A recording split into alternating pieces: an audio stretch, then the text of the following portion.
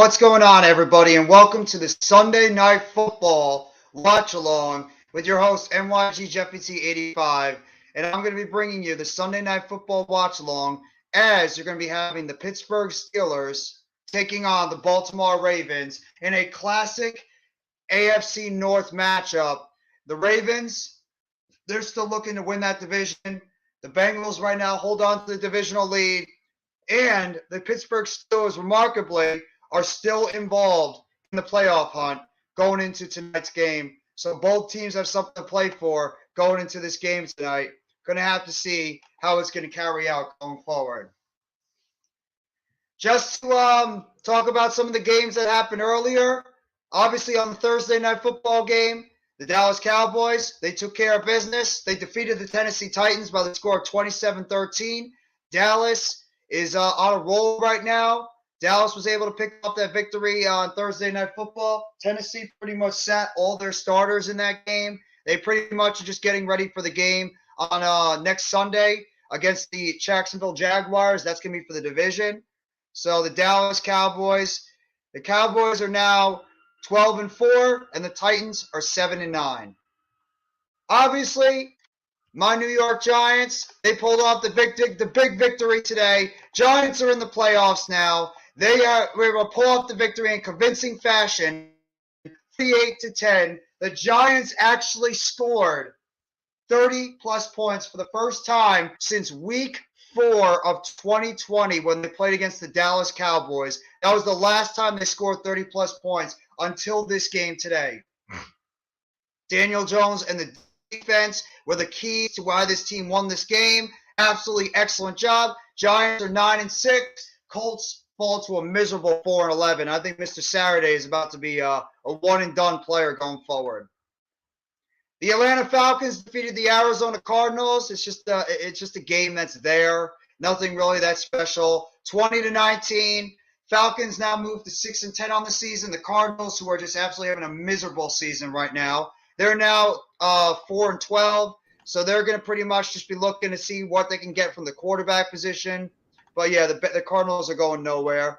The Detroit Lions with a big victory today. They defeat the Chicago Bears by the score of 41-10. Lions have a nice bounce-back victory after they lost last week to the Carolina Panthers. Lions are 8-8. Chicago Bears are fall to a miserable 3-13 season.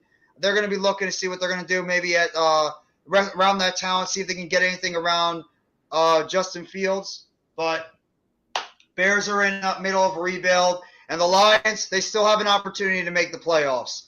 The Kansas City Chiefs pretty much hang on by the tip of their tongue by a score of 27-24. The Chiefs are now 13-3 on the season. The Broncos fall to a miserable 4-12. The first game without Nathaniel Hackett, a head coach. I mean, the Chiefs are still battling for that number one seed. We'll have to see what's going to go forward, who's going to come out of the AFC as the number one seed. The Patriots get a big win today over the Miami Dolphins. The Dolphins were at one point down to their third quarterback after Tua Tagovailoa was ruled out, and he's not going to play until at least the playoffs, if they even make it there. He's been ruled out. And then Teddy Bridgewater just diagnosed he has a broken finger on his hand. Don't know what his status is going to be going into next week's game against the Jets. But either way, the Patriots are now 8-8 on the season. The Dolphins are 8-8. Both those teams are still hanging on by a thread to try to make it into the AFC playoff games. As my guy just showed up here, Mitch Kofsky, the Philadelphia Eagles had a stinker today. They ended up falling to the New Orleans Saints by the score of 20-10. Now the Eagles are 13-3 on the season. The Saints are now 7-9, which I believe they were still on the hunt for the division. But now I think with the Bucs winning, and I'll get to that game next, they're going to be in they're pretty much been knocked out of the playoffs. And the Eagles now, they have to play against the New York Giants next week if they want to lock up that divisional lead, because if they lose and the Cowboys win, the Dallas Cowboys, I believe, will be the division winners in that division. So the Giants actually have an opportunity to put a hurt on the Eagles. And at the same time, the Washington Commanders, who they got eliminated earlier today in their playoff game, they have an opportunity to put a damage on the Dallas Cowboys going forward. But the Bucs, They're 8-8. They defeat the Carolina Panthers 30-24. The Bucs end up winning that NFC South division. So they're in. Tom Brady does enough. Tom Brady actually had a great game today, as did Mike Evans. They did enough. Bucs win that division, as miserable as it is, and they have an opportunity to finish over 500 going into this game. They're 8-8. Panthers fall to 6-10, and you wonder what's next for Sam Darnold, Steve Wilks, and that team. The Commanders, Carson Wentz ain't that guy. He went out there and he was miserable today for the Washington Commanders. As the Browns end the Commanders season, Browns win 24-10 in Washington. Wentz was horrible. He had 3 interceptions in that game. Washington falls to 7-8-1 on the season. The Browns actually are now one game. If they win their next game, their finale, they'd be 8-9 on the season compared to where they were before. So the Commanders, they have to figure out what the hell is next, who's their next quarterback going to be. It's a continuing rotation over there. The Jacksonville Jaguars, like I mentioned with Tennessee earlier, the Jaguars pull out the victory today by the final score of 31-3. They absolutely dismantled the Texans. The Jaguars are now at 500 on the season at 8-8. The Texans now have dropped to 2-13-1. They're clearly on the way to the number 1 pick in the draft. The Jaguars are now in a big-time matchup next week for the AFC South Division against the Indianapolis Colts. The San Francisco 49ers, by the skin of their teeth, they were able to pull off the victory in overtime over the Las Vegas Raiders by the score of 37-34. The San Francisco 49ers have jumped the Vikings now. They are now the number 2 seed in the NFC if the playoffs will start today. So San Francisco is in the driver's seat to get that number 2 seed. I believe they still have a shot. No, actually, they don't have a shot at the number 1 seed. I'm sorry. Only Minnesota did, but I think their loss today took them out of it. So San Francisco is 12-4 on the season, and the Raiders have dropped to 6-10. The Seattle Seahawks get a big bounce-back victory, a Geno Smith revenge game today by the score of 23-6. The Seahawks are now 8-4 on the season, and the Jets dropped to 7-9. The Seahawks right now leapfrog the Washington Commanders. They are now right now the 7th seed in the NFC. But, and I'm going to get to it in a second, a lot has to do with the game happening next week. Jets drop down to 7-9, and it looks like their playoff chances have just gone out the window. It looks like the Jets will be going home. The Minnesota Vikings got absolutely destroyed today by the Green Bay Packers, who are right now playing some of the best football they've played in a while, 41-17. And I can't even believe I'm going to say this. If the Green Bay Packers can go into next week at Lambeau Field and beat the Detroit Lions, the Green Bay Packers will be in the playoffs because they have the conference record lead over the Seattle Seahawks. So it does not even matter what the Seahawks do next week. If the Packers beat the Lions, the Packers grab the 7th seed in the NFC. And the Vikings, they dropped to 12-4 right now. They dropped to the 3rd seed. And actually, if the Vikings played, the Vikings would finish the number 3 team. And guess who they'd be playing? The team they just struggled to beat a couple of weeks ago. And that, of course, is the New York Giants. And the last game, the battle in Los Angeles, the Chargers. They're 10-6 on the season. They're looking to go 11-6. Herbert playing well. Chargers are playing much better football now. They win over the sobbing Rams by the score of 31-10. Chargers are now 10-6 on the season. The Rams dropped to 5-11. The Rams obviously are going nowhere this year. Chargers have got a playoff spot locked in, so they're going to be getting ready to go into the postseason. And the Rams are going to just be seeing what they can do next year. And, of course, the big Monday Night Football game, the Buffalo Bills against the Cincinnati Bengals. This game tonight has a lot of implications for the Bengals because if the Ravens are able to beat the Steelers, the Bengals, I believe, would be in the Bengals. If they would lose their game against the Bills and the Ravens win, the Bengals will be back in the wild card position, and the Ravens will actually take over as the number 4 seed in the AFC. No, I'm sorry, the 3 seed. So the Bills, they're still looking for that number 1 seed right now, and it's not even crazy. The Bengals can't get it. But the Bills are looking for that number 1 seed right now, so that's going to be a pivotal game going into Monday Night Football. And that is your out-of-town scoreboard for the NFL today in regards to everything going on. And here's my co-host. He's been sitting there quietly. I know he's steaming right now after what the Eagles put out today and the fact that they couldn't beat the lowly New Orleans Saints. Mitch, I know you're not a happy camper, but how are you doing right now? I'm actually doing fine. I got my video out, so my video's already out, and What's up, Coach? I've been getting all the laughs, all the trolls. So it's good, man. It's really good. But yeah, I'm no longer a supporter of Uncle Rico anymore. So no Yeah. longer a supporter. Was he really that bad? Yes. I'm still smiling too, bro. This is a feeling we haven't felt in 6 years. Congrats, guys. Thank you. I Yeah, appreciate that, man. Thank you. yeah. But yeah, man, it's just crazy. Like he was trying to be Jalen Hurts, like trying to run, trying to be like Jalen Hurts. The 4th and inches, trying to do a QB sneak like Jalen Hurts. That didn't even work at all.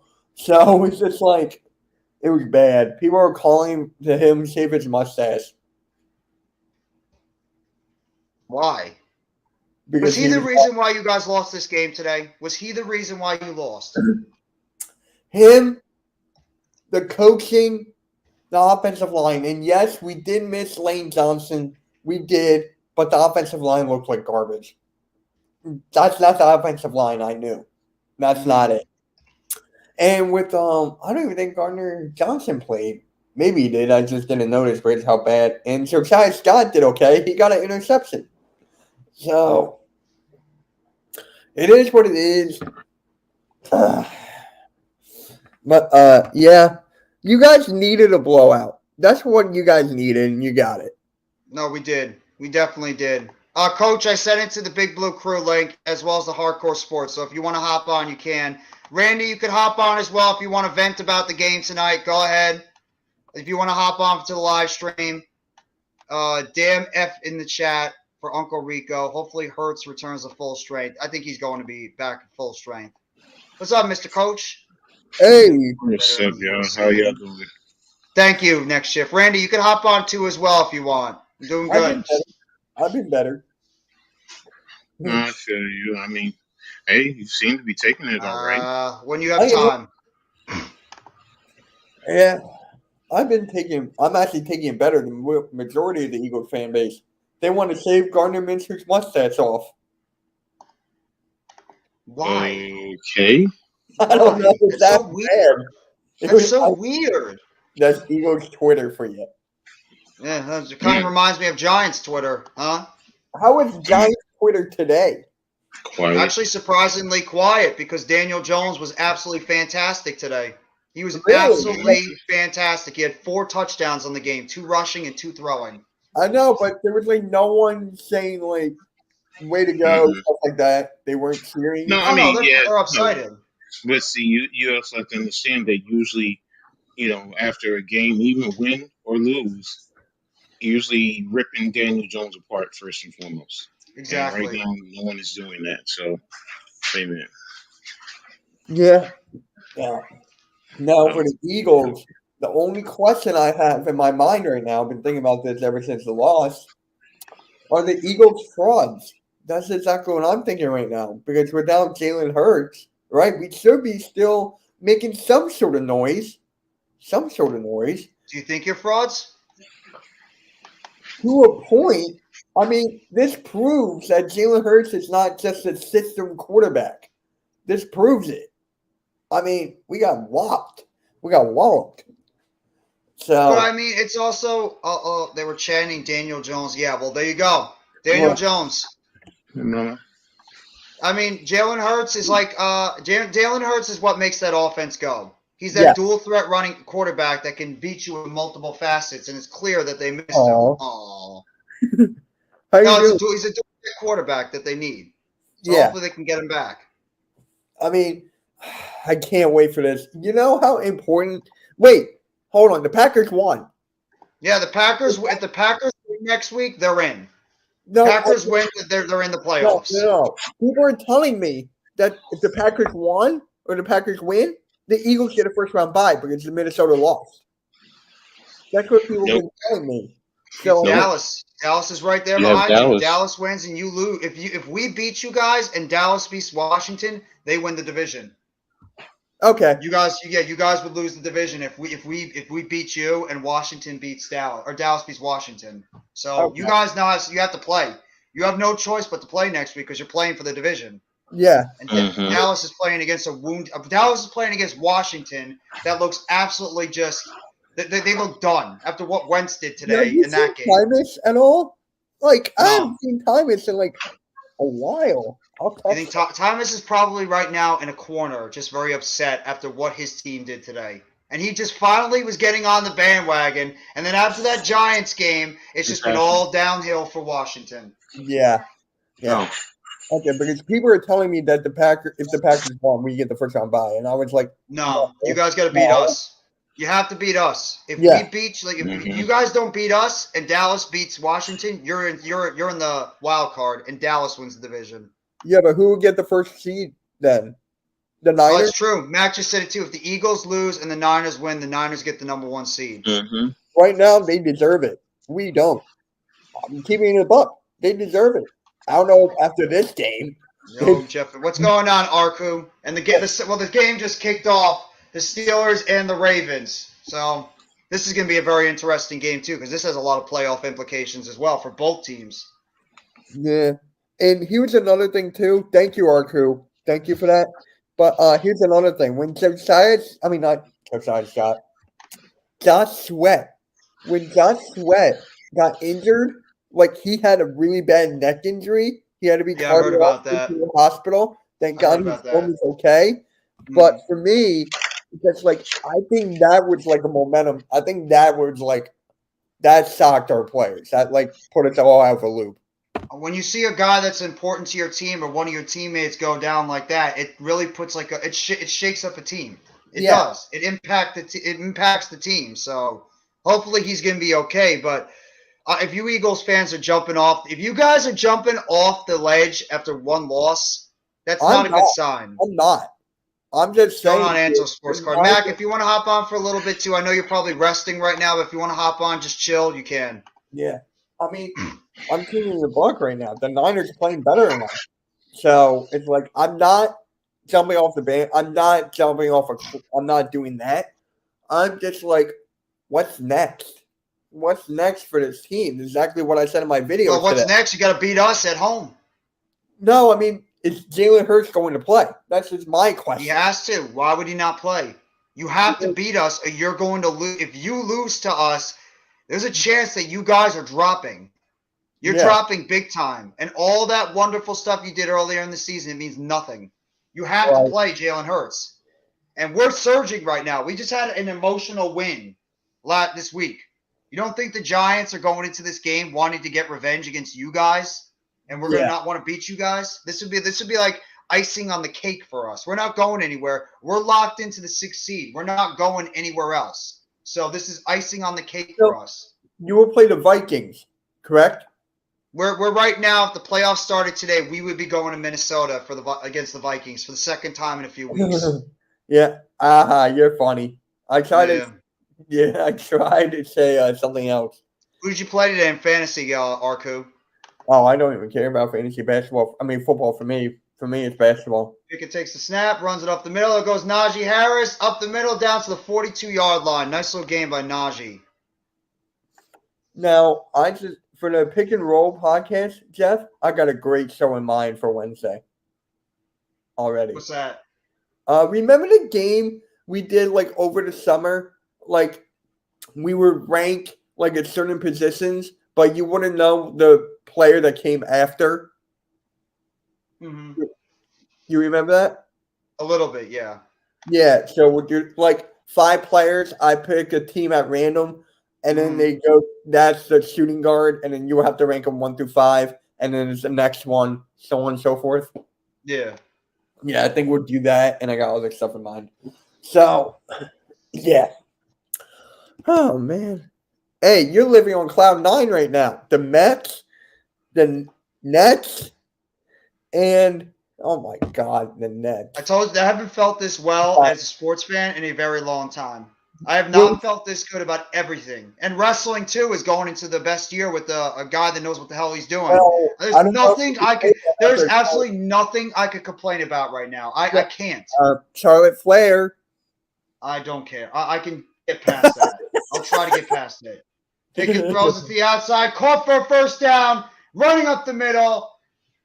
The backup running back, Warren, all the way down to the 45-yard line of Baltimore. No, I can't complain.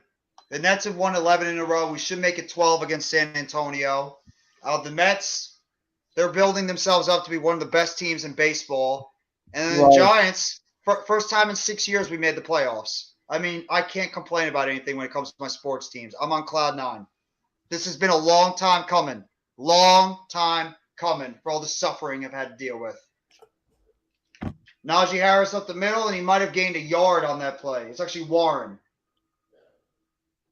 Warren maybe gained 1 yard on the play, and it's going to be second down. Yeah, Cool Cat was not happy. I really suggest, Jeff, you watch his video. I'm sure I will. Yeah. See, I could just sit there with you guys, and I don't care if we win or lose. I really don't care.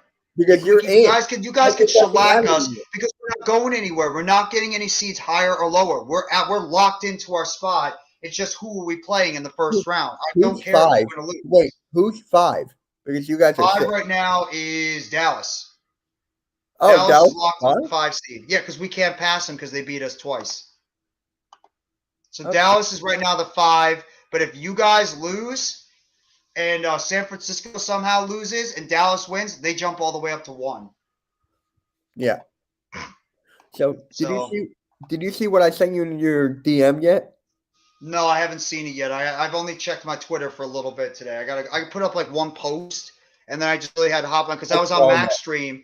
I was on Max Stream for a while. Then I had literally just ran to get something to eat, and then I just came on to live stream again. I've literally been streaming all day. Yeah, I saw you do a YouTube short of the Giants, so. Yeah. I had to. I don't usually like doing that stuff, but I figured since we made the playoffs, what the hell? You had to. I mean, you had to. I mean, next Sunday we're gonna bring back the morning show because it was Christmas last week, New Year's Day, so we're gonna bring it back next week. No, it's just I'm just very happy.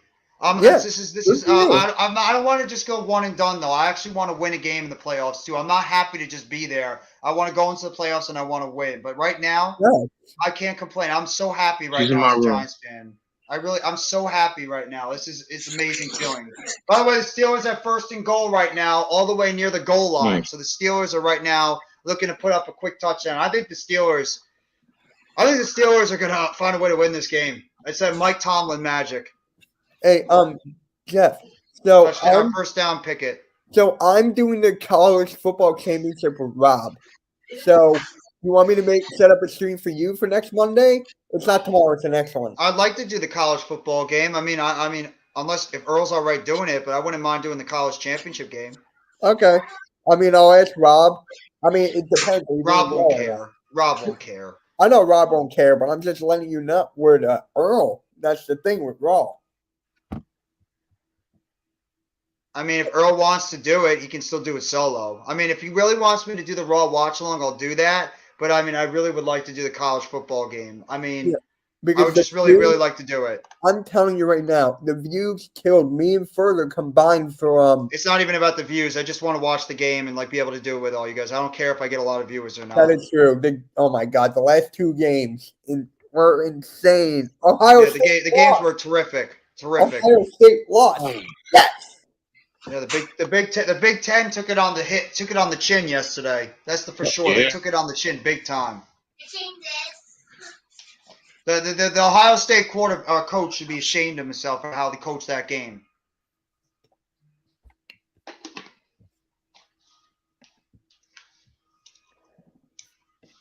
Pickett takes a snap, rolls to the outside, throws it to his open player, incomplete. Second down and goal for Baltimore. I apologize if my voice is a little hoarse. I always blow it out when I watch the Giants games. Yeah, next week's going to be fun. There's going to be a lot of good football games next week. A lot.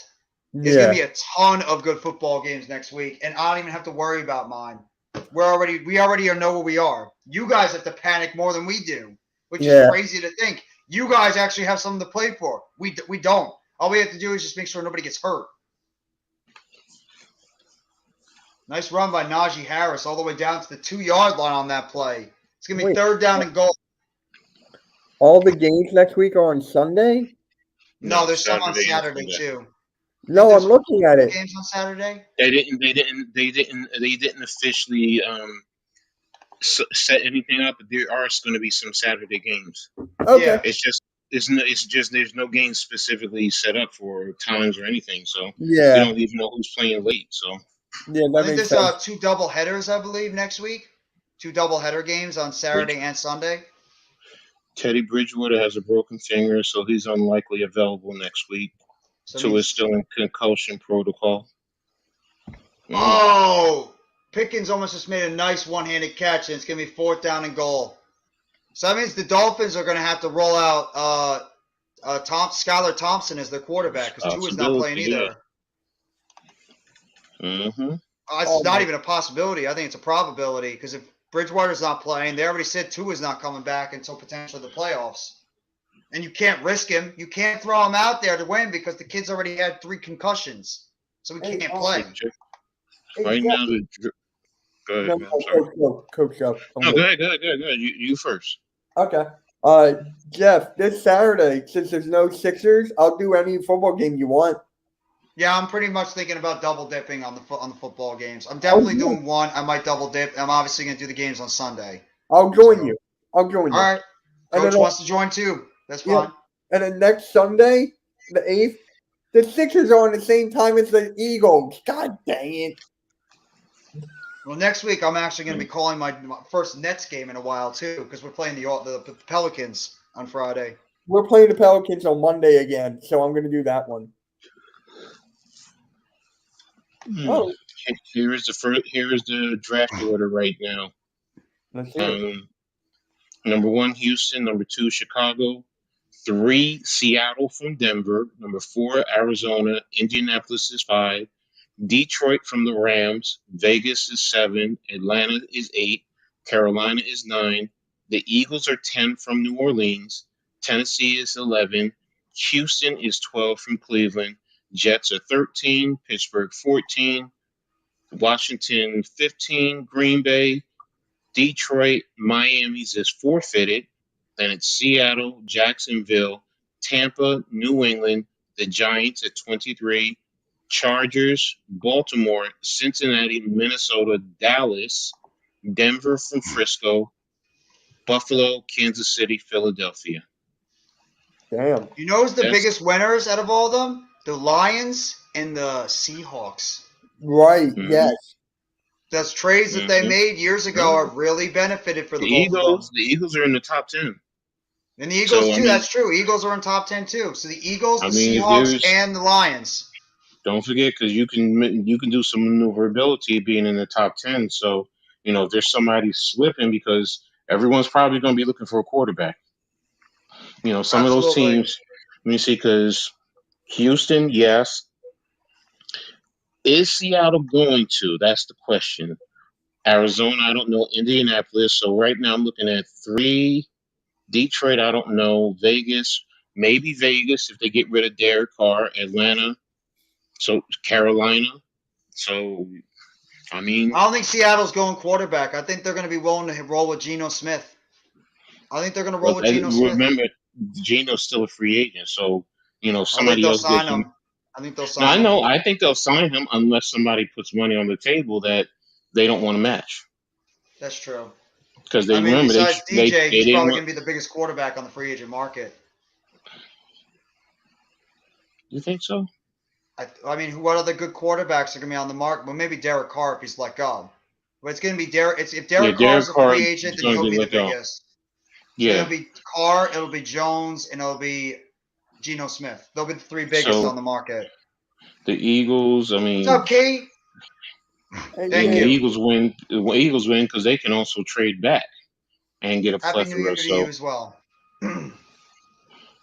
Yeah, the Eagles, you guys still made out like bandits. So that means You guys, the Lions right Mhm. now, they're in perfect position still. If they can find a way to make the playoffs and they get that pick, and the same thing with the Seahawks. Those teams Mhm. won. They won right now in terms of the compensation they got back, and the Eagles. They all won. The Jets.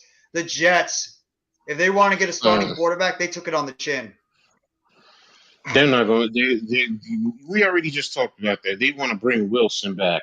I mean, it just might be a maneuver. I get it, but right now, if they keep him, everyone's ready for it. So, Yeah, that'd be and now what would they do? More than likely, offensive line. I Hey, mean, Oh, is they're it? def they're definitely going offensive line. They need so much help on that offensive line. Mm-hmm. 100%, coach. J.K. Dobbins. This Tyler Huntley's third season. Is his third or his fourth? They're saying third. Huntley takes the snap, drops back, throws on the inside, caught by Mark Andrews, picks up the first down. First down, Baltimore. It's a big game for Mm. Baltimore. It's a big game for Pittsburgh. I believe if Baltimore beats them, Pittsburgh's eliminated. Mm-hmm. So Pittsburgh's And literally hanging on a thread. it'll be the first losing season Mike Tomlin. for Mike Tomlin. Yeah, because they're 7-8 right now. So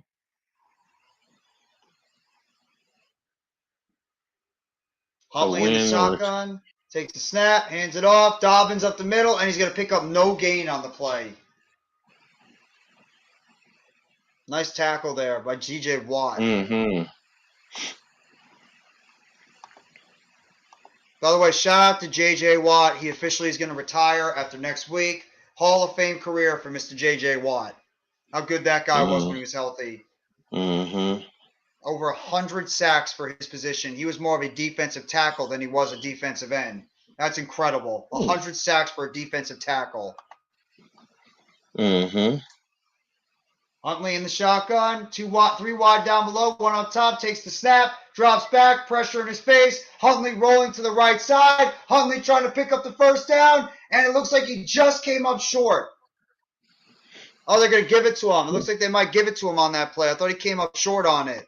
He looked like he was short. Looks like he was short by half a yard. Where did Mitch go? Actually, I don't know. Yeah, he just disappeared. Mitch is taking some of that. He's learning some of that super Taj juju. He was 2-8 man under. He was. Oh, I could have sworn he was short by half a yard, but they gave it to him. Huntley hands it off. Dobbins over to the left side. Dobbins runs to his own man, and he's going to go down on the play. Maybe a gain of a couple yards. It's going to be second down. He just ran into his own guy on that one. that's because you had no drive from the offensive lineman. But yeah, he should have read. Even taking just slow the pinch, just to let the block set up and then attack it. Sometimes running backs are too aggressive with it. That's why you have to know how to have that even balance. Huntley takes the snap, drops back, fakes the handoff, rolls to his right. Huntley now running with the play. Huntley gets tackled at the 49-yard line, picking up a nice little gain there, and it's going to be third down for the Ravens offense. There's that guy, Mr. Mike Tomlin. Spillane with the tackle on that play.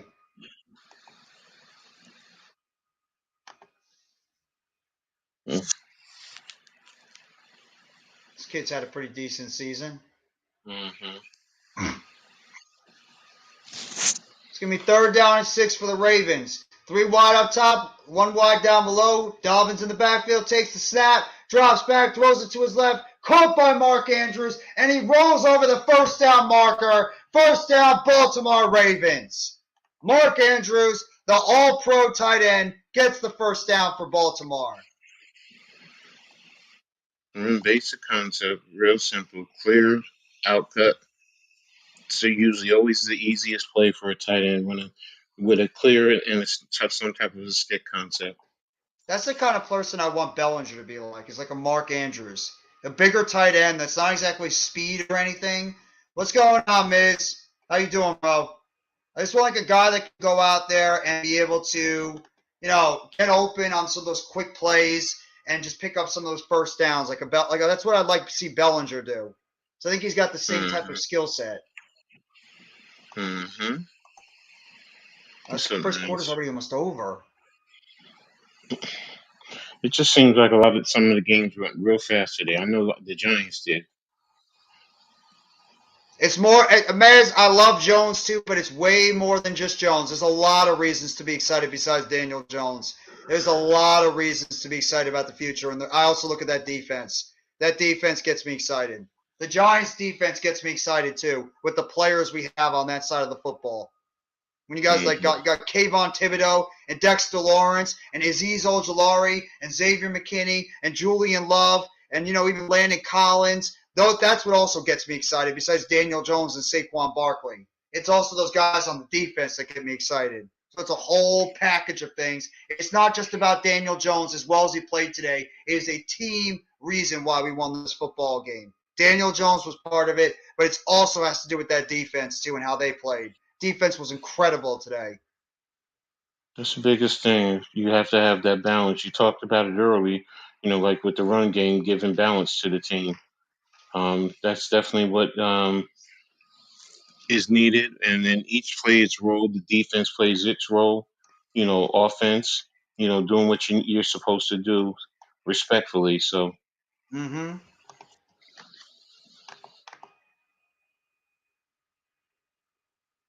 It does help. The difference is though, once we pay Daniel Jones, it's going to help. It's going to set us back a little bit in terms of getting other pieces. But this is where Joe Shane is going to have to become a brilliant draft guy. He's going to have to be able to be great at drafting, and I have confidence he can do it because when you pay your quarterback, that's when you're going to have to start being able to draft very well consistently in terms of depth. It's everything, Miz. You need the entire team. You need the entire team. You could have a franchise quarterback and still not be good. Ask the Houston Texans when they had a franchise quarterback and they sucked. You need it all. You need a franchise quarterback. You need a good defense. You need pieces on the offensive side. You need a lot of things to be a good team because there's teams that have franchise quarterbacks and they're not going anywhere. Look at Denver. Look at the Raiders. They have franchise quarterbacks. They did nothing this year. You need franchise quarterback and then some. Alex, what's going on, man? I know you're happy, Alex. Your team might actually have a chance to win the division. Or you can be the Jets. Well, yeah, you need both. That's why I said you need both. You need the talent and you need the quarterback. You need both. Because I can go both ways. You could be the New York Jets. Or you could be the Denver Nuggets, the Denver Broncos, and the Las Vegas Raiders. You need both. You need a good quarterback, and you need a good defense and playmakers.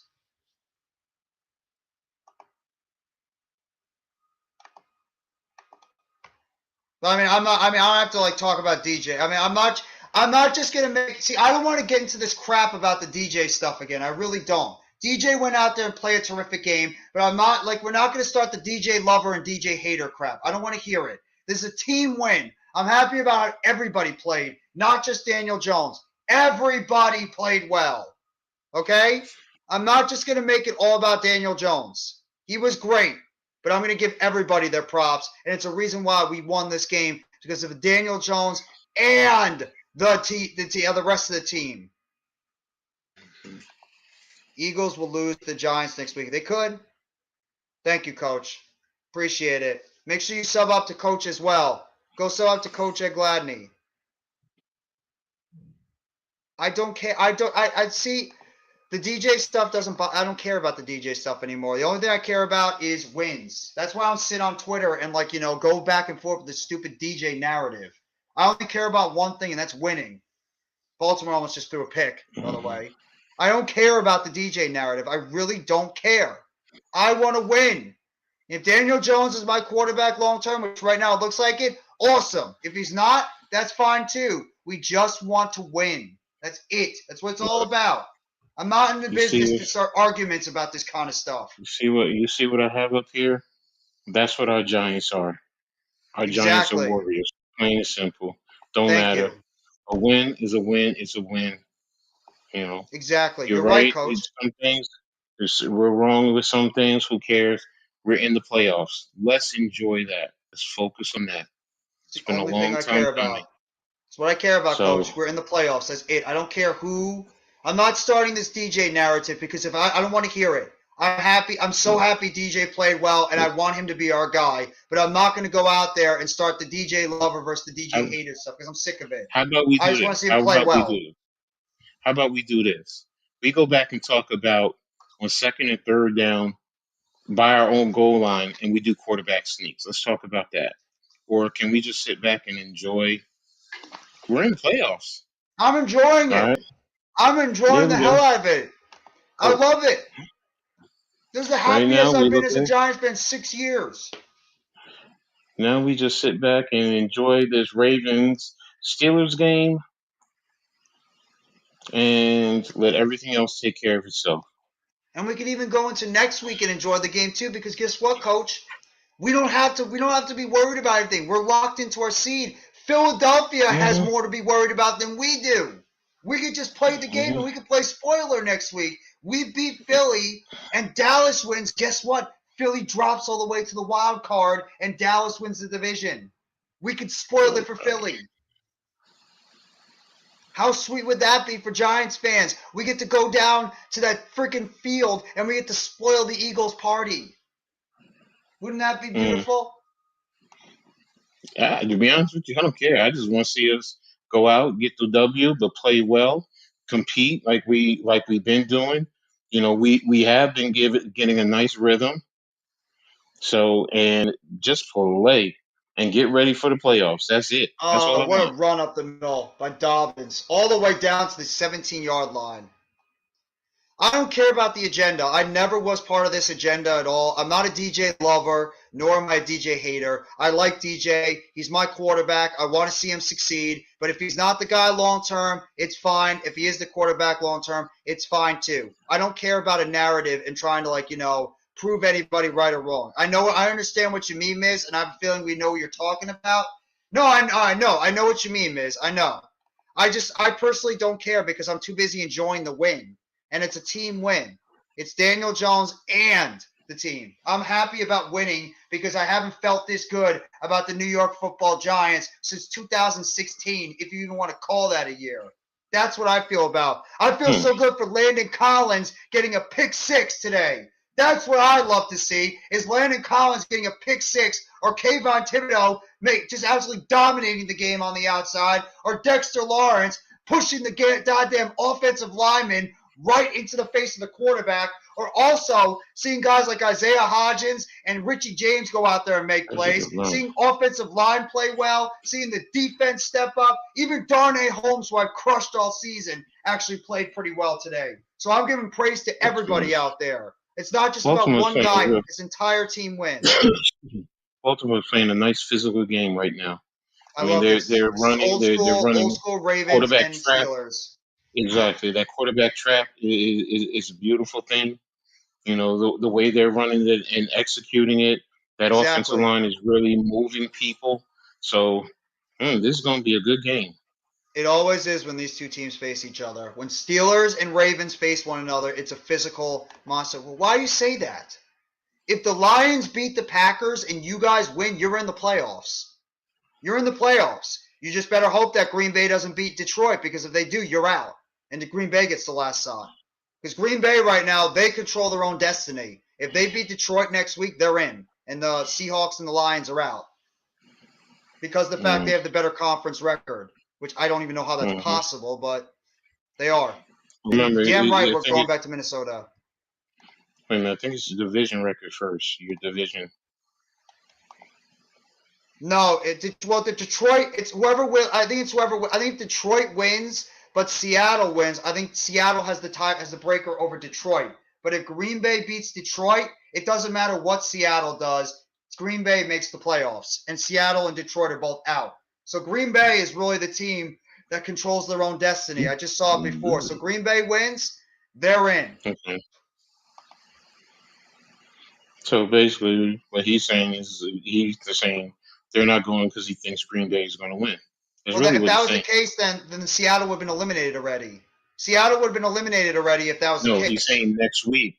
He's saying next week. If Green Bay wins next week, they're in, right? No matter If what. Green Bay wins, they're in. If Detroit wins and Seattle loses, then I believe Detroit's in. But if Seattle and Green Bay both lose, then Detroit's in. So Detroit actually, I think, has the least amount of odds of the three teams to make the playoffs. Okay, what Out of the he's saying three. is he figures that Green Bay is going to win. They handle their own business, which is why Seattle is not going to make the playoffs. That's how I'm taking it. Oh yeah, I think I mean, I don't know. Detroit's not exactly a pushover. I think it's gonna be a great game. Mm-hmm. Well, yeah, you were right Exactly. about Green Bay. You were right about Green Bay. They stood up and they played great. You were absolutely right about Green Bay. They weren't dead. They did a hell of a job. Packers only need to win, and they win no matter. Yeah, that's just what we just said before. Well, Miz, you know what you said. You don't have to worry about people getting on your case. You know what you said, and you were right. Just take it like that. You just saw Green Bay did to the Vikings. Well, Green Bay's starting to hit their stride now. Whatever Aaron Rodgers issues were going on over there in Green Bay, they put it to the side. And hey, Tom Brady's back in the playoffs. What else is a shock? Tampa Bay's right back there. So basically, it's either Tampa Bay versus Philly or Dallas. Yep. And looks like we're definitely going to Minnesota. Unless San Francisco just absolutely just loses it next week and Minnesota wins, it looks like we're going to Minnesota next on a couple of weeks. You think San Francisco wants to see Rodgers in the first round? I think San Francisco will be just fine.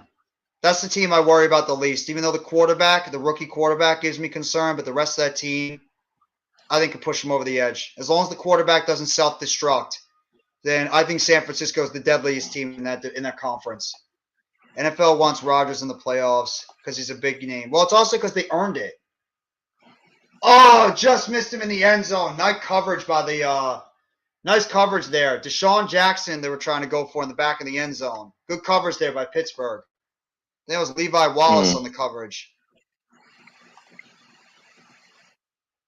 I'm surprised he left Buffalo. Levi I'm really Wallace? surprised. Yeah. He I'm probably just wanted so that surprised. contract.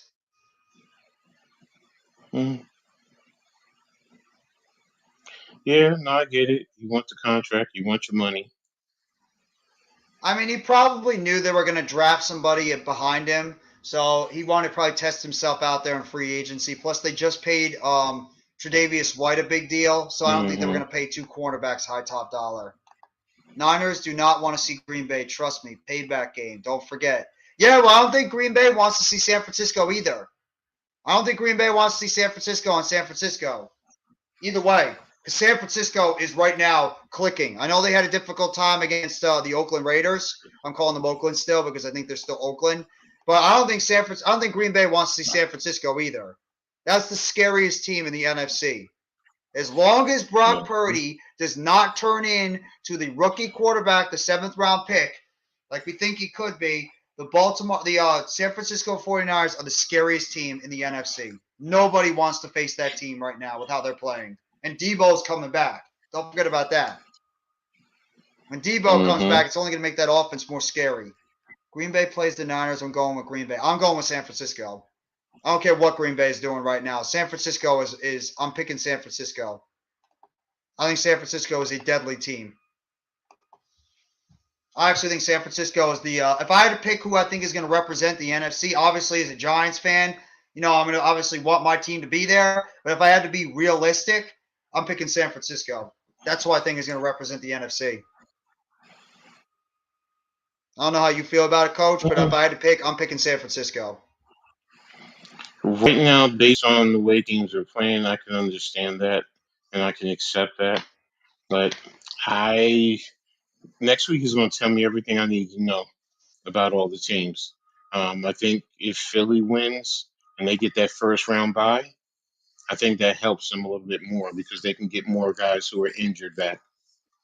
So, and when they're together, they're a tough team to play. No, They you're really right. are. So, You're right. but Frisco, don't get, right now McCaffrey on Frisco though has really changed the dynamic of that team.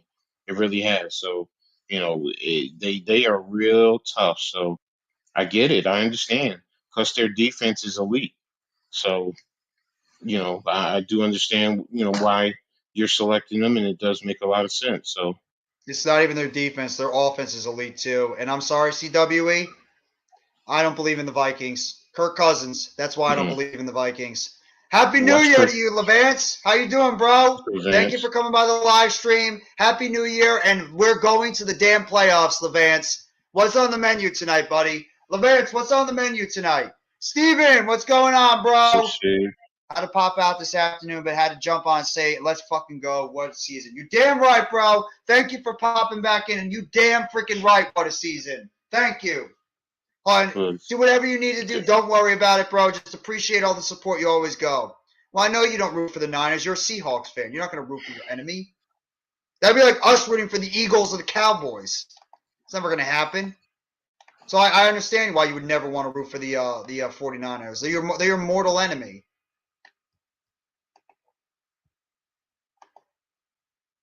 Scallop, potatoes, and ham. Yeah, there you go.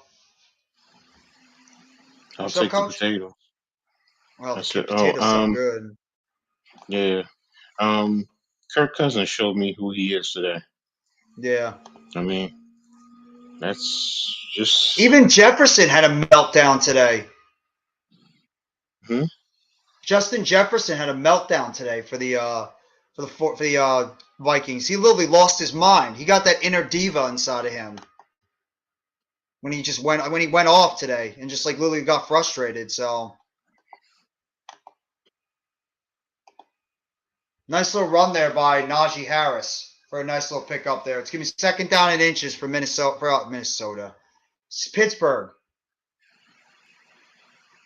13:30 to go in the first quarter. Harris picks up the first down and then some, all the way down to the 40-yard line. First down for Pittsburgh.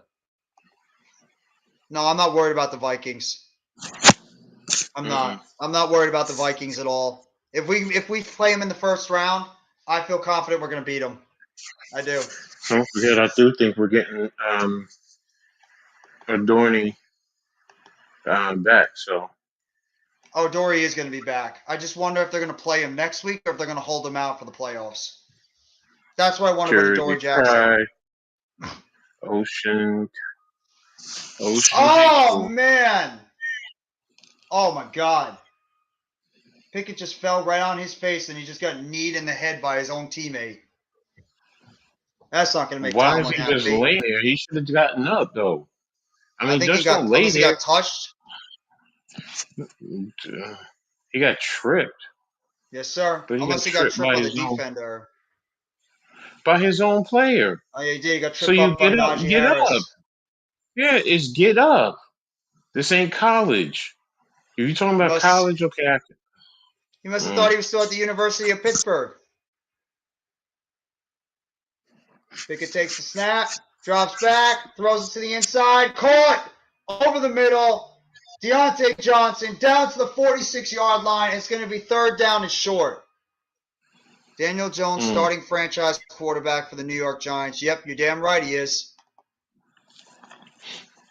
You need to do some type of play action off tackle and get something moving to the sticks with something sitting right in front of the quarterback's eyes, settling down here.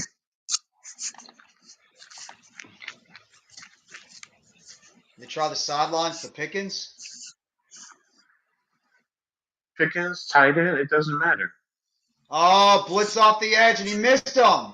Pickett got out of it, throws it, and it's going to be caught by Pickens. Flag on the play. He goes out of bounds. I don't know if he went in and out. Pickens makes the catch for the first down, but I don't know if he ran inside or out. I think that was Patrick. Was that Roquan Smith that rushed him on the outside? The official had his hat off, so it's illegal touching. Yep. Pickens was out of bounds, and it's illegal touching. You're right. That's a rookie mistake by George Pickens. That's when, like, that's when you're as a wide receiver, you gotta feel the sidelines. You gotta know where you are on the field. Your alignment tells you more than you know what your route is, so you align right. And based on the system, if you're a step system or a yard system, you know where you need to go, and that's bad. He'll learn. He'll learn over time. That's a rookie mistake by Pickens, but he'll learn over time. Pittsburgh's now going to punt the football away. Kick is away. Baltimore is going to field it around it's going to bounce, actually. It's going to bounce all the way near the 6-yard line. So Baltimore is going to start off at the 6-yard line on offense. Nice punt there and good roll for the Pittsburgh Steelers. That's going to help them out big time.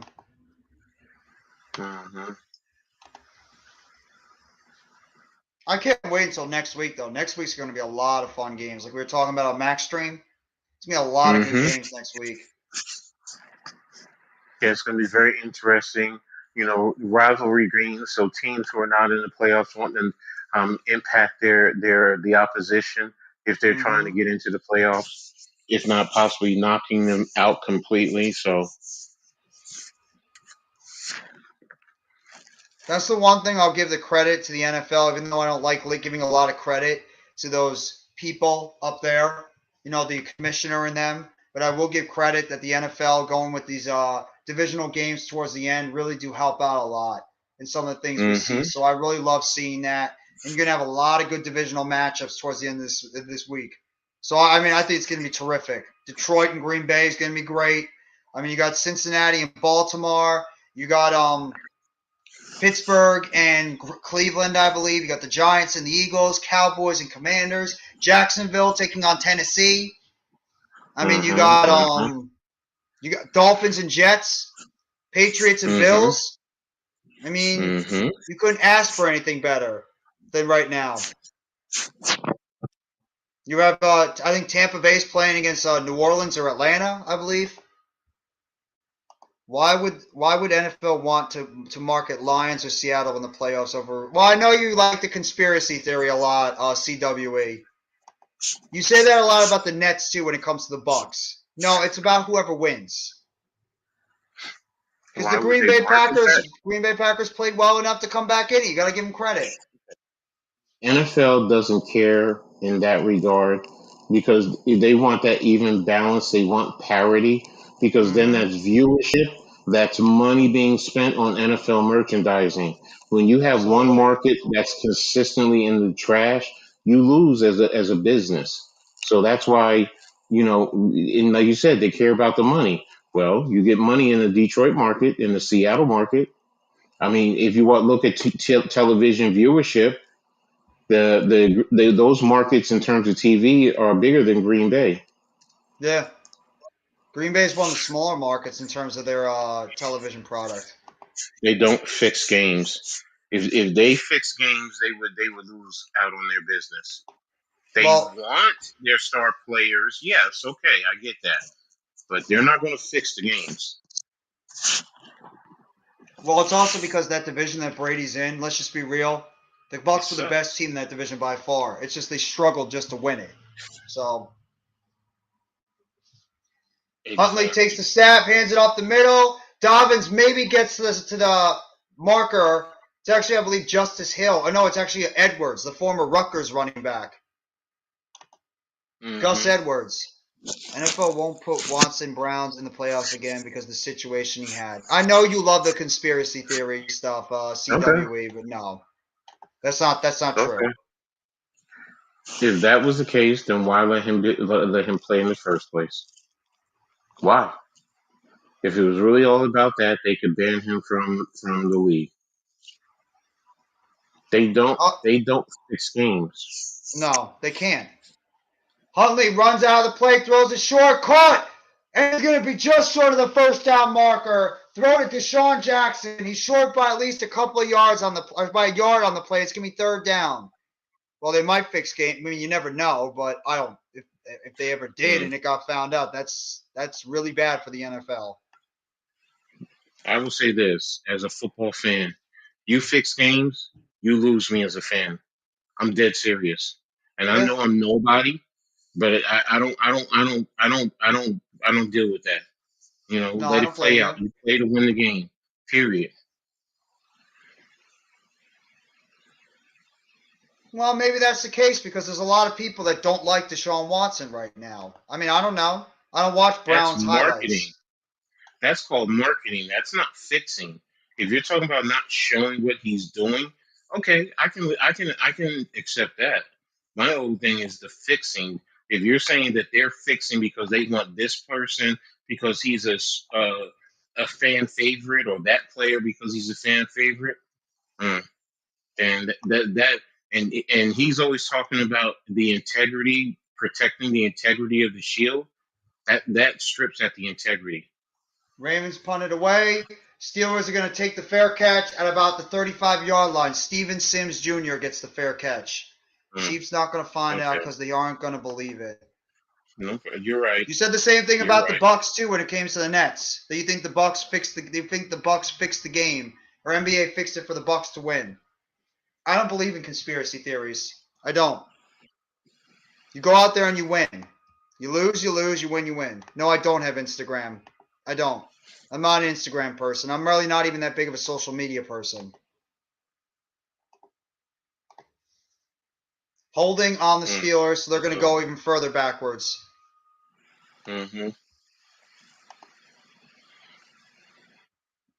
No, I'm not. I don't believe in conspiracy theories.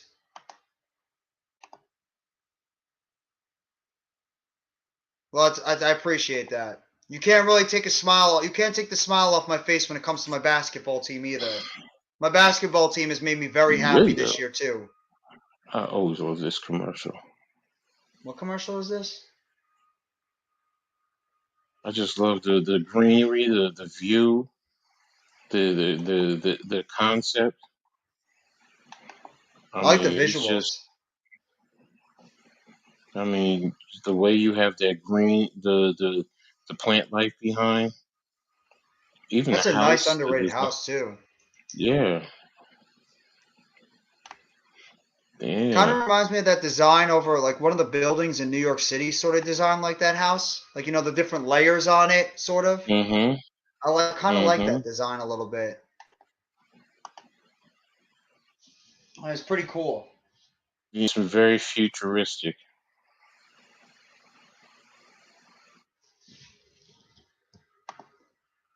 What video of what? What's the video on? I don't know. I don't look at Instagram or any social. I don't really have Something about TikTok or any of basketball. that stuff. I Oh, think it's okay. something about basketball. So. Maybe it's about Kevin Durant.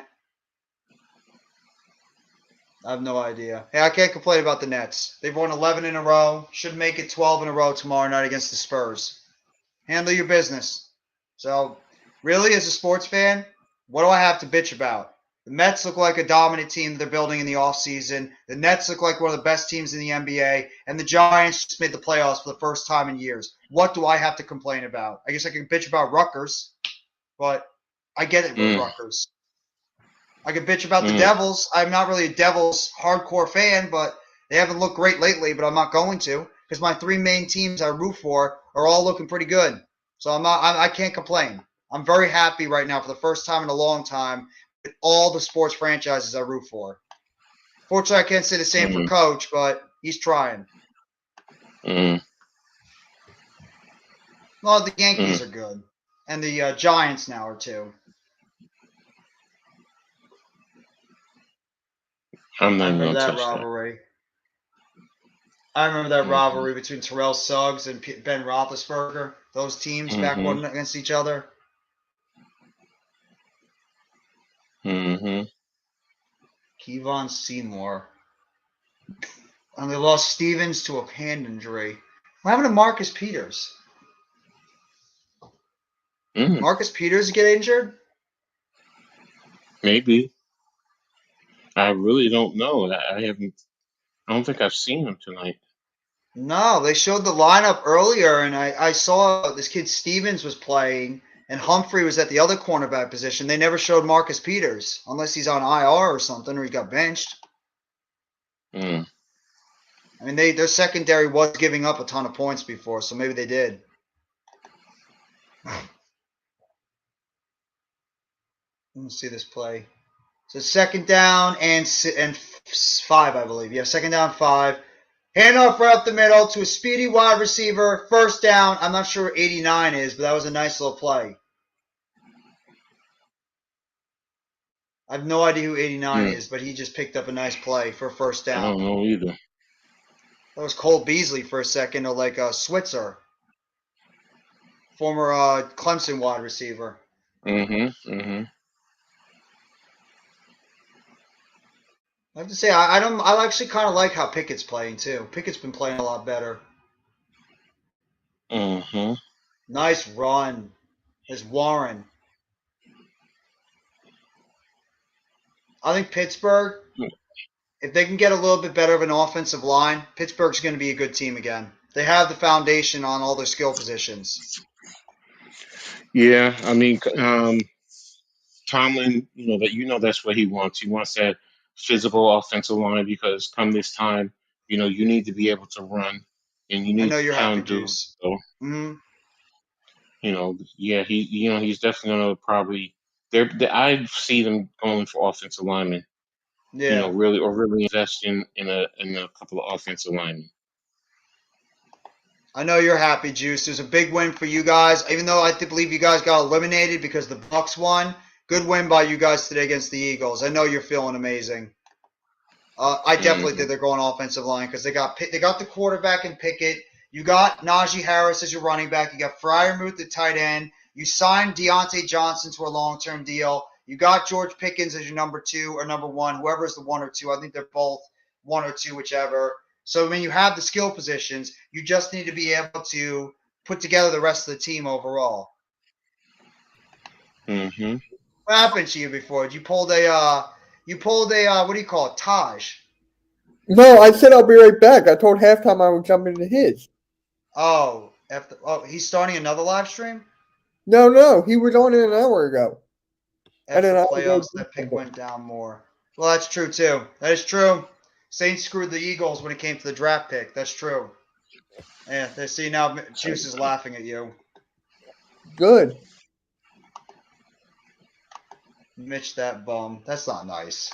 That's not nice, Juice. It's okay. Just to let him know that Orange Cassidy sucks. It's all good. There's a run up the middle by Warren. Nice run. I like Orange Cassidy. Powerhouse Hobbs sucks, Juice. Freshly squeezed. I can't stand Orange Cassidy. I just can't. Yeah, you're actually taking it a lot better than I thought a lot of other. I can imagine Philly 500 and Joey Shakes. I'm sure they're probably going nuts right now. They're not. They're just having a conversation, most likely. I probably went nuts earlier. Probably. But yeah, it's just a game at the end of the day. Let's keep it a buck. I am upset. Halftime, you want to pop on too? Come on. Hop on with us, halftime. Nice catch. It's a game at the end of the day. Am I upset about it? Yeah. But it's not the end of the world. CJ Gardner in the pick. Well, you know what? He does have a point. You guys were talking about the Gardner Johnson thing, so he does have a right to, talk his trash. He does. I'm letting him do it. See, that's why you're a good person, Mitch. You're willing to take the heat. Yeah. You know how I learned? It's actually from Boys for Life's video. How so? He told me he was going to make a video, but I didn't know he would go like that. So I'm like, it's kind of funny at the end of the day. You got to be able to get if you want to give. He's not going to get mad. You could try, Juice, but it sounds like he's going to be good. Yeah, you know what? I have to go get my brownies. Hey, if you're on the Facebook chat, make sure you hit that like button for the Facebook stream as well. Appreciate you guys watching on Facebook, too. Thank you. 7 in the live stream for tonight. Thank you guys for watching. Especially thank you guys for being there this afternoon too with myself. Coach popped on a little later. Mac was on. Adam was on. Mitch came on for a little bit. Appreciate all you guys showing up. Mm-hmm. This will run by Harris going a little, yeah. You know it's 9 o'clock. You know what not happens at 9 o'clock? The Brownies come out. I'm predicting Green Bay go to the playoffs. If they do, I'm picking them to make the Super Bowl. I'm not. If you want to pick the Packers, that's all good. I'm not picking them. The freaks come out at night. The freaks come out at night. The freaks come out at night. They come out at night. The freaks come out. There's a party. I'm not gonna sing it. I'm not gonna sing it because. Oh! You almost threw a pick. Pickett almost got picked. Nice play by Chuck Clark. Mm. You know who actually I'd love to get, but I know he's not available? I would love to get Marlon Humphrey. I would love Marlon Humphrey. What's going on, Philly halftime? I just got done my rant. I'm pissed. How do you feel? You know what? You sound like the Eagles fans that should be like this today. While Mitch is like just taking it cool. He's like taking it's okay. Hey. I'm out of brownies, so I have cookies. There you go. Super freak. I'm out of brownies, She's a very picky girl. Ooh. The kind you don't very freaky. Wow. It was a very bad. It was a bad coaching game for the Eagles. Maybe. So what happened? Like what happened in the game halftime? Why was the coaching so bad? The play calling was terrible. You're trying to run with a quarterback that does not run, and you stop giving your running back that was getting 5 yards a carry the ball. Like when if you needed 10 yards, he threw it 3 yards because that's the play that you want to use. Mm. Yeah, Coles is going to be a Giants fan this week. Yeah, Coles. But yeah, I mean, Jonathan Gannon, he plays so soft on certain quarterbacks. I don't get it. Yeah, dunk. He You plays almost just made me spit my water. What do you mean? Oh, because I said she got a dunk. Yeah, I'm just like, stop, because Philly halftime sitting there ranting about Jonathan Gannon and Shane Steichen, and then you're over here talking about a badonkadonk. Oh, wait, God. Congrats on 900, bro. Thank you, ma'am. Yeah, so it was a bad one. Don't be pussies and sit starters. We're not. We're not sitting our starters. Coach Dayball already said he's playing his guys. So, we did. Eagles are going to have to beat us with our starters. Or are we going to do another? Are we going to pull a full Philly special like they did to us the other year? Yeah, but we're not really hurting the Eagles though, because they win. They're in. They win the division. No, you hurt them if depending on seeding. Remember, they win, they get the number 1 overall seed. You'll take it. If you lose, you got to play in the first round in the wild cards. So you are hurting them in some regards. But now, who do you help on the other end? Is it Frisco? Is it Dallas? Is it Minnesota? I'm sorry, Calvin. I think Minnesota's in trouble. Yeah, I do too. Minnesota got exposed today. They got exposed against the Eagles too. I mean, they got exposed against Dallas as well. They've gotten their asses kicked by a few teams today. They should have lost to us too if we didn't beat ourselves. That's what's been happening with the Eagles. We beat ourselves. Stupid penalties. That's what we did too halftime. We beat ourselves in some of those games. We didn't do that today. Thank God we took care of business against a bad Colts team. I mean, the Vikings stink. I know the refs called back 2 touchdowns for the Eagles, and they shouldn't have. It was just bad calling, but I can't sit here and I don't know. So you're more pissed at Gannon and Steichen, or are you more pissed at Steichen than Gannon, or you pitched at Sirianni? You're just pissed at the whole team. I'm pissed at everybody. No, We all played horrible. We couldn't tackle to save our ass. You're right. We couldn't fight ourselves out of a wet paper bag. Oh, look at that run by J.K. Dobbins for a first down to the outside on the right. You know what's funny? Halftime is here raining, and I'm here eating cookies. Yeah, well, I don't know what's wrong with you. We've been wondering that for a Listen, while. you be pissed. Mitch is eating You'd cookies. Be pissed. Yeah. Mitch is eating Cookie cookies. crisp. Ooh. I'm out of brownies. Coach, I know where you were going with that one. I know where you were going with that one. I'm just trying to PG it, but I know where you were going. It is PG. I said he's eating cookies. Yeah, I know. Now, what you infer is on you. I have no control over that. Well, just for the people that don't get it. I know. Come on, man. I'm being No, I know. I know. Yeah, I'm still mad about the Eagles. I ran it, and it didn't help me any. Hey, Do you still feel confident? Huh? You're not jumping off the bandwagon. No. It was just it seemed like we didn't even practice. We weren't even ready for the game. Now, are you done with Minshew? You think that you guys that Hurts not having Hurts there was a big loss? No, you could have won with Minshew. No. If they put your players in the right position. Don't act like Minshew is Jalen freaking Hurts. That's the problem. You had to put your guys in the right position, and they didn't do that tonight.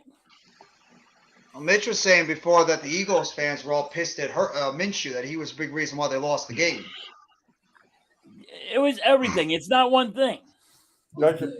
I mean, Kelsey was shooting up the field and causing us penalties.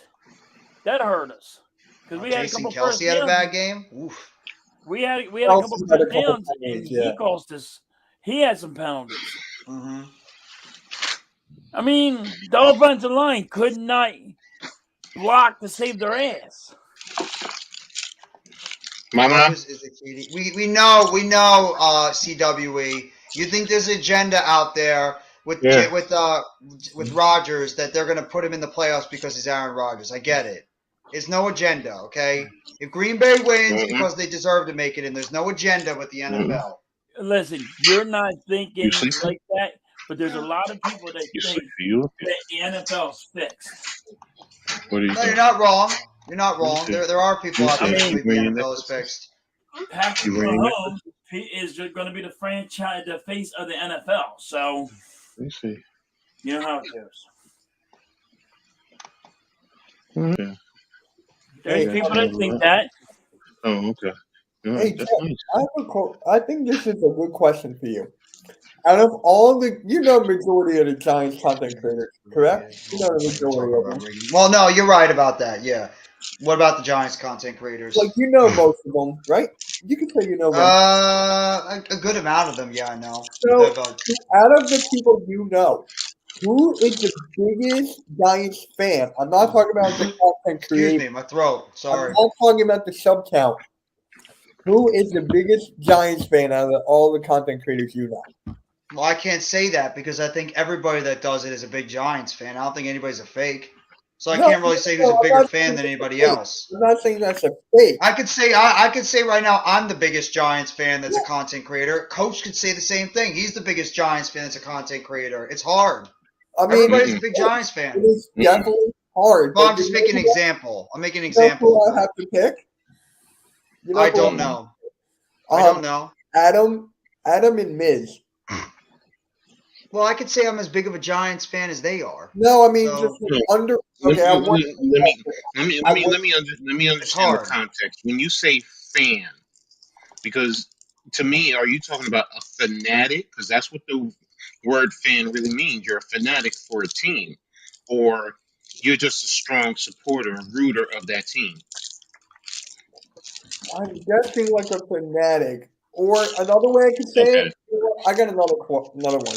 Who's like underrated content creator who's like a really I big can see fan, that. if that makes sense. Like who's like not being appreciated that's a big Giants fan, if you can say that. Our guy NYG22, Oh, unpopular opinion okay. sports. Okay. Adam, Miz has been around. Adam and Miz have been around for years. I mean, I Oh, think really? Miz I has been never doing knew this for a couple of years. Adam's been doing this for the longest. Nobody knows it. Adam's been doing this since like the early 2010s. that. He just took a Really? break. Yeah, Adam Never. just took a break. Oh, Mac's a big Giants fan, yep. so I don't Okay. know. I mean, I could say I'm the biggest Giants fan out there that's not getting the Okay. credit. I don't know. It's a hard question to answer. I mean, it's like with you Mhm. guys. I could say that Philly halftime is the most underrated Eagles content creator out there. That's a passionate Eagles fan. I could say you are. I could say that You know who I have to say about Tone is that? up there. You I know don't who? know. No. For me, it's Cool Cat. We 1000%. know. But Cool Cat's not really a small content creator. He's got like what? Over almost 2,000 subs? Almost, but he's not getting the recognition I feel like he deserves. Well, because here's the difference. There's people that are content creators that are straight up fanboys that will never ever criticize the team. And then there's content creators that are sometimes too harsh on the team. There's like not a lot of medium people. Like I try to call it right down the middle. I of course Yeah. be the fan sometimes, and the fandom takes over my heart. Mhm. But at the same time, I have no problem being critical of the team when it is necessary, and I try to call it Mhm. right down the middle and be fair. Either way, there's some Giants fans that are just objective. There's some content creators that are just objective. They're going to Mm. stick with their narrative and they're not going to change it. I'm willing to like go on both sides of the spectrum. And I admit when I'm That's wrong. how I Some do people it. are afraid to admit when they're wrong. That's the problem is that when some content creators are afraid to admit they're wrong.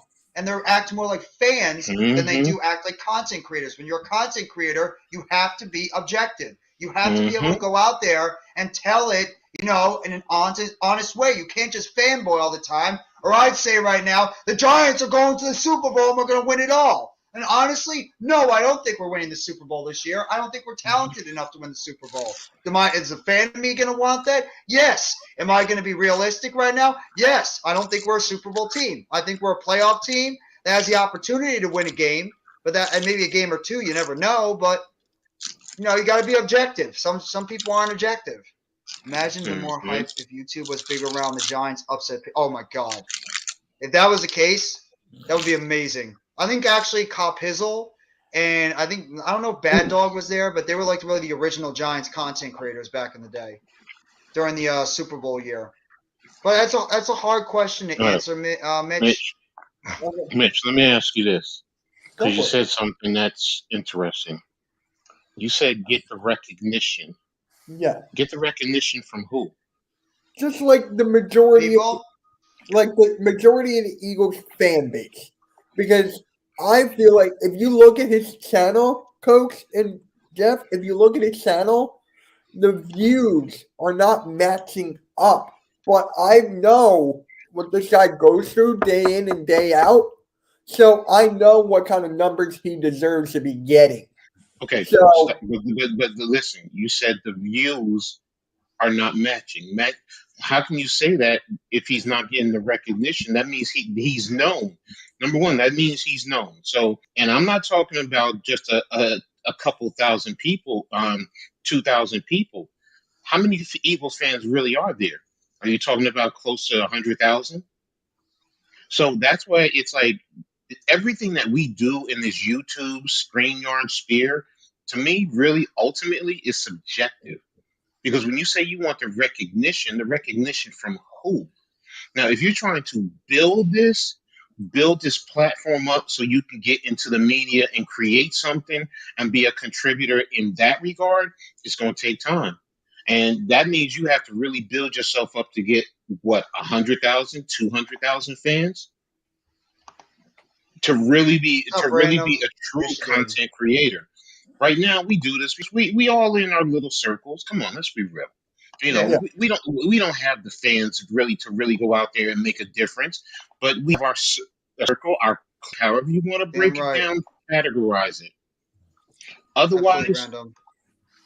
see now I'm learning about algorithm. I didn't know anything about that until I started doing this.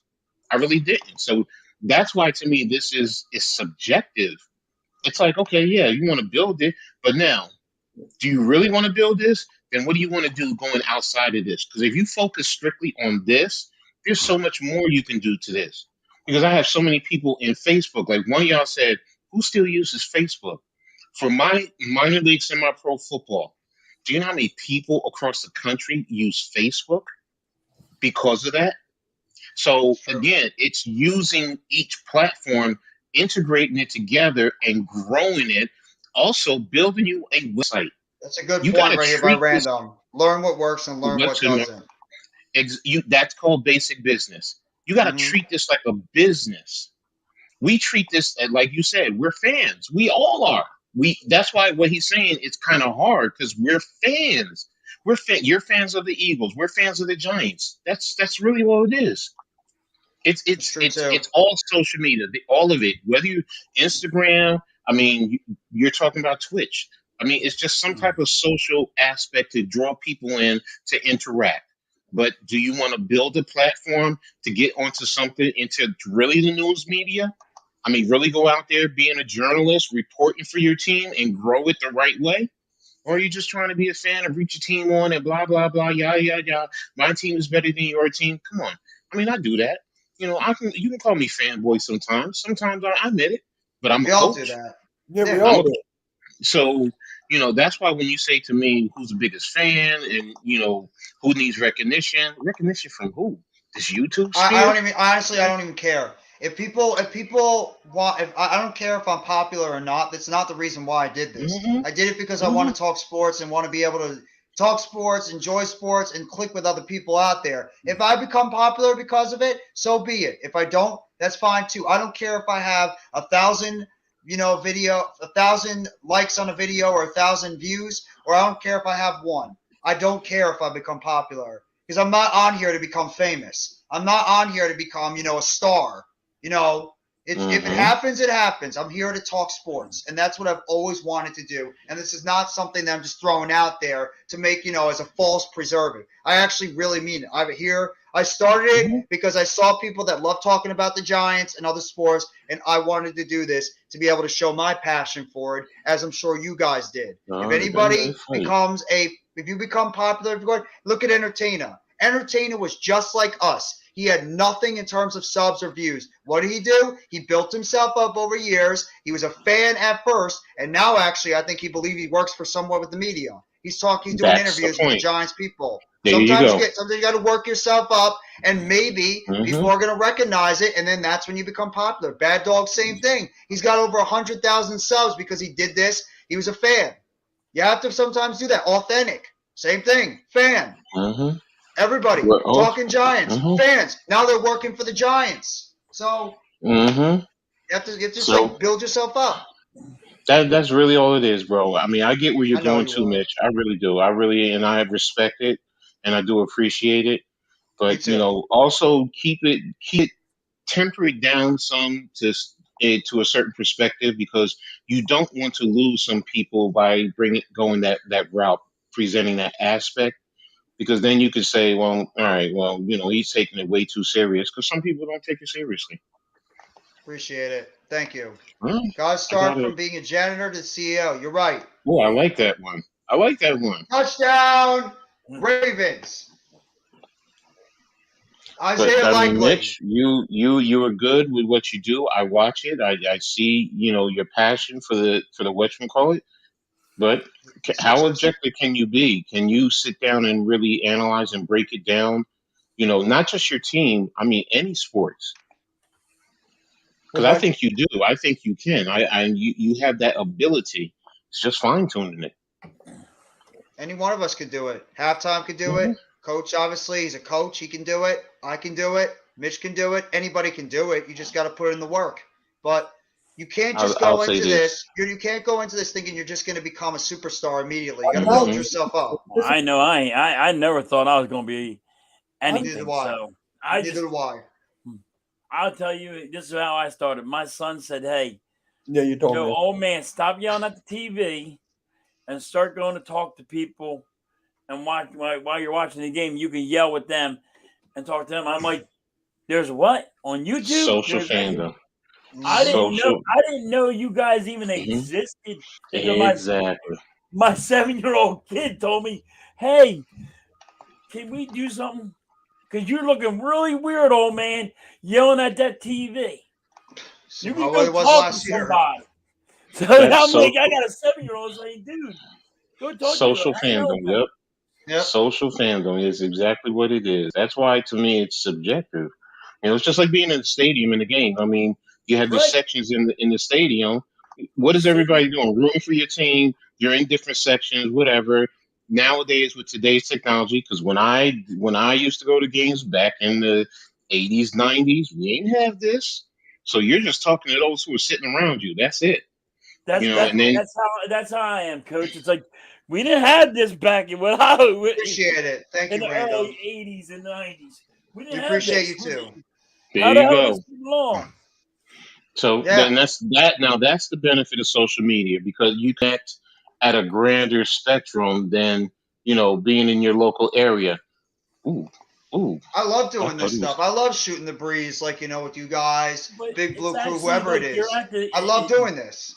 I you're get excited every time when we do this kind of stuff. That's why I always want you guys or anybody else I know to pop on because I just love talking sports or wrestling, whatever it is. This but is you what would gets do me like going. it's like if you went to the game and you didn't know the guy sitting next to you. And you're mm-hmm, watching the game and you're like, yo, you believe that freaking shit? What the hell's that? Or look at that, mm-hmm. that's an awesome thing.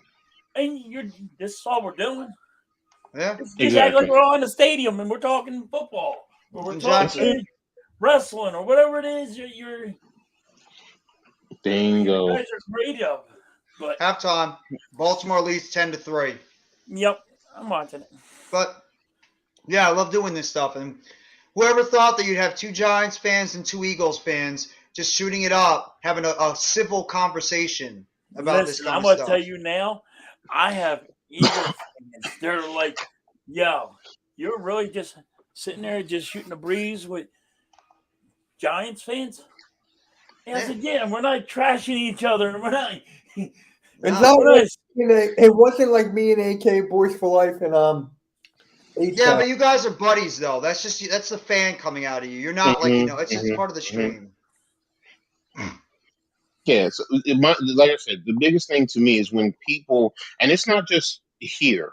Like I watch Twitter, and it's like it's funny to me because my degree is actually sports management.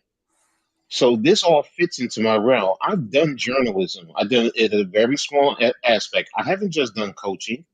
I've owned minor league semi-pro football teams. I've helped run leagues at this level. I mean, I've done so much within the world of sports itself. I've done introductory aspects of being an agent for former players, helping them advance their career within the world of sports. And I Hmm. look at all this and I just laugh. I'm serious. It's like, some of it is like, is everybody serious? If you really want to do this right, then treat it like a business. And if you treat it like a business, you're going to work at it. You're going to do the things. You're going to teach yourself. You're going to educate yourself in terms of business aspects within the world of sports and you're going to grow it the right way. I'm not saying you can't grow this and make it prosperous. Yes, you can. We've all seen that. But realistically, like Jeff said, you got to love this. And if you're here just to do that, and ultimately, if you can end up growing it to get paid off of doing something you love, then that's the best thing ever. That's the ultimate If you're reward. coming out here to really focus on, oh, I want this to be my career, you're fooling yourself. You're screwing I'm not yourself. Yeah. delusional. Look, if I can kick off with this, all right, great. I'm going to do it. I know what I'm doing, but I'm also not going crazy. I look at my numbers. Okay, I'm learning. Okay, I got 100 subs. Y'all congratulate me, thank you. But I'm like, that's nothing. That's nothing.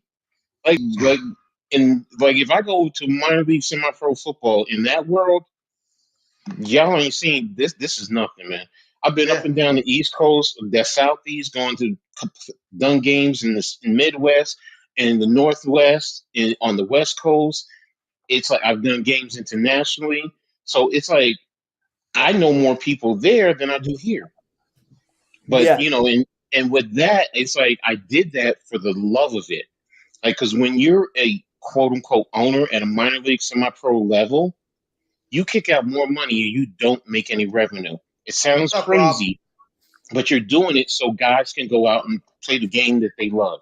Or you can get guys like, Mitch, I don't know if you've ever played before, but I've had guys who have come out who never played any level of football, and I've helped them, learn the game, and they appreciate it. And then when they watch the game as a fan, they look at the game differently. That's one of the reasons why I do this. That's why I do like doing the X's and O's, because I want to show people there's a different way. Don't just be a fan. Be a student of the game. You're going to look at it so much differently. You're going to look at the angles, the aspects. When you criticize, you're going to criticize them in a different way. In terms of being critical of how players are performing. It's not just, oh, he dropped the pass. Why did he drop the pass? Did he take the wrong angle? When he came off the line, what was his footwork? What was the reason? What was the play concept? What were they supposed to do? What was the defense doing on the play that, caused him to drop the pass, or whatever the case may be? So, I'm done rambling. I'm sorry. I've been talking about this all day long. Sorry. Go ahead. Yeah, Go ahead, but you guys said something about the numbers, right? I'm not a numbers guy. I wasn't at all before I started YouTube 7, 8 years ago. And then whenever I put all my hard work into a video and it doesn't get the views that I want, sure, I loved making a video. Sure, it's a hobby of mine. But it's just like with the look of it, it's like, you see what I'm getting at? Like, I know you're a perfectionist. You go out there, you try to work on it and figure out what you're doing wrong, and you try to better it. And there's nothing wrong with that. I understand. I've said, Jeff will tell you, I was like, people don't like me. I ramble too much. I get it. I know. I talk. I do it too. I'm boring. I get it. Look at me. I have no aesthetics. I have no cool intro. I have no graphics or anything like that. I have the same problems. We all have it. I mean, there's some videos I put out that get like two views, and then there's some I throw out there that get over 1,000. It really just depends. See, and that's one of my things. I'm like, I'll get some views, and I'm like, dude, I can get a little bit of views, but like I don't get the subs. So I'm like, but I'm just still learning. I'm learning. I'm just teaching. I'm learning on the fly. I'll talk to you guys about it. I ask questions. So am I, Philly. Halftime. I'm doing the same thing. I'm learning on the fly. Learn. I'm like, me personally, I'm like, yeah. Do I want it? How long have you been doing this halftime? I just started like last year. Yeah, like you, Coach, and I are around the same spark, because I just started in March of last year, and Coach started around the same time as I did. Last year, I did not do no live streaming. I did not do no live streaming last year. It was maybe I did a couple with Mitch, but I didn't really do no live streaming. This is my first full year of doing live streaming that I'm trying to go and do more on my channel than just jumping on somebody's channel. Yeah, but that's what I used to do too. I'm slow at it because I'm Mrs. Halftime. Hey, Philly, I'm the same way. Technically, I have not done my own live stream yet, and I'm not comfortable because I understand it. I understand the concept. I'm also a perfectionist. As a football coach, I admit it. I'm a perfectionist. I want to understand why. As simple as it is, when you understand why in anything you do, and once you understand that, you perform better. And that's really what it boils down to with me. So, and that's why, and all of this, to be honest with you, to be brutally honest, because I'm not working, I'm disabled, this helps me feed my mind. It helps me keep and gives me a purpose, as opposed to, this is, something that I want to try and build up. It's starting out as a hobby, but I want to build it up. Now, yes, if it goes that way, great. But if not, I want all the views and all that stuff, the whatever. But you know what? If I stay at my little 100, subscribers, I'm cool. I'm cool. I feel the same way. I'm the same way, Coach. I'm the same way. And today actually marks 2 years. The channel's the Philly Sports Talk podcast just turned 2. Wait, today? Yeah. Wait, congratulations. Did I meet you like a month after? Or I think it's the month after, Mitch. Damn. Because and if you go, guys, look back at my videos. Yeah, trust me, it is fucking cringy as hell. Even though I cringe, I say, Yeah, is that Go is watch that my wrong? first videos when I started doing I this was all the like, way back in March no. of last year. It was See, bad my too. friend Tyler was your editor. Yeah, but see, yeah. that's the stuff that I look at too. Y'all don't realize, like, I go through every a lot of content creator, not every, but I go through a lot of content creators of different teams of different sports, and I go to a lot of your older stuff, and I look at it just to see progression. Because it also tells me, okay, Ed, look, you really are on the right track. Because I'm really hard on myself. I really am. And sometimes it makes me stagnant. It makes me a little bit too hard because I get too hard because I'm like, man, it's not good enough. Yo, you need to step back and you need to chill for a Kurtz is minute. like me. That's what I Mhm. do. I sit there and trash myself. I'm I like, do too. I I'm do like, too. what the hell are you doing? Like, you got to be better than this. So, like, but in my head, I beat myself up. I'm like, Clip of your story. I Absolutely. see I these did the people same get thing as so you many guys. subs. I see And- these people. I'll be honest with you. I see all these people get so many subs, and I'm like, how the hell are you getting all these subs? And then I'm like, There's stuff that I learned about that too, man. Because it's like I no, never knew but then until If you're streaming the same time. Yeah, well, that's true too. It's hard when you have, because everybody's streaming football games, especially during football season. For us Giants content creators, you Yeah, have like there's a lot. Big Pat Sports Talk, we know them very well, but they're bigger content creators than us. You have Entertainer and Bad Dog, or the pretty much the foundation of the Giants. For the Eagles, you have Philly 500. You got You got Philly Joey- Talk Podcast. You got Philly Joey Sports Shea. Talk, Joey Yeah, Philly Shakes. Talk with Mike. I mean, the list can go on and on. You got a lot of bigger content creators that go at the same time, and they are established. They've been here for a while, so they're going to get the subs. And let me go add to It's that okay. too. And especially during baseball season, which for me, that's where I usually get the most views because not much people stream a lot of baseball. Like for me, as a diehard Phillies fan, that's pretty much my main view getter. If you looked at some of the streams that I've done, I can get like 1K, 1.7, like 2K, whatever the case may be. Like I have like 10, 15, 20 people coming in because I've also actually learned this tip where you have to play the algorithm. If you don't might not use tags, but I use like use hashtags in like descriptions or in my title, especially in the shorts, which I've been doing pretty well for me. Is learn how to play the algorithm. It's the same thing with how I'm building my TikTok page. Guess what? Guess what? Too, everyone has said that to me. And the video that I posted yesterday has already had 46 views. I don't ever get stuff like that, and I really didn't. I didn't hashtag anything. All I did was Sometimes you get lucky. Sometimes you but get Absolutely. what I did though, because it's in my minor league semi-pro football world, they're passing it along. So again, like I said, it's also that. Yes, you're lucky. And I'm learning the algorithms. Like Jeff, you always tell me hashtag, hashtag, hashtag. You say it. Like you tell me shorts all the time. You tell me all of that. And it's like, all right, but what am I looking forward to do? Because the shorts are like they're only a minute, but you can't really get anything. And I'm long-winded. I admit it. So I can't do anything in a minute. I just That's why I do can't. the shorts, because when it's like breaking news, I just make it as quick as possible. That's my It's point. 15 seconds. It's I know how to hard cut it for me to off. do that. No, I And get that's it. my I point. get it. It's hard for me to do that. It's like, The coach as a inside of you comes out because you want to be able to explain it, in Yes, that way. explain. exactly. So it's hard. So, and that's where it's like, okay, I'm learning. I watch everybody. I'm telling you, it's like I go watch. on You don't and think I watch you guys too? I Listen, watch I all you watch guys them all. sometime. I don't comment. I don't comment, but don't think I don't watch you guys. I do. Yeah, exactly. Sometimes I comment, sometimes I don't, but I'm just watching Mhm. just to learn how to. Exactly. Same thing. Absolutely. I'm still learning. I've only been doing this for 9 months. I don't care if I have Coach, 900 I've been plus watching subs. you. I don't.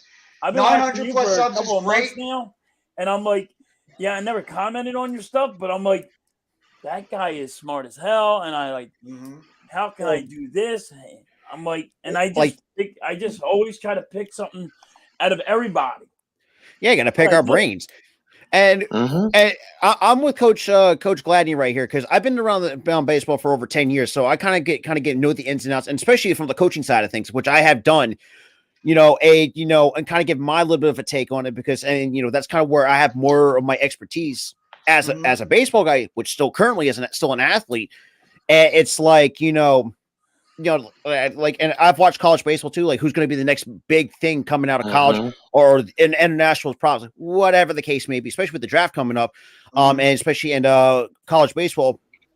There's a couple guys I'm keeping my eye on is for certain teams, especially Vanderbilt, who has notoriously known to produce really good MLB talent. Wait, Rob, I got good news. Joe, NFL boy Brandon, he's in. Let's go. I got him. Yeah. So that's another guy who does play-by-play. You also have that radio voice. You do. You have that Rob's radio got that voice. radio voice, and he's got the radio background too. And that's another thing too. Since getting the green screen like that, get a better microphone in the sense that it's like I try to take my production one step further. That's especially when I get monetized, the next thing I'm going to get is a ring light and try to get a really good lighting. Because right now I have my bedroom light on and it's kind of fucking dark out. But it's just I want to try to at least be better. Now, granted, I mean, look, the fact that we're going to be hitting 1,000 subs after 2 years, it's like. For me, like I'm with Mitch. It's like I just do it for the fun of it. It's like it's just Rob.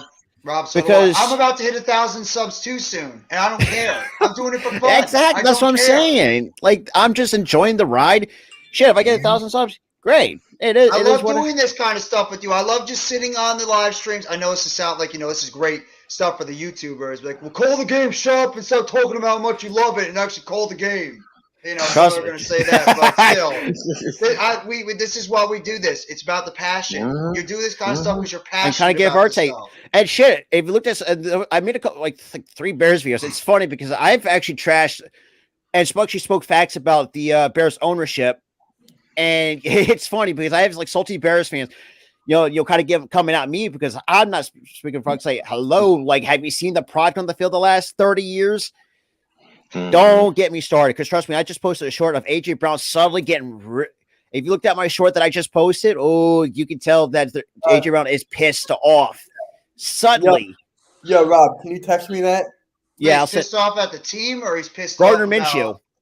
Uncle Yeah, he basically said, did he get a big 78-yard touchdown today, though? Yeah.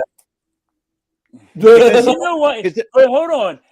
Everybody knows why AJ Brown's mad, because he didn't. Nice run by he didn't get to break Mike Quick's record today. How did Devontae do? He only had 1 catch for 25 yards. That's how bad it was. It was bad. You weren't using your 2 number 1 wide receivers. It was bad. It was. Everybody wants to blame Gardner Minshew, but it's also the play calling. It's also the front line not holding. This is football. Hey, trust me, that's the reason why I'm bringing out my new show that's coming Thursday at 2:00, NFL Talk, and we can go more in depth, not just for the Eagles, Giants, whatever, and just go around the league. It's like the show I do on Friday, pretty much. Yeah, BS about football. Yeah, pretty much. You need 11 more. You need 11 more. What a nice catch there by Mark Andrews. I love this. This is I like coaches. I know what coach is saying right now. I love this. This is old school NFL football between the Ravens and the Steelers. Did you see Cam Hayward and Minka Fitzpatrick screaming at each other on the sidelines? Yeah. They were just screaming at each other on the sidelines before. So? They're 2 star players, but I love it. You love seeing that. That's normal. I know it is. I'm not saying it's wrong. It is normal. Okay. I'm sorry. I know it's normal. We see it all the time. No, time out. You want to hear something funny? Coach Rivera said he didn't know he can get eliminated in week 17. Yo, Jeff, I don't know if you saw. I think one clip going around like Coach Ron Rivera didn't realize he can get eliminated in week 17 with the Packers when it's like, oh my god, I saw that. How dumb do you have to? How dumb do you have to? Yeah. Ron Rivera had no idea he could be eliminated if they lost that game. Or Green Bay lost. Green Bay won. He had no idea. Yeah. Yeah. He had no idea if Green Bay won. I started shaking my head saying, how dumb do you have to be? No, hey, as from a coach, you know what it is. Sometimes it's not that he's dumb. It's you just get you get pigeonholed and focus on just right in front of you. You don't look at the full picture, because what that means is if you're sitting there and you're breaking it down, this is the scenario. This is the scenario. What's dumb is you don't have somebody outside of your coaching staff that's within the management staff that's sitting there talking to you and preparing you and saying, Coach, this is the scenario. If this happens, this happens, this happens. That's the big mistake. But him himself, I understand, because you know what? You just focus on coaching the game plan, scouting, breaking down how my players doing, what's the injury report. You already have enough on your plate to sit down and break down during the week the scenarios. Somebody should be doing that for him. Oh, by the way, I don't even anybody saw Washington's mascot. It's a fucking pig named Major Tutty. What? It's a pig. Like that's their mascot. His name is Major Tutty. Okay. That's not that bad because they are the hogs in a way. Yeah. Everything holding is the hogs. I mean, like Major Tutty, like you could have been. I think there could have been better names than that. Better than the stupid ass name, the Commanders. That you know what? I'll give it that. I'll give it that. It really could have come for me. I thought Red Bull's sound a lot better than fucking Commanders. If I call them the hogs or the Red Hogs, maybe. I wanted them to be the Lambs. What's going on? I apologize if I don't know your name. Yeah, that's Is this Hebrew? That's not Hebrew. I don't know what that is. Is that Arabic or is that some form of? I don't know. I don't know either. I don't know either. Spam? Is it spam? I don't know. Is it spam? Yo, bro, block you guys were all mods, so you could block it too. Block that, bro. You don't know. If you don't know what it is, get rid of it. I can always use a thing called Google Translate. I get Google Translate. Google Translate. See, I'm still learning all that stuff, Rob. I don't know how to do Google Translate or any of that stuff. Just type in Google Translate in Google. That's all you got to do. I'm where? On the internet, on your computer. Yeah, just on Google. Just type in Google Translate. He said Sanskrit or something. Sanskrit. Thank you, Random. Okay. Hopefully, there's nothing. You have it on your phone. You actually have it on your phones also, and you have the Translator app. You can just go into. The Google Translate. Yeah. Yeah. Well, for me, I have Apple, so. Me too. So that was weird. That was weird. Interesting. I got Sanskrit. Probably saying some racist stuff. Well, there you go. But you know what? If I'm saying it, then I must be doing something right on my channel. Because when I get the racist, when I get the sex bots, when I get the people that hate me, I must be doing something right. I must be doing something good. Because when you can get all that stuff, you're succeeding. Oh, then I'm doing something right because I get all the porn sites. Oh yeah. Trust me. I get those comments too. I got the porn sites on my stream earlier. For some reason, I don't know what it is. There's always like a porn site coming up, like 69 something. I'm like, what the hell? Go away. I was just guessing. LOL. I don't know if it's Sanskrit. It might be. It is Sanskrit. Because I just did whoever this is pretty much saying, from what I saw from the translate, it's pretty much gave like a call a certain number for a 100% sure report. That's kind of it's Bangla is what the language is translated. I guess so. Awesome. Now I'm getting porn sites in different languages. Baby. Awesome. Baby. Awesome. You hit the I did it. I hit the big one, guys. I hit the big one. I got porn sites in different languages now. Look at Coach over here. Porn sites are good. Brasilia! Yeah! We're going to get in trouble now. Your granddaughter. No, y'all are fine. She can't hear you. I'm talking about me. Because I have my headset on, so she can't hear y'all. Okay. So I'm saying, she might hear like, what's Grandpa doing? Why is he doing these hand signals? That's what I'm saying. I'm like, hey, chill. Grandpa, what are you doing? Exactly. I have to be on my best behavior. Okay. Yeah, you got to be a good coach now. Mm-hmm. You got to put that little halo over your head. You got to have the halo over your head now. No more devil horns. No, I'm not putting no devil horns, but I ain't putting no damn halo. I'll drink to that. Okay, 1, 2. He's bobbling. 1, 2. It's Oh, get incomplete. Huntley. Look at That's Huntley. incomplete. That's incomplete. Ooh, they got it off. Nice little run by Huntley. Ooh, Gummies are what so a good. hit.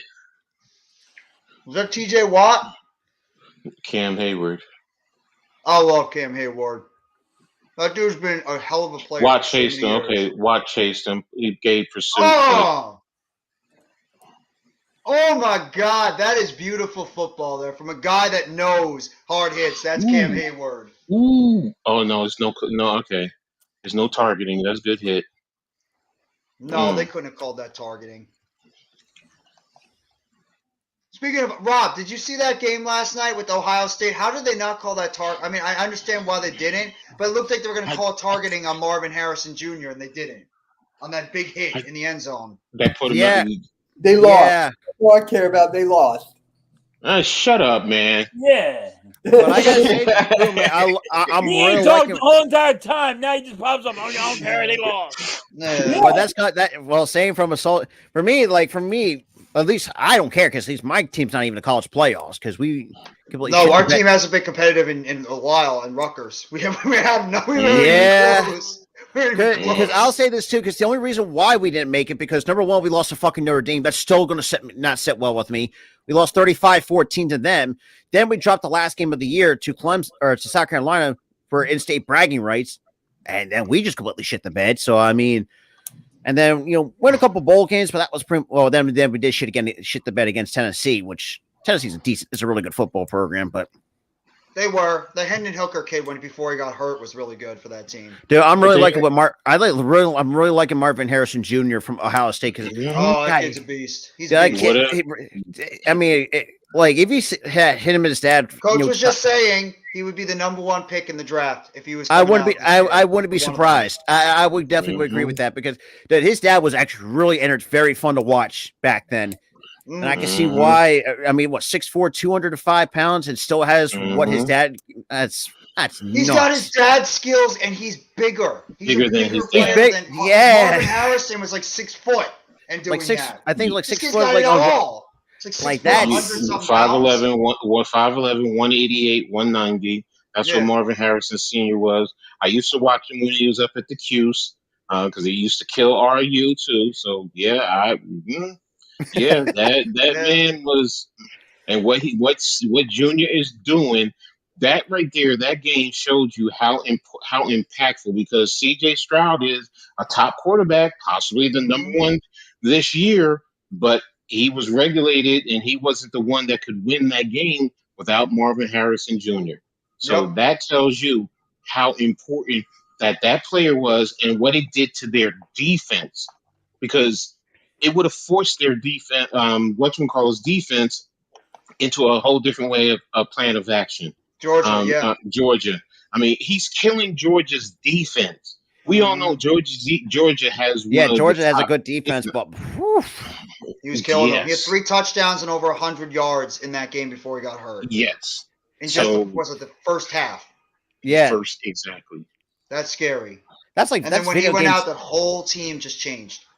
Yeah, you could definitely see it, just how much of an impact that kid has. I mean, it's. I mean, and I thought CJ Stroud played a hell of a game. Just very unfortunate that missed field goal. It's because the coaching staff got too conservative at the end because they started to play. They got way too conservative. Yeah, the coaching staff lost that game.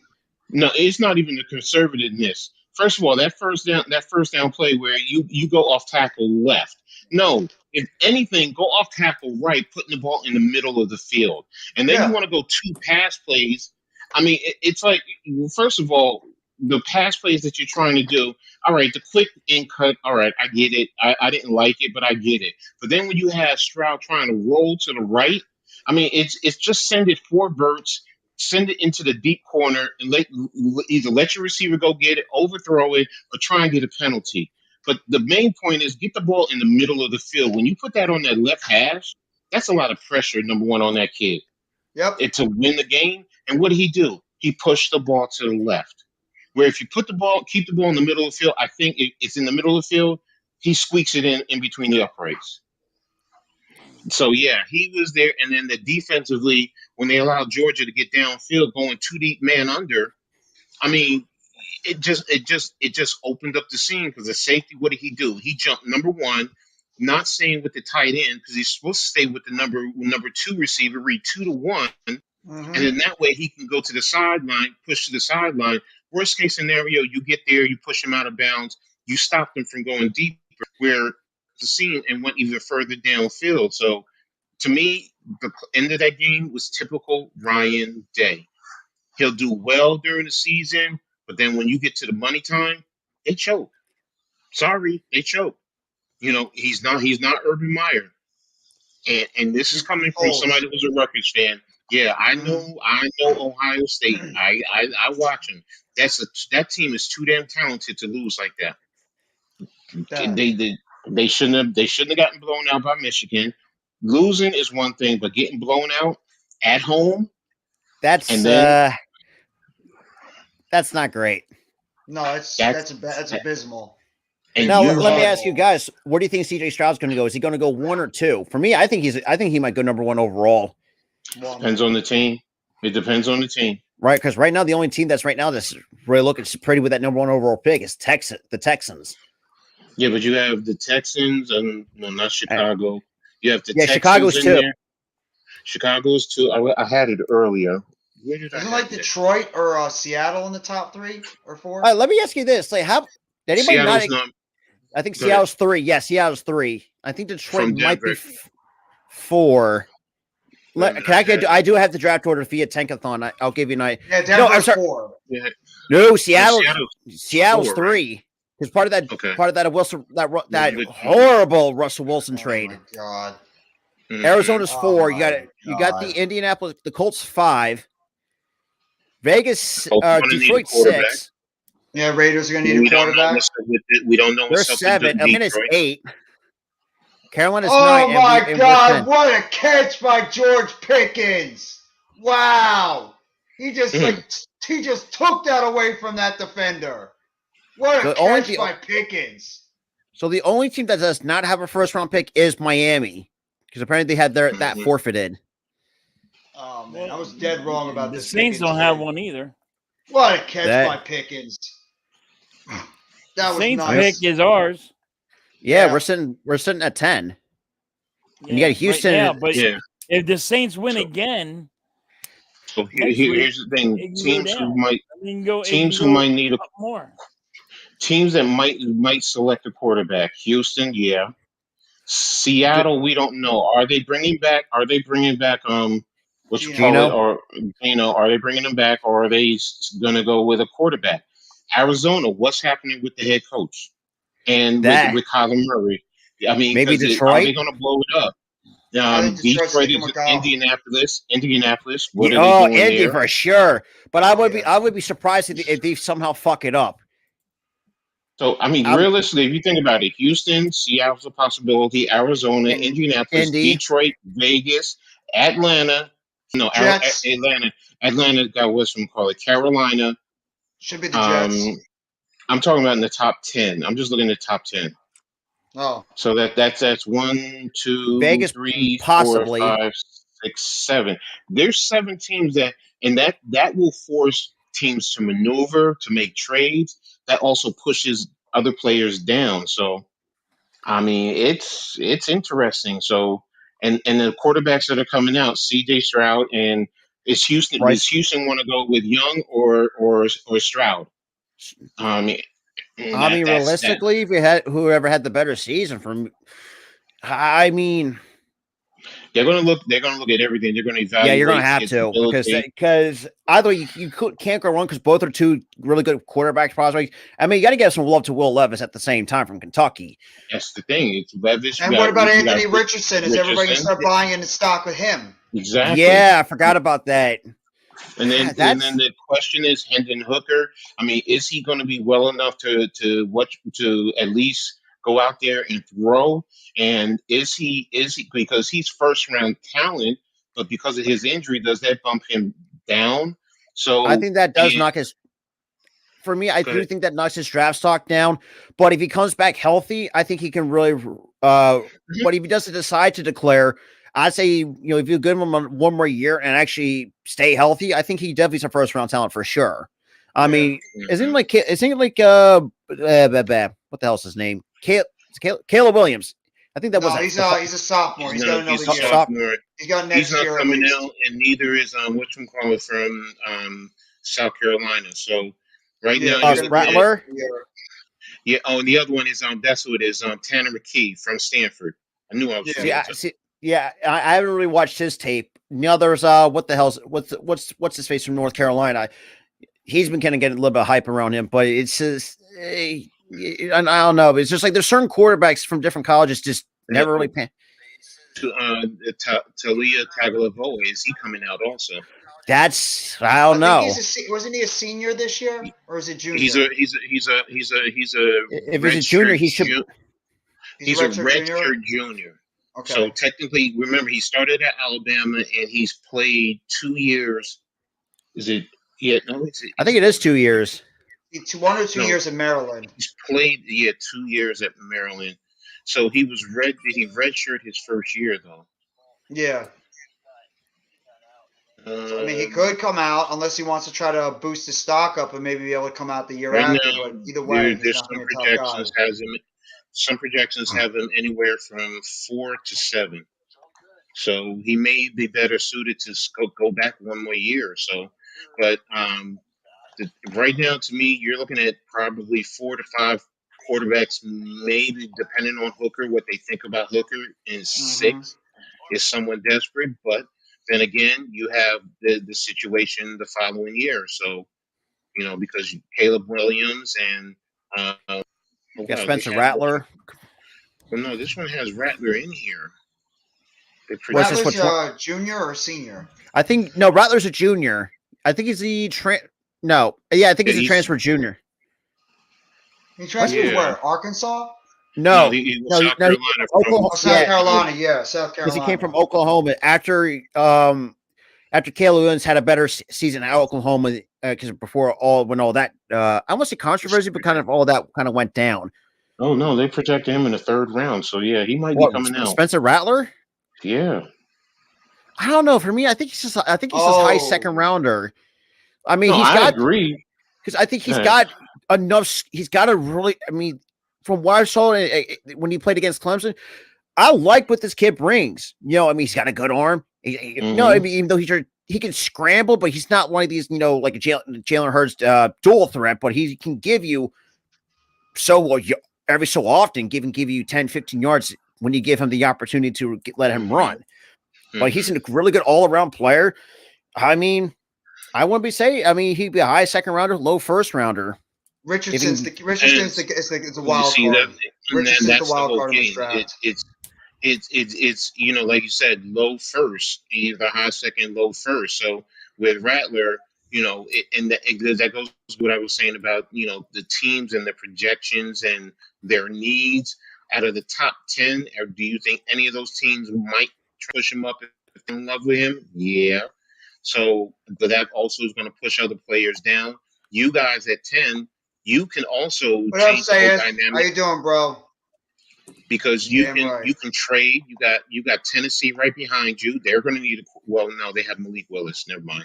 But the Jets, even though they say they're going to keep whatchamacallit, don't forget Washington is further back.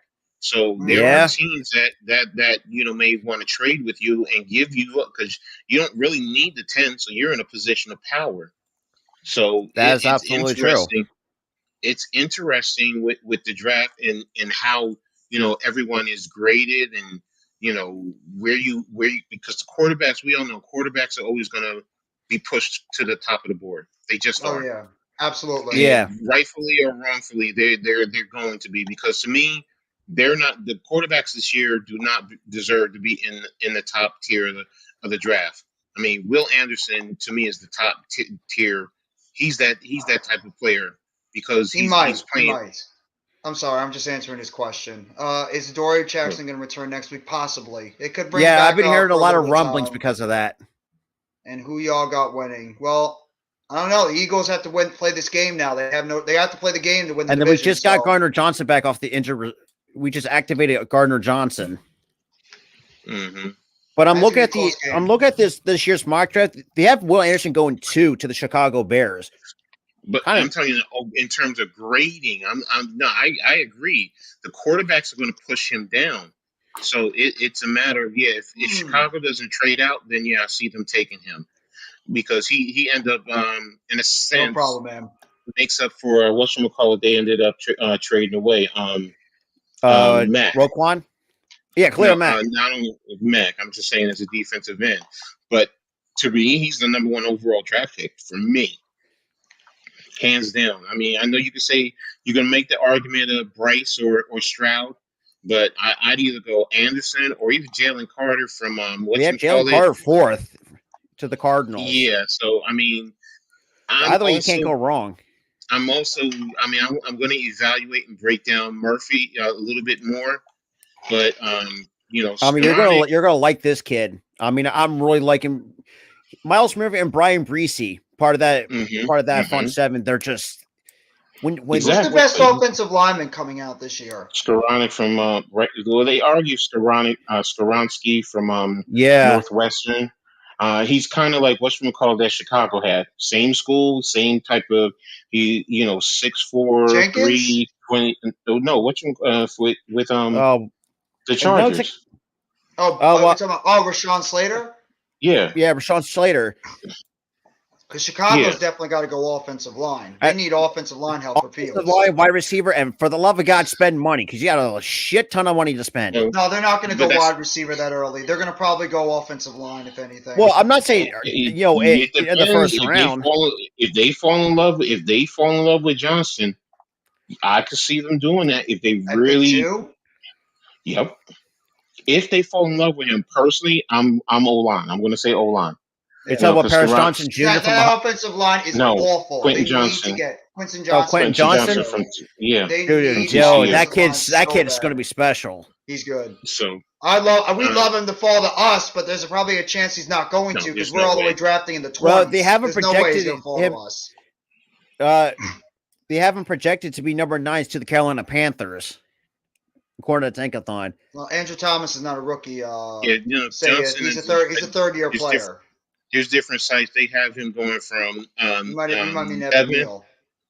into the 20s. So and you just got Jordan Addison coming out as well this year as well. I think he's overrated, Addison. I don't think Addison's that good. Addison, he's okay. No, he's good, but he's just not maybe as hyped up as they're making him. No, yeah, exactly. So he's more of the slot type of receiver. I'm with Pat. I'd rather Rice over him. I like Rashid Rice. I like also the kid Tillman from Tennessee. Yes, he's become a favorite of mine. Tillman, you can get in the second round. You really can. Yeah. So, maybe even push in the top of the third if you want to trade up to get him. You said A.T. Perry. A.T. Perry, I would try. See, for the Giants, if you can get A.T. Perry second and third round, I'm good.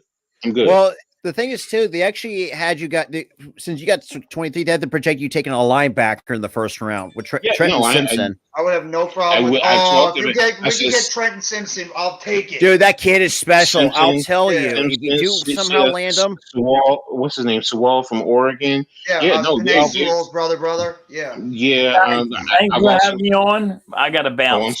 That's all right, halftime. Have a good rest of your night, bro. Sorry for interrupting. I'm sorry. Don't worry about it. Why are you apologizing? Because that's the right thing to do. I know, bro. Remember what? Wait, hey, halftime. You said last night you were going to go by your resolution and not be an asshole. That was a nice little start to it. Right. Well, I'm going to be an asshole. I'm an asshole. But yeah, I got to hop on. Okay. So everybody's dropping out now? We'll talk more draft stuff later. So that's fine. I like that. That's the best thing to do. Absolutely. There's a lot of drafting I have to look because I've been so busy doing wrestling stuff and football, like basketball, football, baseball. I haven't had a chance to really study up as many draft prospects. But when the season does end, then I'm going to start watching a lot more draft film on a bunch of these kids. Exactly. And that's all you Dobbins. Exactly. Yeah, I'm going to start studying up these kids a lot. That's the funniest thing I've Okay, ever heard. Minka. Glad to entertain you, Mrs. Halftime, and thank you for coming by the live stream. Thank you. I know. See, that's what I said. I know I'm long-winded, but when you get me started talking with stuff like that, I'll Yeah, I go love for talking hours. about that stuff too. I'm not a draft guy as much as like you and Pat and some of the others. I'm not like huge into the draft where I'm gonna like sit there and just go nuts with like film study about everybody. But I mean, I do get excited for the draft because I have to be honest. A lot of these kids I don't really know about, and I have to start studying them up and learning about them because it's gonna be the first time Right. where I'm actually gonna be covering the NFL draft as a content creator. I know I did it a little bit last year, but not There's really. one thing you always do. I always strongly suggest that you always invest in Phil Still. Mhm. Phil Steele, he breaks down every school in every level. He breaks it down. He goes over the previous. He talks about who's coming back in the preseason, and that's kind of that No, I kind of a didn't say draft. guide. Oh, I didn't say draft, that's say it. I'm sorry. that's Go ahead, kind of a Coach. guide that you can use to as you go through the season just to make notes. And then, like Mm. you said, you watch film, whenever you can, get the highlights, just little things like that that you can do to, and then study the team that you're looking at, but expand it. Your opposition, what do they need? That's Ooh, sacked by T.J. ooh, Watt. yeah. Man, he's Isn't that special too. Moses who played with the Jets last year? Yeah, Morgan Moses at our right tackle. Wow. And Oh, the Jets let he him didn't even go. have a chance on that one. He was just getting out of his stance, and then T.J. Watt was already on the track to hit the quarterback. That was just a speed See, rush to the outside. yeah. TJ Watt is just something different off that corner, off that Him and his edge. brother, are just something Mm-hmm. different. I mean, Mm-hmm. JJ when he was healthy. There is not besides Aaron Donald of this like generation. There's not a lot of players that were as good as T.J. Watt at that defensive tackle position. There were two guys, Mm-hmm. actually three, because I'm throwing Cam Hayward in there too, because I think Cam Hayward has been one of the best defensive tackles in football for a very long time. Mm-hmm. I wouldn't be surprised they do. I'm rooting for the Steelers, but I think the Ravens might pull it off. But we'll see. They're punting right now. But yeah, I mean the Watt brothers, they're unbelievable. The Kelsey brothers, the Manning brothers, a lot of the brothers out here are just like great players in this family. They have What their about other brother too, Derek Watt, the fullback of the Steelers. what's his name from the Saints? What's his name? Jordan. Is it Jordan? Cam Jordan. Cam Jordan. Yeah, Oh, he has over 100 sacks, right, from the Saints. I think so. Would you say But he's a is he Hall more of of a Famer or defensive? borderline? He's a defensive end. See, I find him more impressive, like with guys like T.J. Watt and Aaron Donald, because they were like those hybrid defensive tackle / defensive ends. Even Cam Hayward too, and even a guy like Fletcher Cox, who's with the Eagles for so long. They're great Mm-hmm. players, and they were doing it in the middle of that defense. That's more impressive to me because you're not really rushing the passer as much. You don't get many sacks as you do from like the outside linebacker or for the defensive end position. So True. those guys to True. me are just True. incredible athletes. I mean, Watt, True. J.J. Watt was incredible. People forget how good J.J. Watt was when he was healthy. That guy was dominant Mm-hmm. at that position. Same thing with Exactly. Aaron Donald. We know how good Aaron Donald is. Do you still regret the Giants picked Odell Beckham Jr. that year in 2014, knowing we could have had Zach Martin or Aaron Donald? Remember, the Giants had those three guys that were going to choose from. It was either Aaron Donald, Zach Martin, or Odell Beckham Jr. They took Beckham Jr. instead of the other two, and both the other guys look like Hall of Famers. I can't say I regret it. I don't regret it because, look Sorry. at who he is and what he did for this team. Even though he didn't stay long, look what he did. If he wasn't traded, I think he would still be one of those elite receivers still. But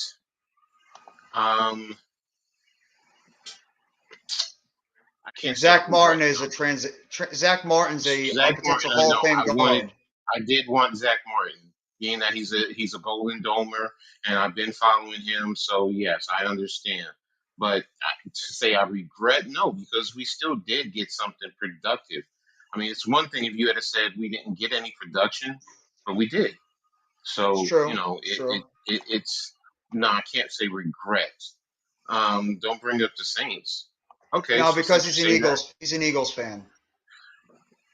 oh The Eagles. really? He's an Eagles fan. He's sensitive right now after the loss. So when the Saints, I'm sorry, I'm playing No, with you. I respect that.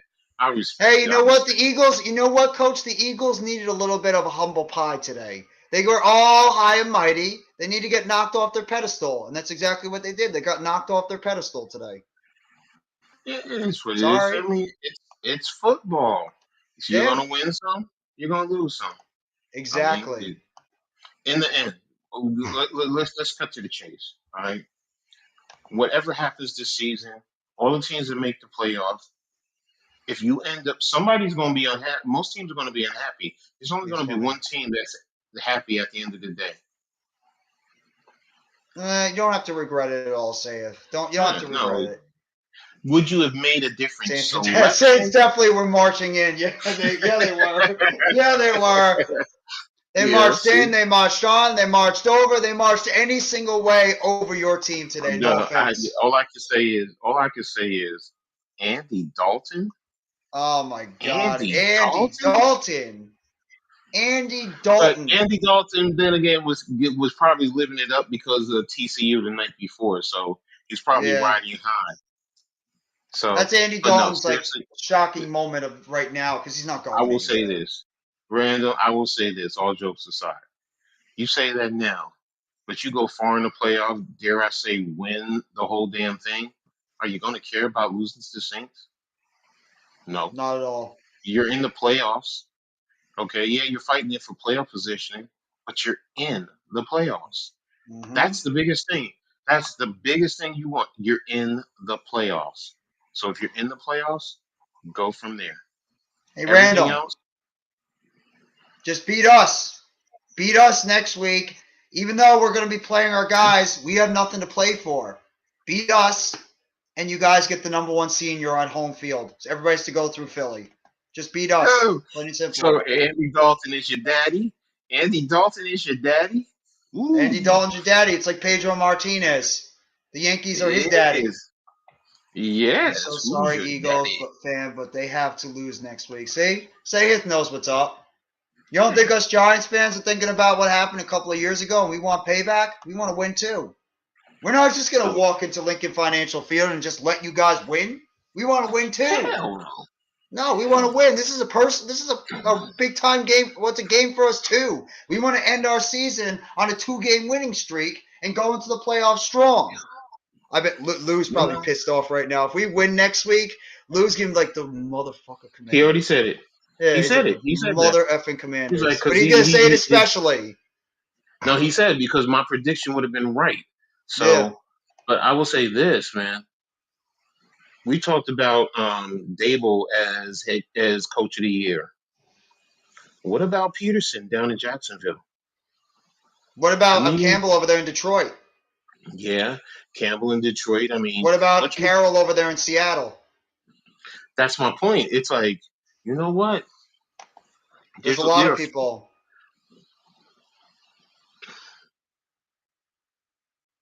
Yeah, hopefully. He could. Stay healthy, Saquon. That's all we ask. Don't get hurt. But again, the Eagles have the greater motivation because they want the top seed. Exactly. We are not going anywhere. We're stuck in the position we're in. That was a nice catch by Pickens, by the way. This kid is good. I did not think Pickens was going to be this good. Oh, my God. Kyle Hamilton just ran right into his teammate. Oh, he just ran right into 98, and 98 just stonewalled him on defense. Oh, man, that was nice. Mm-hmm. I like this. Pittsburgh's got such good weapons all over the place. Their offensive line is terrible. But a lot of offensive lines are not. Oh, damn! What the hell is Okafor doing there? He just headbutted him. He headbutted the dude. What the hell are you doing? Sub to who? Me? Or you sub to coach? So, say it. Who did you sub to? Myself or Coach? I subbed to both of us if you haven't already. It's you. It's you. Are you sure? It might have been you. Mm. Might have subbed up to you, It's Mr. okay. Sexy. It's Coach Sexy. Get it right now. Yes to which? Well, we appreciate the sub. Thank you very much, Sayhith. I see you commenting a lot of It's my to you. stuff. Hey, there you are. There's It's your to buddy, you. Coach. It's There's to your you. buddy. What's up, Almighty? Playoffs, baby. You damn right, bro. You damn right. Oh, Mrs. Halftime just left, man. I'm sorry. Yeah, You sorry. know. Sorry, Almighty. I have finally. Didn't you say you saw the game when you were 13 during 2016? Where's his channel? It's Coach Ed Gladney's Amazing World of Sports. If I had the thing, I would write it down. No, it's Ed. You always have to do two D's. EDD. I'll put it in there. Don't worry. There. That's the name of his channel. I love it when you call me Big Papa. Throw your hands in the air, and if you're a true player. That was terrible. Mm-hmm. What is Tommy doing? I didn't Tommy's know take. none about football when I was really. I knew football when I was 13. No, I get it though. I got a lot I of started content to watch coaching. tomorrow. I started coaching at 14. I started watching football Actually, when I was 6 or 7. I was my getting father chippy. used to sit me down, and he my father used to tell me. I used to be able to tell him who was going to get the ball when I was watching the Steelers growing up, Mm-hmm. and I was almost so accurate. I was like maybe 50 to 60% accurate, and it was always the same thing: down and distance and the formation. So you guys started early on that stuff. Yeah, but There you it's go. also my mind He subbed dissecting the up to you, game and Coach. underlying. Thank you, I appreciate it. So here we go. Okay. Nice play by Deontay Johnson. See, look at how That he kid's drops been his nice hips out too. of his break. That's what I'm talking about. He's nice. I like Deontay Johnson. The problem with him is he drops too many passes, but he gets open. He's a good receiver. Mm-hmm, I think the Steelers did a good job signing him to a long-term deal. And then you got Pickens now on a rookie deal. You essentially got two good wide receivers there long-term. So that's smart. You gave Pickett 2 top guys. Pickens is that big play guy, and Johnson's your chain mover, and then you got Freiermuth. Happy New Year's to you as well, Sayheth, and thank you very much for the sub for both of us. Appreciate it, bro. Thank and you. Let's go New York Giants, man. Thank you. I got some more stuff to do this week too. Especially now that she's gonna bug me for pizza tomorrow. I know it. I gotta get ready for my birthday in a few weeks. A few weeks from today is my birthday. Crazy to say it. Same with her. Hers is the 20th, and mine is in February. So there's a lot of January and February birthdays. A lot of them.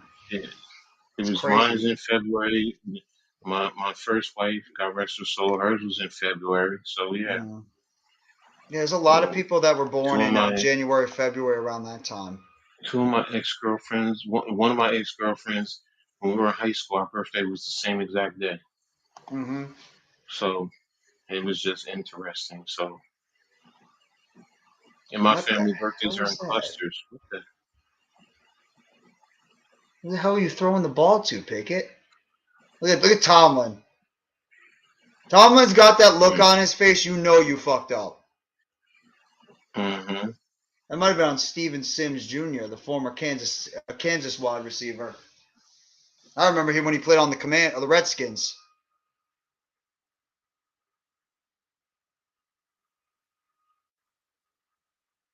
Come on, Boswell. Hit the field goal. Right down the middle. 13-9. This game's been flying by, too. It's already 9:44 left to go in the fourth quarter. This game's already almost over. These games have been going by fast today. But that's good. Oh, it is.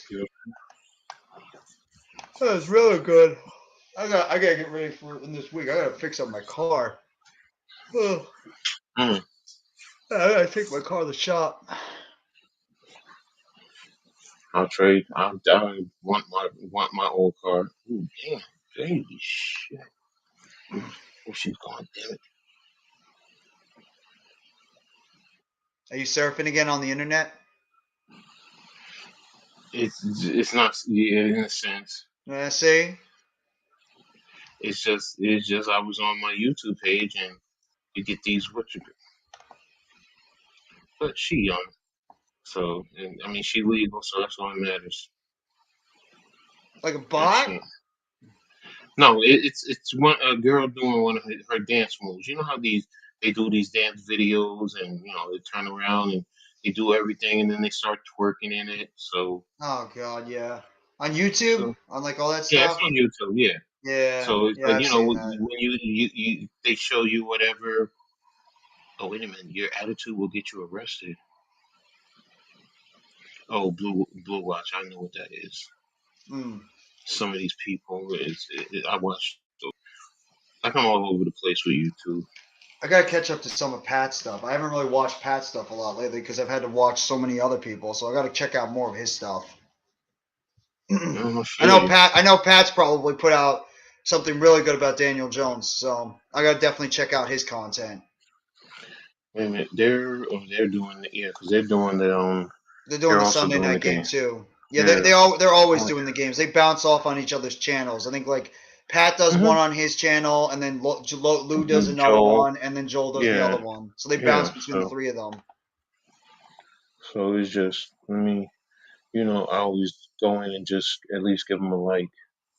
Me I too. do that to everybody. Me too. I don't. I just give them a like. I don't comment, but I always give them a like all the time. I'd be interested in seeing Coach's browser history. That's what Random said. Random has an idea. Which browser you talking about? YouTube or are you talking about the internet? I think you might be Cause bro, talking about the it internet. ain't no it ain't no shame in my game. I mean, I'm all over the place. Oh, and I subscribe back to whatever Sahith. Hmm. I So thought he was subbed subscribe up to back. my channel. Oh, he has a Yeah, channel? yeah. When I just got the notification he subbed, and when I go there, he has one too. Yeah. So I Oh, just subbed back. nice. How many So, subs does he have? not many. Oh, it's good. SAHITH. Let me see if I can find He him. has now with me, so it's 11, and he has one video. Let me see. Did you know that Blue City Empire Sports is a content creator too? Yeah.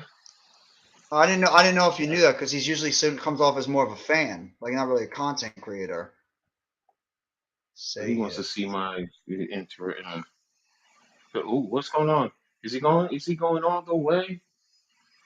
No, he got stopped a little bit. He had a nice Yeah. run though.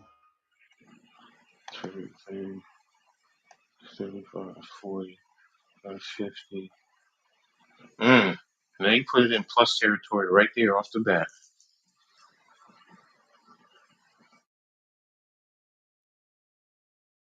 Simone with sports. Oh, I gotta check out what she did today.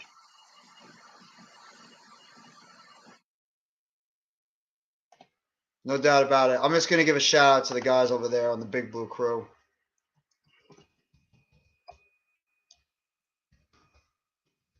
Ooh, Martin. You so crazy. Oh, he got a new one out today. AML. AML, I'm sorry.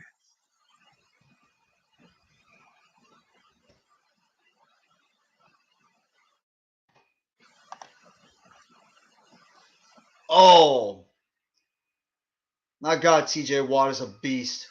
He's a beast. He just jumped. Oh, he got hit by a guy, bounced right back up like it was nothing, and just went over there and just hit the quarterback. Mm-hmm. I hope we do. I hope we do, my friend. I hope we do beat the Eagles next week. Oh my God, you can't drop that. Mute this. No, mute this. The Eagles, the Steelers are coming out tough now. Steelers are starting to come out hitting.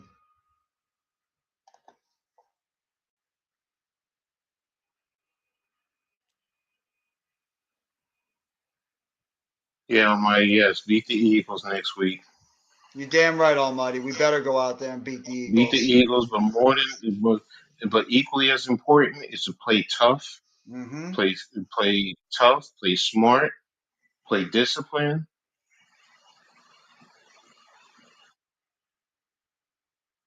The Steelers have got to find a way to punch that ball into the end zone. This might be it, man. They might drive down and score off of this. As their defense has stepped up their game in the second half, they've held Baltimore pretty much to no points. So the Steelers' offense has got to get it going. They got to try to put together a nice drive and get it to the end zone. My bad. I just turned my bad turning off the mic before. I just want to give a shout out to the Big Blue Crew. I know they're on Lou's channel right now. Do not want them to go get home field advantage. I know. We can beat them next week. We can. But you know what I'm worried about the most, Almighty? I just want to win. I want to win, and I want to go into the playoffs and have an opportunity to go out there and make some noise. That's what I want to do.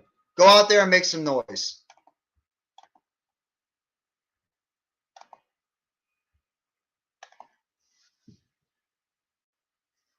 That's all I care about. Let's make some noise in the playoffs, see how far we go, and then depending on what happens, we'll see how it all goes. But I'm ecstatic. We're all ecstatic as Giants fans. This has been a very, very, very happy day and a very, very, very happy season.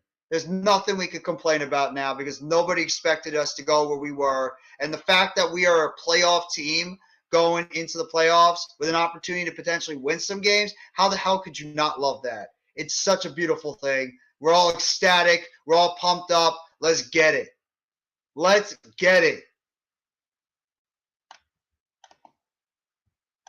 If we beat the Eagles next week, who gets the number 1 seed? If the Niners win and the Eagles lose, the Niners get the number 1 seed. But if the Eagles lose and the Niners lose, then the Cowboys get the number 1 seed. So the only way the Cowboys can get number 1 is if both Philly and San Fran lose. San Francisco gets the number 1 seed if Philly loses, and Philly, all they have to do is win, and Philly gets the number 1 seed. So there's 3 teams that have an opportunity. I believe Minnesota pretty much took them out of the running when they lost that game today. And because they already lost to Philadelphia. So Minnesota doesn't have a chance to get the number 1 seed.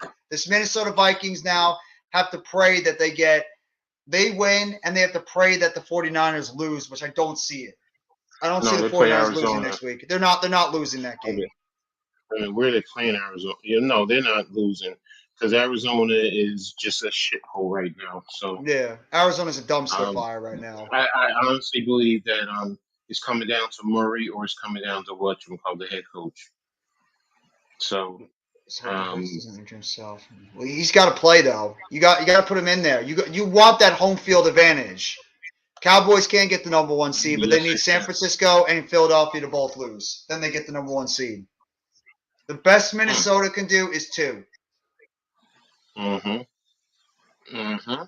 Packers are hot. Packers are putting together good football now. Got to give credit to LaFleur and Rodgers. As much as you don't like them, you got to give them credit. I like this Warren kid. This Warren kid's like a bowling ball little player. He's got like a Darren Sproles to him. I don't know why.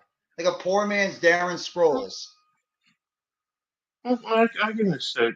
I mean, I don't know. He for some reason he reminds me of a physical Shady McCoy. That too. He's smaller, but he runs with like a purpose up the middle. He doesn't hesitate. He just goes. I love it. Sproles is a good one. Sproles is a good one too.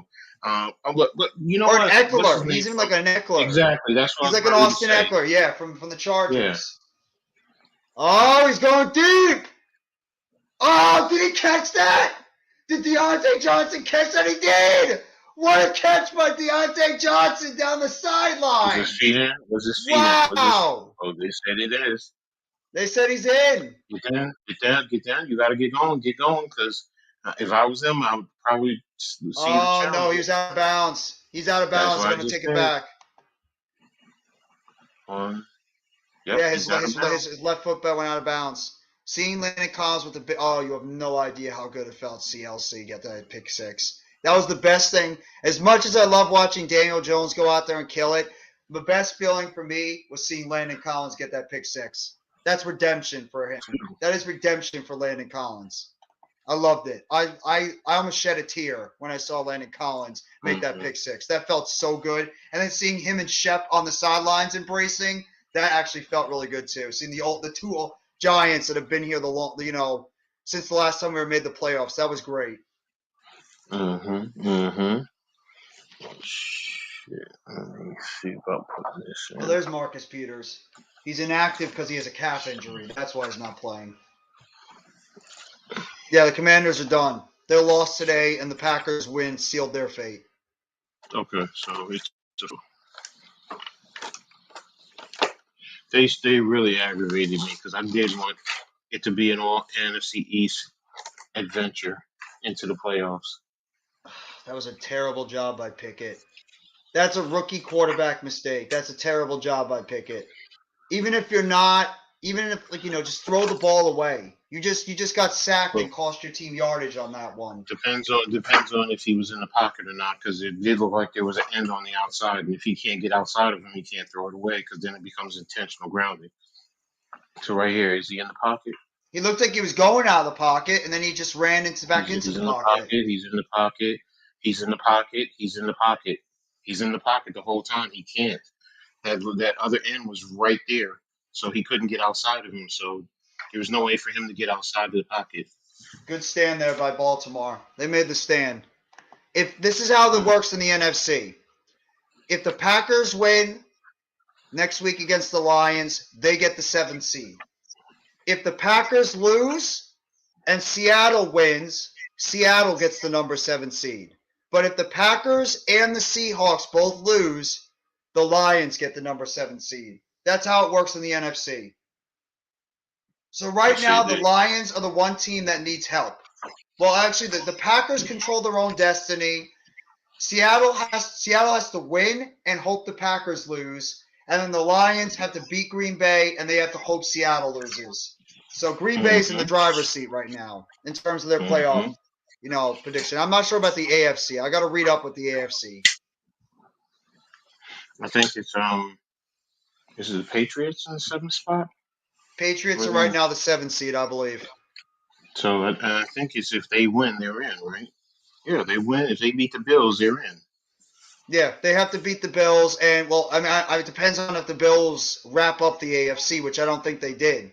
I still think that they have a chance. They're going to still play for something next week because Kansas City won their game today. So Kansas City would have to lose, and Buffalo would have to win to wrap it up. Buffalo plays tomorrow also, right? They play Cincinnati. So yeah, that's going to be the key. So I think Buffalo Seattle plays San Francisco, right?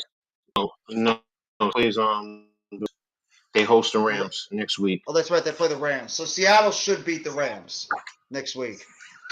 And I believe it's in Seattle, the last game. Yes, in Seattle. Because they just beat Seattle them should be able to, last week. Yeah, they lost to them the first time. No, they beat them last Seattle week. takes care of business. Seattle? No, I think Seattle lost to the Rams.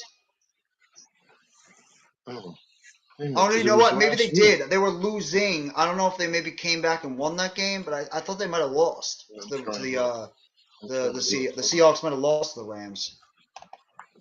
I'm trying to look. Hold on.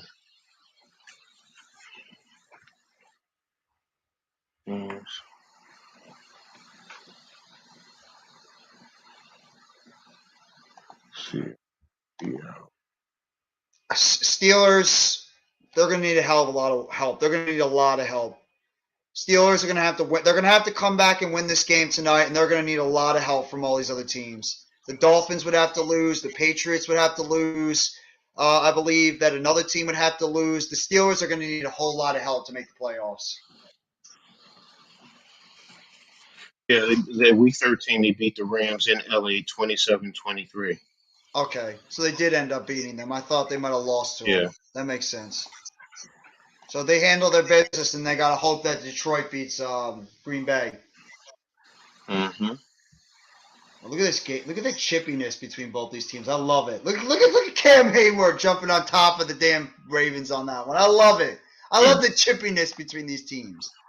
The wild card is 2 weeks from today, or it's gonna be not next weekend, but the weekend after is the wild card. Mm-hmm. So we'll You find start out if we're playing Saturday, on Saturday or Sunday. Sunday. Knowing them, they're probably gonna put us on Sunday Probably. because Saturdays are dependent. Like, yeah, you want your best games on prime time. I don't know. That Vikings and Giants game could be pretty big. Could be a good game. Do we have a home play? No. Giants are done playing at home. We're done. We're not going to be at MetLife Stadium until 2023. So the home games for us are done. No. They are not Unless the done. 7th seed makes it to the NFC To the Championship and we do. championship That's the game. only way. Exactly. The only way. It's unlikely as hell, but the only Yeah. way we could have it happen is if the 7th seed and us make it to the NFC Championship. That's it. As unlikely as it is. But you're right. You're right. We do have a chance to have a home game, but it's most likely not happening. Very slim. It's called slim to extremely, extremely, extremely slim. But yeah, there's still a chance. So you say you have a I'm chance. saying there's a chance. It's as much of a chance as this gummy not being put into my mouth and eaten. There you go. These things are freaking good. Look, I just bought for Christmas. I just got my granddaughter a candy making set. So she's gonna be learning how to make her own candy, from gummy bears to chocolate to all of that. How do you make gummy bears out of it? It's like Jello. Oh, they use like the Jello stuff and they turn it into. I mean, I don't know. I candy? just bought I'm just saying. I think it's like Jello. It's like the same. Whatchamacallit, and then how do you do it? I don't know. I've never made candy before. Neither have I. I just always assumed being that it's gummies and they're all the same to me. Oh, look at Pittsburgh. They held them to another. They were holding them to punt again. Pittsburgh's defense is rising to the occasion in this game. But it's their offense. Their offense is not producing. Baltimore's defense is stepping up too. Both defenses are taking control of the game. Pickett's got to rise above being a rookie. It's those two guys for them, Cam Hayward and T.J. Watt, that have been the difference. Both those two guys on that team, the two All-Pros. And Minka Fitzpatrick. And Minka Fitzpatrick too. Because he made a couple plays today, not a lot, but he's been there. Do you think Cam Hayward's going to be a Hall of Famer? More than likely, yes. Well, how many sacks does he have in his career? Does he have about 100, or is he a little under? Because he's played a long time and he's had a lot of really, really good years. That I don't know. Let me see. That's actually who I have in my Super Bowl, Almighty. I have the Bills and the Niners in the Super Bowl. I think you sound like the 49ers. whatchamacallit from back in the day when he always used to pick those two. Al Michaels? No, they could go all the way. Boomer. Yeah, Chris Berman. Yeah, he used to always. Those are. It just seemed like for a 3-year period, he would always pick those two. I mean, I can't blame him. Back in the day when the Bills were really good in the early 90s, and the 49ers have been great for years. I understood. Ah, man. I just don't. See, the AFC is tough because I could see 3 teams I could potentially see come out of the AFC. I think the Bills, the Chiefs, or the Bengals can all come out. I do. And in the NFC, right now, I'd probably say the 49ers and the Eagles are most likely in the NFC. Maybe the Cowboys, but I don't believe in them. What's going on, Scott? Thank you for coming by the live stream. Go Steelers. I'm rooting for you guys. He has 76.5 sacks. Yes, I thought it was more. Wow. Oh yeah, I loved it when he said the Raiders. I miss Berman. I Mm-hmm. miss Berman and Tom Jackson doing the shows. That was good stuff Oh, back in the day. yes. Yes. Those two were just. They were so You good always went through the games, and then you had to stay up to listen to them, and they play that all the music, time. dent, dent, dent, and it Dun, just dun, dun. exactly. So it's if It wasn't Ravens win even tonight them. or There were Bengals more lose on it tomorrow, too. if Ravens win tonight or Bengals lose tomorrow, winner gets a division, path to position, win the final two games. Bills defeat Patriots, Jets defeat Dolphins. So the Dolphins, they have to win tonight and next week, and they have to hope that the Dolphins and the Patriots both lose next week. Patriots That's will how the lose. Steelers can make it. I don't know who the Steelers. I'm assuming they're playing. They're playing the Browns next week, right? Yeah, they're playing the Browns. That's a winnable game. Make sure you Mm. if you haven't already sub up, Scott. Thank you so much for coming by the live stream, bro. And good luck. I'm rooting for your Steelers. I've actually always liked the Steelers, so I hope they can win. Look, you know me. I grew up a Steelers fan before being a Giants fan. There you go. Sayhith, who just came back, says they're going to the playoffs. I would not be surprised. It's the Steelers. I believe in Mike Tomlin. If there's any head coach I believe in the NFL more, it's Mike Tomlin and his teams. I do. I just love that guy as a head coach. They have old episodes on YouTube I watch sometimes. I gotta check them out.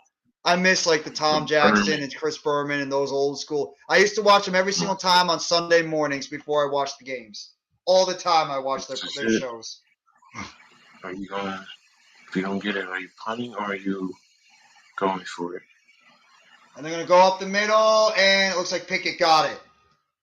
Nope, never had a losing season. He did have a 500 season once, I believe. If he loses this game tonight, it'll be his first losing season of his tenure.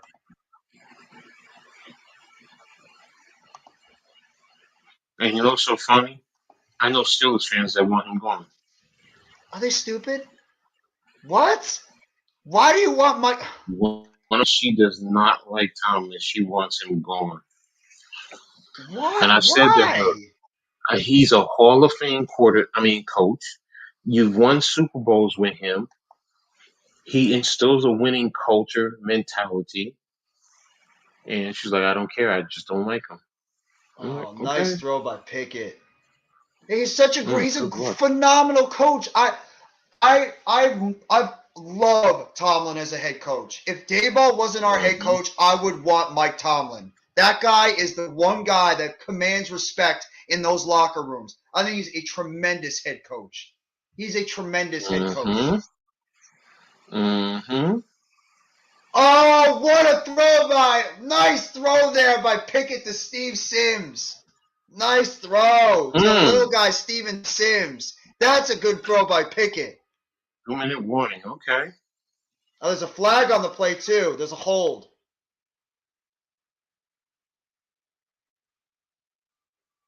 And it's a hold on the Ravens, so the Steelers are going to get it. And Kyle Hamilton. I do, too. I mean, I don't like the Niners. I've always not liked the Niners for obvious reasons. They were our mortal enemies back in the 80s. And also, they gave us probably our worst loss in franchise history. So, but if I had to pick the lesser of evils, I'm going to pick the Niners over the Eagles. And I don't like the Niners. I never have liked the Niners. That's a nice job by Freiermuth. Found the little zone, found the little inside in the zone, went right, stopped in the middle, and made that catch for his quarterback. What a throw on that last one to Steven Sims. They called that a hold. That wasn't a hold. Sorry. No, that was not a hold. That was a BS call. Referees always got to get their 2 cents into every single one of these games. All the time.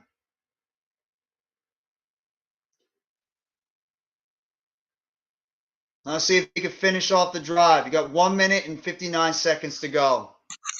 Let's see if he can finish it off. I don't like the Niners, but I'll prefer them over the Eagles. I agree.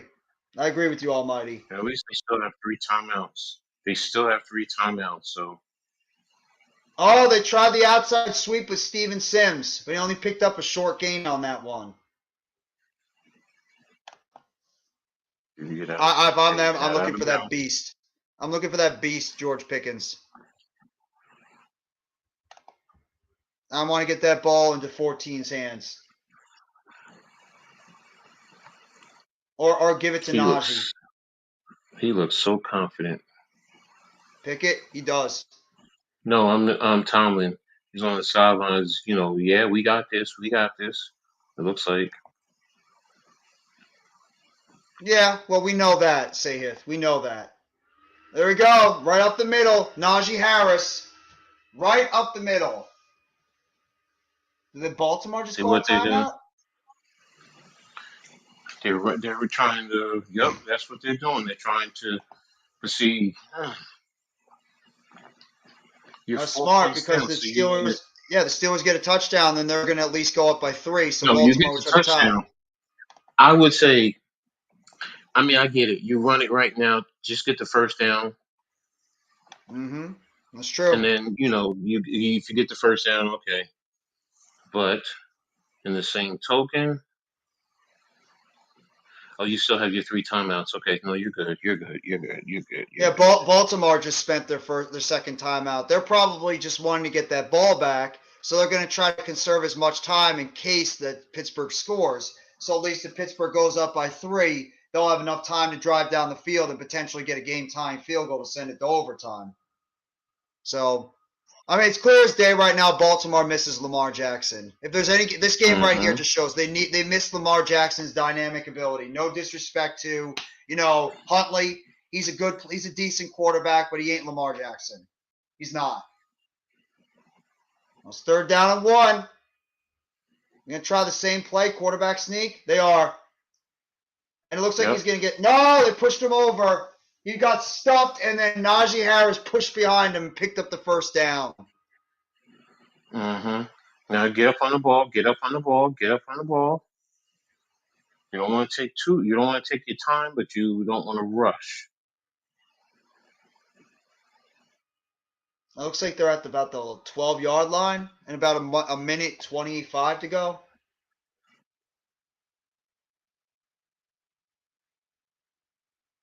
There's about minute 13 to go at about the 12. Pickett, snap, throws it to the outside.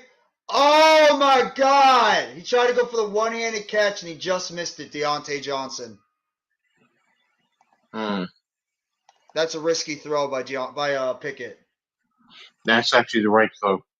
You throw it in the back corner, overthrow your receiver. You don't chance it getting intercepted. Worst case scenario. So I don't have a problem with that throw. Like I said, like I was talking about yesterday with State. True. That's exactly what you want to do. That's the play that you wanted to execute to at least. Hey, if you get interference, you're putting it in the end. It's in the end zone. You're putting it at the 1-yard line. Exactly. So if nobody's going to get the ball, if our guy's not getting it, their guy's not getting it either. So I'm going to throw it, and hopefully my receiver can make the play. You don't run this. Now, if you took a timeout, you just blew it. Now you have to score a touchdown. Because worst case scenario, if you had your 3 timeouts, they can't take a knee. Oh, my God. Now Najee Harris just ran into the back of the right tackle. It's the play call. Now you're forced to take a timeout. I don't run that play. No, it was Baltimore that took the timeout, not the Steelers. Baltimore just took the final timeout, yeah. Okay. And so 3rd down and 8. So Pittsburgh's got 3rd down and 8 right now. So Baltimore did them a favor then. I'm sorry. Yeah. You let that clock run. Because now that's really giving them a free timeout. Because if you stop them and they kick the field goal, all they have to do is kick a field goal. And now they have 3 timeouts. You can't knee it. No, well, Pittsburgh can't kick a field goal. They got to get a touchdown. Oh, no. He got it. What a throw by Pickett. Hit Najee Harris in the end zone for the touchdown. Okay, here you go. What I was saying, Jeff, is they were down by 4 points. they have their 3 timeouts. So you can Oh, kick, so you kick mean the like kick field the field goal, goal and then the field stop goal. them, and then you go. Exactly. And because worst case scenario, if you got down there, you can kick the field goal to win. Mm-hmm. That's the best thing. So right now, you Touchdown called it, Steelers. Jeff. You Terrific. called it. And they have no timeouts. They have. That's why I said, they shouldn't have taken timeouts. I'm sorry, you don't. That's a good If bad Pittsburgh job by wasn't taking time, Harbaugh. That's a bad job by yes, John Harbaugh and his team. you have to hope that you get in field goal range now with time on the clock. And if you don't, because they just ran that play so the clock runs. Oh man, that's a tremendous. I got to give credit to Pickett. That's a tremendous throw by Pickett. That's a great throw by Two guys Kenny open. Pickett. He Look at had that. 2 guys open. Look how he threw 2. that. He threw it right over where the linebacker couldn't catch it, and he threw it right to Harris's hands. That's a beautiful throw by Kenny Pickett. No, that was the best. To Harris was better because that receiver wasn't going to catch that. He was going out of Yeah. bounds. That was a beautiful throw by Kenny Pickett. He led him perfectly into the end zone. I got to give credit where credit is due. That's a great job by the rookie. It's the Steelers. I'm telling you, it's the Steelers mojo with this team. You just like the Packers, and there he is. There's Tomlin right there. That Mike Tomlin magic. I mean, if they make the playoffs, would you say Tomlin could be coach of the year with what he's done with this team? And they're as leastly talented as we are. Hey, it's With a rookie quarterback. I mean, Tomlin's done an excellent job to even put them in opportunity. Oh, in the end zone. There you go. Good ball placement also. Absolutely. And you know what? Steelers win this game. It's not inconceivable that both the Patriots and Dolphins lose next week. I can see the Jets beating the Dolphins, and I can easily see the Patriots losing to the Bills. Easily. So I could see a good path for the receivers are good. I love Deontay Johnson and George Pickens. I think they're both tremendous. I like Freiermuth, and I do like Najee Harris. They got good playmakers. I agree with that. There we go. Huntley takes the snap, throws it on the outside, and incomplete. Threw it off the hands of Isaiah Likely. Pittsburgh were coming with the blitz.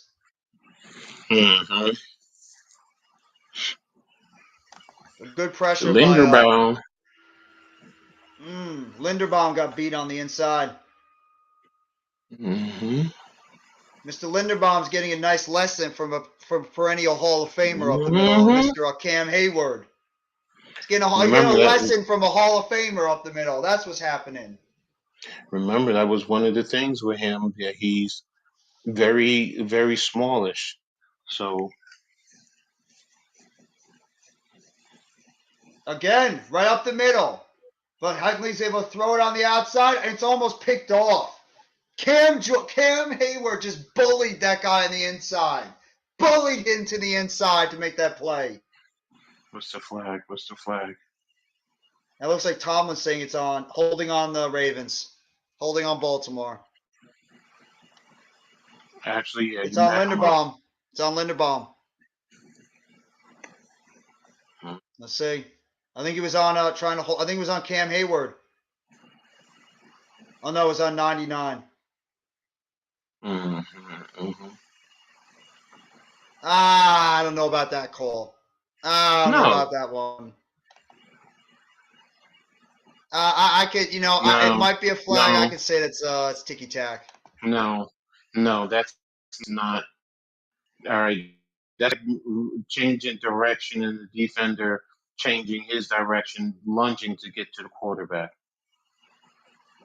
Right. That's a nice throw by Huntley over the middle to Andrews. That's a nice throw.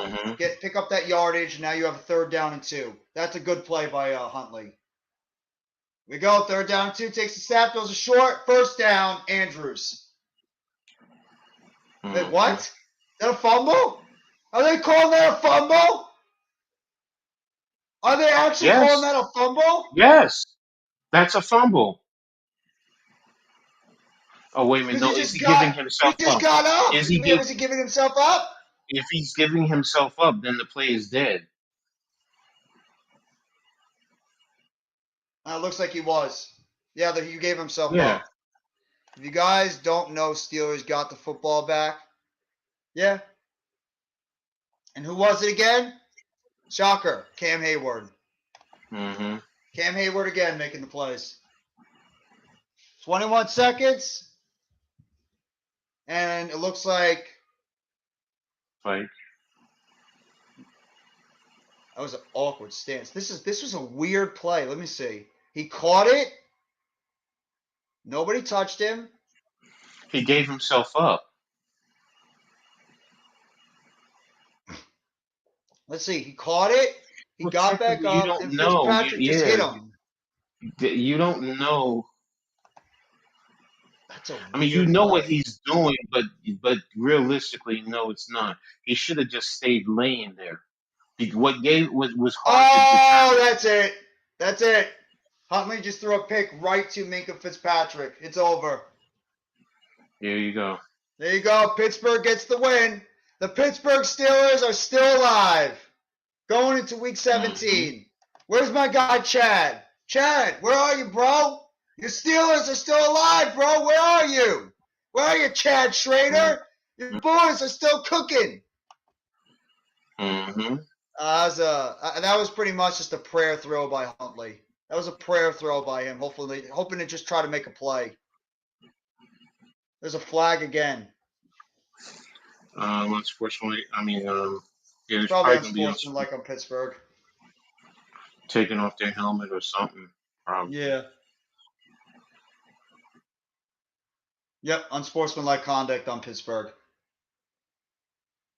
I don't even think they care. Mm-mm.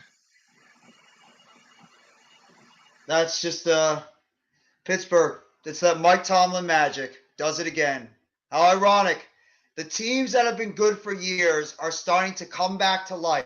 The Pittsburghs, the Green Bays, the Tampa Bays, they all come into life at the end when every one of us were burying them for most of the year. A lot of us were burying those teams. They're coming back to life. That was a bad pass by Huntley because the Yeah. receiver taking the angle, he threw it away from him and it's right to Fitzpatrick, as opposed to leave him upfield. Oh man, good win by the Steelers. Very good I win know by my dad is Pittsburgh. going to be real happy. As he should. I know he's going to be real happy. So I'll call him tomorrow and see. That's their third win in a row, right? The Pittsburgh Steelers. It's the third. I'll tell you in a second. Hold on. And all they got to do now is beat the Cleveland Browns next week. And Mike Tomlin got another winning record. Just like that. Unbelievable. Unbelievable. And I'm going to say crazy. I might sound nuts when I say this. I think the Pittsburgh Steelers are going to the playoffs. I do. I actually think Pittsburgh's going to the playoffs. I can easily see the Jets beating the Dolphins. I can easily see the Patriots losing to the Bills. Mm-hmm. And I can see the Pittsburgh Steelers taking care of business against the Browns. I think Pittsburgh's going to the playoffs. I'm saying it. I think Pittsburgh's grabbing that 7th seed. I just believe in this team because I believe in the head coach and I believe in what he does with this team. So I'm going with the Steelers. And that's going to be crazy too. They lost to Baltimore in week 14. Then they beat Carolina. They beat Vegas, and now they beat Baltimore again. Mm-hmm. And praise to that division. If Steelers make the playoffs, they have 3 teams that make the AFC playoffs. Because Cincinnati's in, Baltimore's in, and if Pittsburgh can find a way to get in, kudos to the AFC North. And Cleveland's not even that terrible. They've bounced back a little bit too. If they win, I think they're a game under 500, I believe. They're like 2 games under 500 right now, and Pittsburgh's now at 500.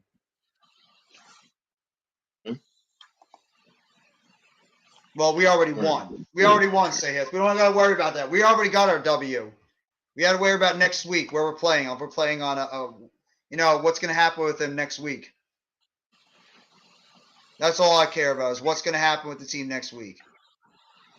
Yeah, and Pittsburgh is now. No, it's not going to be 30-0. We wish. We wish it would be 30-0. It's not going to be 30-0. That would be amazing if it actually happens.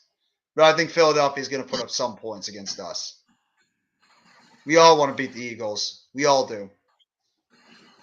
It'd be bittersweet if we can do it. But hell of a job. Hell of a job by the Pittsburgh Steelers. Hell of a job by them. And next week is going to be a fun week 17 or week 18. There's going to be a lot of really good games next week. Detroit and Green Bay for an opportunity at a playoff spot. Seattle, that big game against the Rams is big. Dolphins and Jets, that's a big game. Patriots and Bills, that's a big game. Giants at Eagles, that's a big game. Dallas at Washington, that's a big game. Minnesota, they need to win to try to maybe get a spot. That's a big game. There's a lot of big games next week. Pittsburgh against Cleveland, that's a big game. Cincinnati and Baltimore for the division, that's a big game. If Cincinnati loses, there you go. I'm bringing the smoke next week. Bring it, bro. Bring the smoke. We will gladly take the smoke, and I'm you know what I was gonna say. I'm gonna censor myself. But yeah, they are playing for something next week, and so is Dallas. So is San Francisco. Everybody is. All right, the Texans, Colts, no. Titans, Jaguars, yes. Jets, Dolphins, yes. That's another one. Jaguars, Titans is a big game. That's for the division too. Browns, Steelers, Cowboys, Commanders, Chargers, Broncos, no. Chiefs, Raiders, no. No. Rams, Seahawks. So you have 4 games that really have no major implications towards the or impact towards the playoffs. Everything else is. If I had to predict the games that might be on primetime television, if Cincinnati loses tomorrow night, I think Baltimore and Cincy will be on a primetime game because that's for the division. I think Jacksonville and Tennessee will be a game on primetime. That's for the division. Let me see. Packers and Lions. That's for the playoff spot. They'll be in a primetime game. But is it more going to be Saturday? Was it going to be Saturday? Is it going to be So what game would you put on Sunday Night Football? What game would you put on Sunday Night Football right now? I'm probably going either because it's either the Bengals Ravens or the Jaguars Titans. That's what I was thinking too.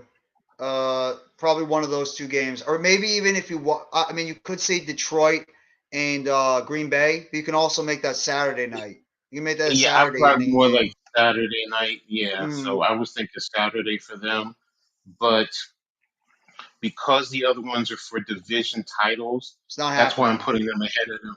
That's why I put the ones for division titles ahead of the Lions Packers. Yeah, because Minnesota has that division. So. I mean, it depends on what happens tomorrow night. If the Bills lose to the Bengals wrap up the NFC North or the AFC North. So that the division game means nothing. It's just Baltimore. I think they're going to be locked in the 5th or 6th seed, I believe. See, if it's not for the division, then it's going to push it to the Jaguars Titans. I think then that probably end up being Sunday night game. So it depends on, like you said, what happens with the tomorrow. Yeah. So if the Bengals beat the Bills, then that's a different story. But wait a minute, if the Bengals beat the Bills, do they have a shot at the number 1 seed? Yes. Well, did they beat Kansas City this year? I don't think did they play this year? I don't know if they did. It's only 7 days, 6 days. You'll be fine. Because Kansas City's got 3 losses, the Bengals have 4, and the Bills have 3. So if they beat the Bills, they have the head-to-head on the Bills. So Yes. and then the Bills have the head-to-head on Kansas City. Yes. So it's a 3-team thing, and they all would. But did the Bengals play Kansas City this year? I don't know why. I'm What's the feeling like schedule? they did. I'm pulling up the schedule now to look. And if they did, I'm feeling they beat them. No, wait. Maybe they didn't. Wait a Because minute, Kansas going City's again. Kansas City lost to Pittsburgh, Indianapolis. They lost to Buffalo, and then I forgot who the third game. All right, Pittsburgh, all right. Buffalo Rams, Saints, Panthers, Steelers, Titans, Chiefs.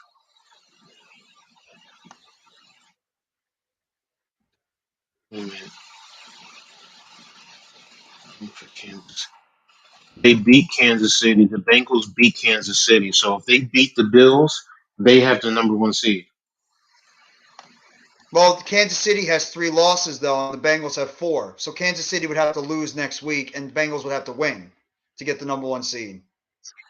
Because Oh yeah, the Kansas City Sorry, Chiefs have 3 losses. So right now, yeah. if No, you're right. anything, You're right. yeah, that only helps the Chiefs.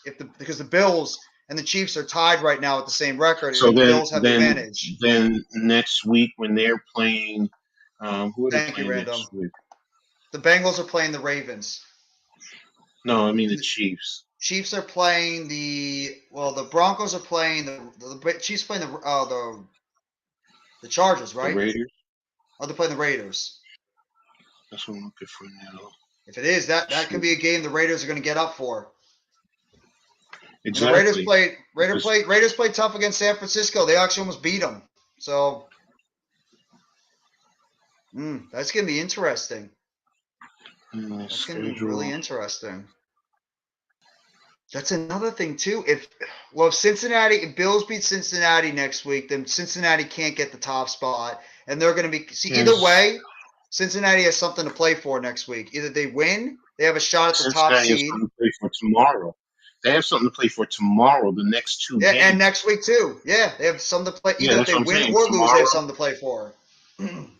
Tomorrow, You're great. and they have to beat the Bills tomorrow, because Yes. then they technically they have the head-to-head on over both of them, because they would have beaten both of them. So yeah, they have to play it. And then next week, the Chiefs have to beat the Raiders. They have to, Yes.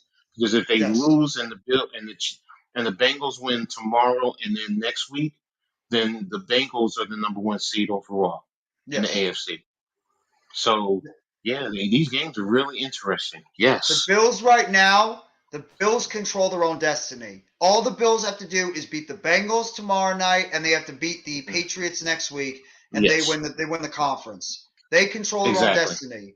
If the Bills lose to the Bengals have an opportunity to win that division, but the Bills are still not out of it for the number 1 seed. Because if the Chiefs lose and the Bengals lose and the Bills win, Bills get the number 1 seed again. So it'd really be a Yes. 3-team race in the AFC for Yes. the number 1 spot. Whereas in the NFC, it still is somewhat a 3-team race as well, but Dallas would need a lot of help. And right now, it looks unlikely San Francisco is going to lose to the Rams, but you never know. Crazier things have happened. So Rams might be getting up for that game, but I doubt it. So it's really just going to Oh, be okay. between Here it San is. Here Francisco it and is. Philly. Saturday on ESPN. Chiefs Raiders are at 4:30 on Saturday. Titans Jaguar at 8:15. Sunday they haven't said anything, or Sunday Night Football. So at least we know 2 games that are set for Saturday. Chiefs Raiders, Titans Jaguars. That's it. Those are Saturday? They just showed it on No. NBC. Coach, you want to do They those games just together? I can't wait. Those are going to be great. oh That's going to be yes. great. That's going to be great. That But Titans Jaguars game is underrated. A they great just game. screwed the Chiefs. They just screwed the Chiefs because the Chiefs play Monday and then turn around and play on Saturday. Oh well. Oh No, I well. know. I'm not going to I'm not. complain. Ooh, I'm not going to no. complain. Patrick Mahomes is God. Let him go out there and play God again. I'm not going to complain because Patrick That Mahomes is is. going to play a little bit. I love it. That's going to get everyone there, and I know it's 4:15, but people are going to do whatever they got to do. I think he is. Oh, that's a Yeah, more than juicy. likely. That's juicy. Yes. Are you surprised though they put the Chiefs and the Raiders though at 4 Yes. in the afternoon? I'm Yes. surprised by that. Yes, and that's in Vegas. That's in Vegas. So that's like 1:15 in Vegas time. Hmm. Wow. That's crazy. That is crazy just to think about it. And I honestly On a- thought they were going to put the Jaguars game on Sunday. I thought they were going to go Sunday night on that game, but I they would decided have to go too because Saturday. that's for So the division. That's yeah, for the division. But I that's the get it. only game that is a win and in, and if you lose, you're out. Every other game, Yes. even if Baltimore and the Cincinnati is playing for the Division 2, both teams are in. It doesn't matter. Both teams will make the playoffs. Jacksonville and Tennessee is whoever wins is in the playoffs, and the other team is Exactly. out. I thought that would be the Sunday night game because that's a win and in and lose you're out. I mean, that's it. Exactly. I'm surprised they went with that, but I'm curious to see who they're going to put on the Sunday night game. I guess they're hoping that the Bengals lose. If the Bengals lose, then that's your Sunday night football game. It's going to be Baltimore and it's going to be Cincinnati. That's going to be your Sunday night game. Well, tomorrow's going to be interesting. Plus, I have the college. Oh, it's going to be hard because Penn State also plays tomorrow night. Oh That's shit! right. The games are still not done. I You got forgot. four games. You got 4 games tomorrow. Yeah, because I thought because the championship games being over, that they would just go get ready for the national championship. I forgot there's still other games that are going to be played until you Well, get to that's the national it's championship. technically because today is the first.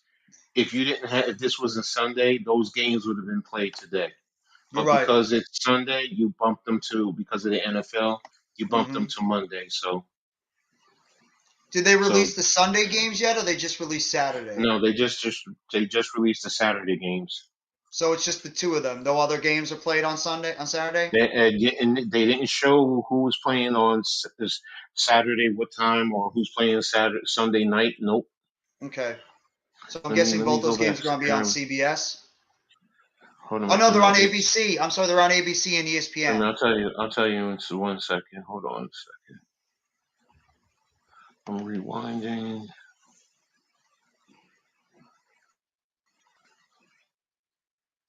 Happy New Year, fellas.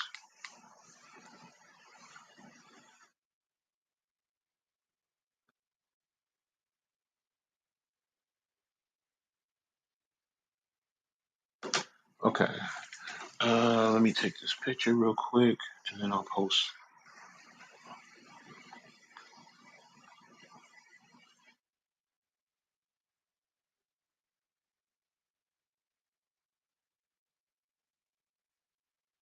I gotta. Okay. Hold on a second. I'll send it to you in 1 second. To my Twitter or to the Send it to Twitter because I just took it with my phone. I'm on my computer, so hold on. This is the best part because we could just sit back as Giants fans. We don't got to worry about any of this stuff. We could just enjoy Week 18. We don't have to stress. We don't have to worry. We don't have to panic because really, the game means nothing to us. We could win and it's good. We could lose. It's not ideal, but we won't. We're not gonna complain. This is just to get. This is next week is a week we can just sit back and just enjoy it. Period. Let the Eagles and these I other just teams sent it to stress. you. I just All right. sent it to you I'm gonna check it out on on Twitter. Twitter. Let me see. I I'm so DM'd it excited. to you. Yeah. I love this. I love when football gets like this towards the end. You have like these big time games that they have. Let's see. Okay, Chiefs versus Raiders, 4:30 on ESPN or ABC.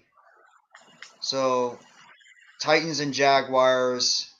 That's an underrated game. I can't wait for that game. I'm actually really excited for Titans and Jaguars at night. I think that's gonna be an underrated, really good football game.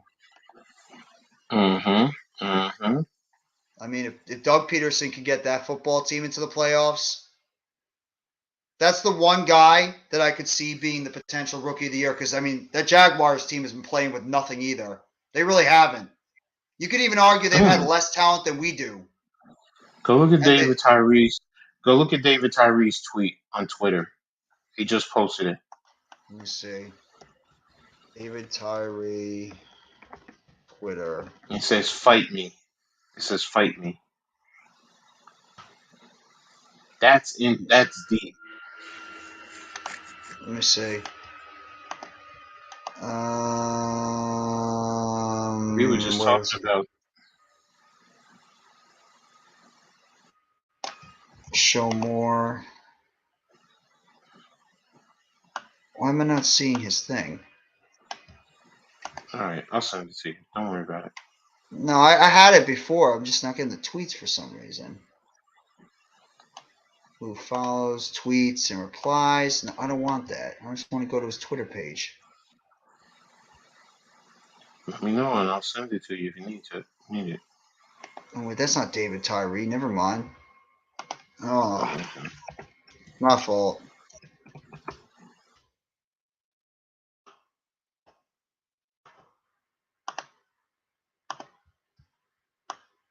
Look at our guy. Look Danny at our guy Howard. NYG. Look at our guy NYG over there. I love it. David Tyree.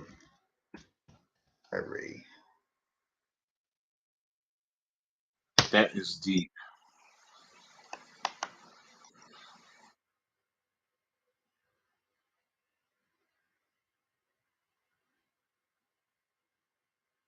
Do you agree with his rankings?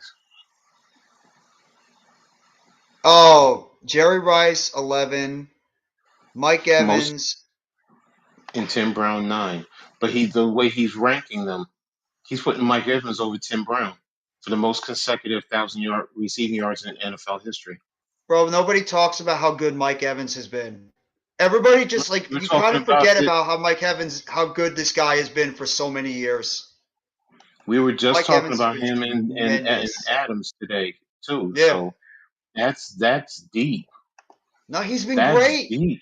I've always liked Mike Evans. He never gets talked about as a top receiver. People sometimes forget how good Mike Evans is. The guy has had 9 consecutive years as a 1,000-yard receiver. Do you know how hard that is for NFL players to not only do that but remain healthy for most of their seasons?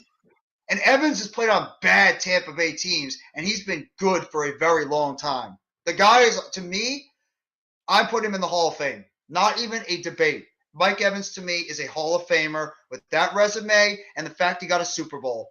That's the biggest difference between him and Davante Adams. He has that Super Bowl. And he played well during it, too. He's a Hall of Famer to me. Mike Evans has been a tremendous – he's the best. To me, if it had to become between him and Davante Adams in that draft, that really good draft between the two of them, I think Mike Evans is the best one of that group. Because he's also been on the team for his whole career. Tremendous. Okay. So I mean, it's you can't really argue it. It's his body of work speaks volumes above it. The Adam has a supership, so it is amazing. So what is Ja doing? Ready to jam. Oh! John Morant is signing his sneakers to give to a kid at the game. That's nice. I like him hearing He that took it kind of right off his stuff. field. He took it right off his feet and gave it to the kid, and the kid is in tears. That's what it's all about. And he Exactly. autographed it. I like So John Morant. I think he's a decent dude. I think he's exactly, a good representation for basketball. I do. He's a exactly. tremendous player too. Well, I I mean, wanted I know him. you. I wanted Yeah, him over. I know you wanted him. I know how bad you want him or Zion. No, I wanted him over Zion. Really? I wanted him. Yes, I wanted John Morant over Zion. So I just knew. I just knew. He's just that good. Don't get me wrong. Zion's been Zion so is a good this special, year. He might be an MVP candidate this year. How good Zion's but played. Zion also. I also knew Zion had issues because of injuries. That's So true. that's why, until he, now if he controls and doesn't keep getting injuries, then yeah, he has the ability to probably be that dominating factor. But John Absolutely. Morant is just something different. So He's a gritty old. He's got. I mean, is he? Would you call him a little bit of an old school gritty type of basketball player? mm-hmm. It's I love John Morant. He's a tremendous basketball player. I mean, the mm-hmm. dude's gonna become a face of the NBA in the future, along with guys like Luca, Mm-hmm. Zion, etc. He's getting when the Don't talk LeBron Jameses and etc. are gonna go when they finally go. It's gonna be don't John talk to Morant me as one about of the future faces. don't even talk to me about Luca. You know that hurts. Yeah, well, I know. We were there. We were live streaming it together on Tuesday. Mm, Mm. yeah. That brought you back to Reggie Miller, didn't it? You know it did. Not That's the Reggie close. Miller. Not Reggie Miller. It's just because Miller was just you hate Miller. I'm sorry, I don't hate Luca. You hate Miller. No, I have a reason to As hate in him too. He did it to us as well.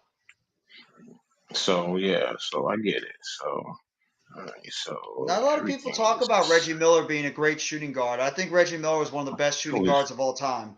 I've always known he was good. That there was no doubting that. Him He's and clutch. his quirky way of shooting it, the way God, he it even is. He's so awkward and it somehow goes in. it's just like Like a when he flick. shoots it, yeah, it's just Like a flick of the wrist when he crossing it does it. exactly. So, mm, okay, Arkansas, Kansas is on. I watched this for a while. Oh yeah, you're Get me ready for the ready. Nets So, game tomorrow night. Nets are going for 12 in a row tomorrow night. hey, enjoy. Oh, I'm enjoying it. I'll definitely be watching the whatchamacallit game tomorrow.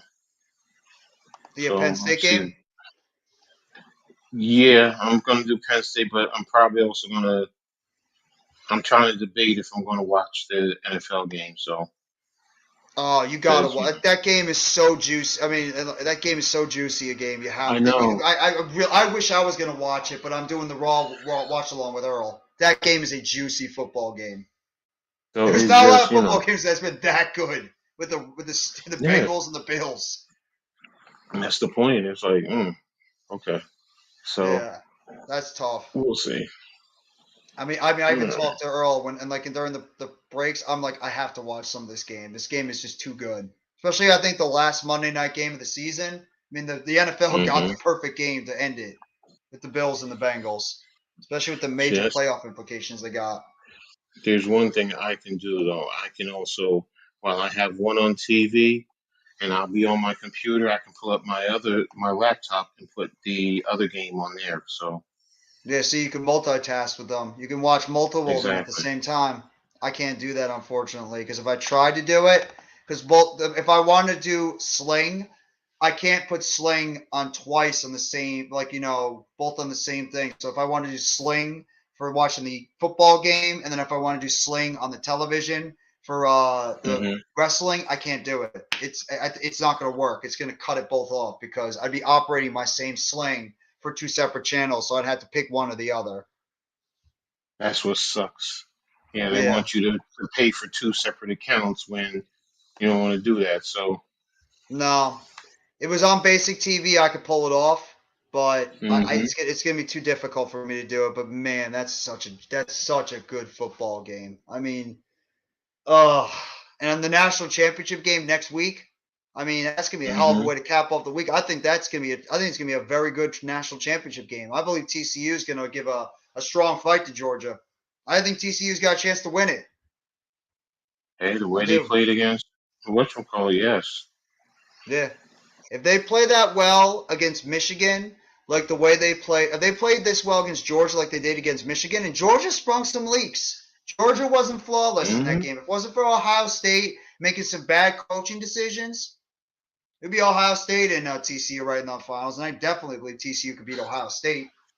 hmm hmm They play with the big boys, so Yeah, so it's not under the realm of possibility that TCU can come away with that win. So I'm rooting hard Vegas for is 3 hours TCU. back. Yeah, Vegas is I'm three rooting for hours back, TCU okay? hard. Mm-hmm. So it's going to be essentially an afternoon game for a lot of those people. That hmm Vegas and Chiefs game. That's Yeah, going to be it a big makes game for the sense. Raiders.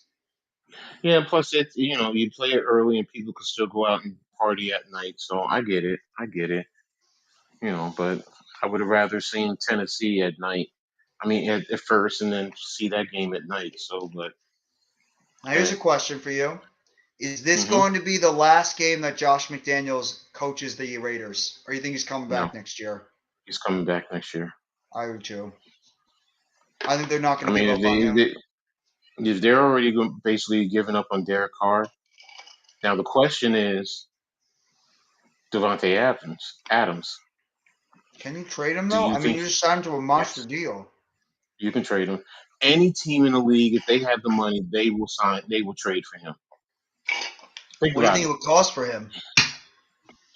Minimum, well, at least one first round draft pick, and then some, if not two first round draft picks. hmm What's his So stats this year, Devontae Adams? I think he's what 1,400 yards. Hold on. So it's a typical Devontae Adams year. Yeah, I think he just broke the record for the Raiders in receiving yards. Well, he even beat Tim Brown's. Yes, I think so. Hold on. I I'm don't see if they pulling it up updated here. the stats today or not. Yeah, it's crazy. What I got a lot of people talk about 1443. He's 1443. 1443. Jesus. And Justin Jefferson. I mean, the dude had an opportunity to break Calvin Johnson's record, but I think he's going to come up short. He has 95 receptions, 1443, 14 touchdowns. The crazy thing about it is nobody's talking about Joe Burrow as the MVP. And you know what? At least the stats I'm saying, he's second right now in passing yards. Hmm. How about Joe Burrow gets consideration for MVP this year? He's been damn good for most of the season. Today, Devontae Adams, 10 receptions, 141 yards, one touchdown. He's not been the problem. And I mean, I would even go as far as to say Carr's not been that terrible this year. He's not been great. He wasn't as good as he was last year when Carr threw for 5,000 yards. But Carr's not been that Yeah, terrible. he's 3,500 yards, 35-22. Um, come on. Derek Carr, he's thrown for 14 interceptions, 24 touchdowns, 13-22. Nice. 35-22. Sorry. So the INTs are high. That's maybe why. Yeah. But the touchdown numbers are pretty good. But he's also played most of the season with Darren Waller out, and Hunter Renfrow missed a lot of time too. So that's two of his bigger targets that missed a lot of time in these games. Yeah, but And it's also a matter of that money he has. So that's why. If he wasn't true. making that money, I think they keep him. Yeah.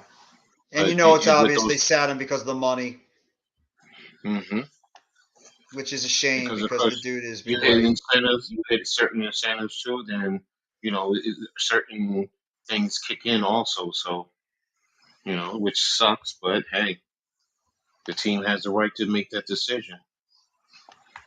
So, but hey, I'm gonna say this: if you hear Devontae Adams is on the table, Joe Shane, you better be on that phone fast, Mm, mm.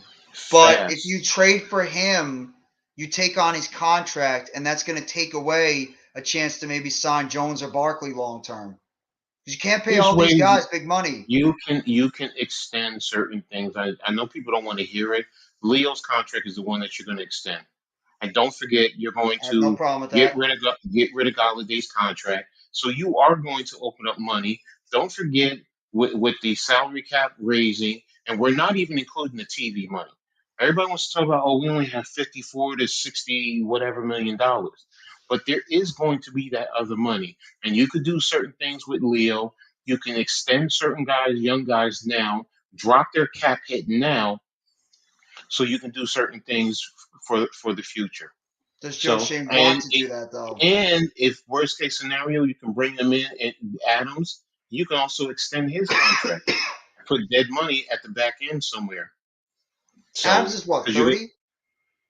Devontae Adams. It's like Yeah, I 29, think this. 30. Yeah, because Carr's 31, so yeah, I think they're about close to the same age. Devontae Adams is 30 years old. Yes. Okay, so he's at that age. You got to be a little bit nervous because when they hit 30, that's when usually the regression starts. But at the same time, this dude has shown no signs of slowing down. Neither is Mike Evans hmm And or that's even my point. DeAndre Hopkins. Hopkins came back and he was lighting the world on fire when he came off that suspension. So So it's like, all right. So I mean, even still, because Adams has what, another 4 years on his contract? I think so until like his age 33, 80, 34 season. Yeah. So I mean, you could extend it 2 years, guaranteeing a little bit more money on the front end, Mm-hmm. and put some dead money back there.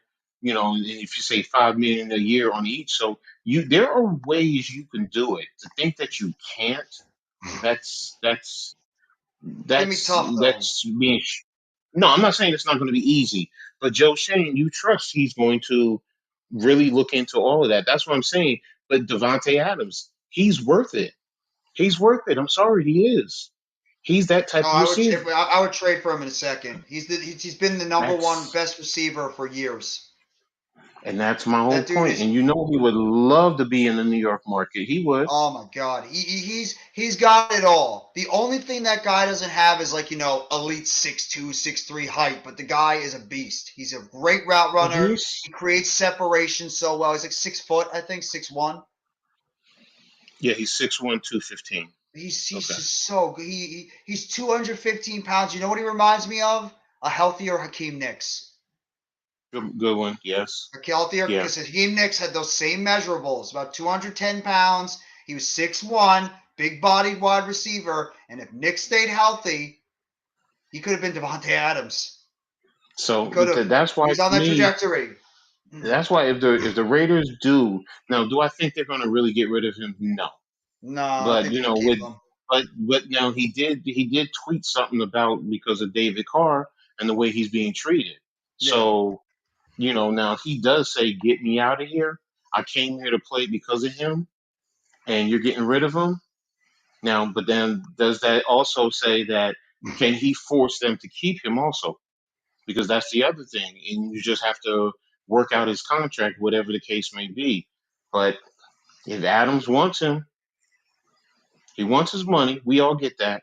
But if he wants that quarterback, otherwise trade him. I mean, the Raiders don't have to. I know that they don't have to trade him, Yeah. but he's going to be a malcontent, and he's better to get something of great value than you keep him and you go on and you're not winning because that's going to make it worse, and then you're going to devalue his contract. So Hey, what's going on, NYG?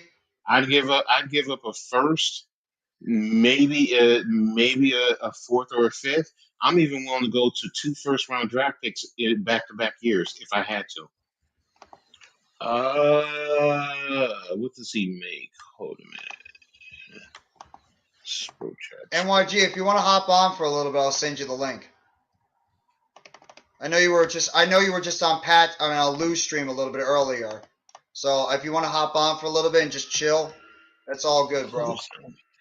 I'll send you the link in the chat. You just let us know how the environment was over there in the game. It must have been crazy over here. Oh my god, All the right. crowd was spectacular over there. Devontae Adams, his contract was 5 years, $140 million, $19 million signing, $28 million average. Mm-hmm. This year he has a dead cap hit of 42. Next year 31. The year after that 23.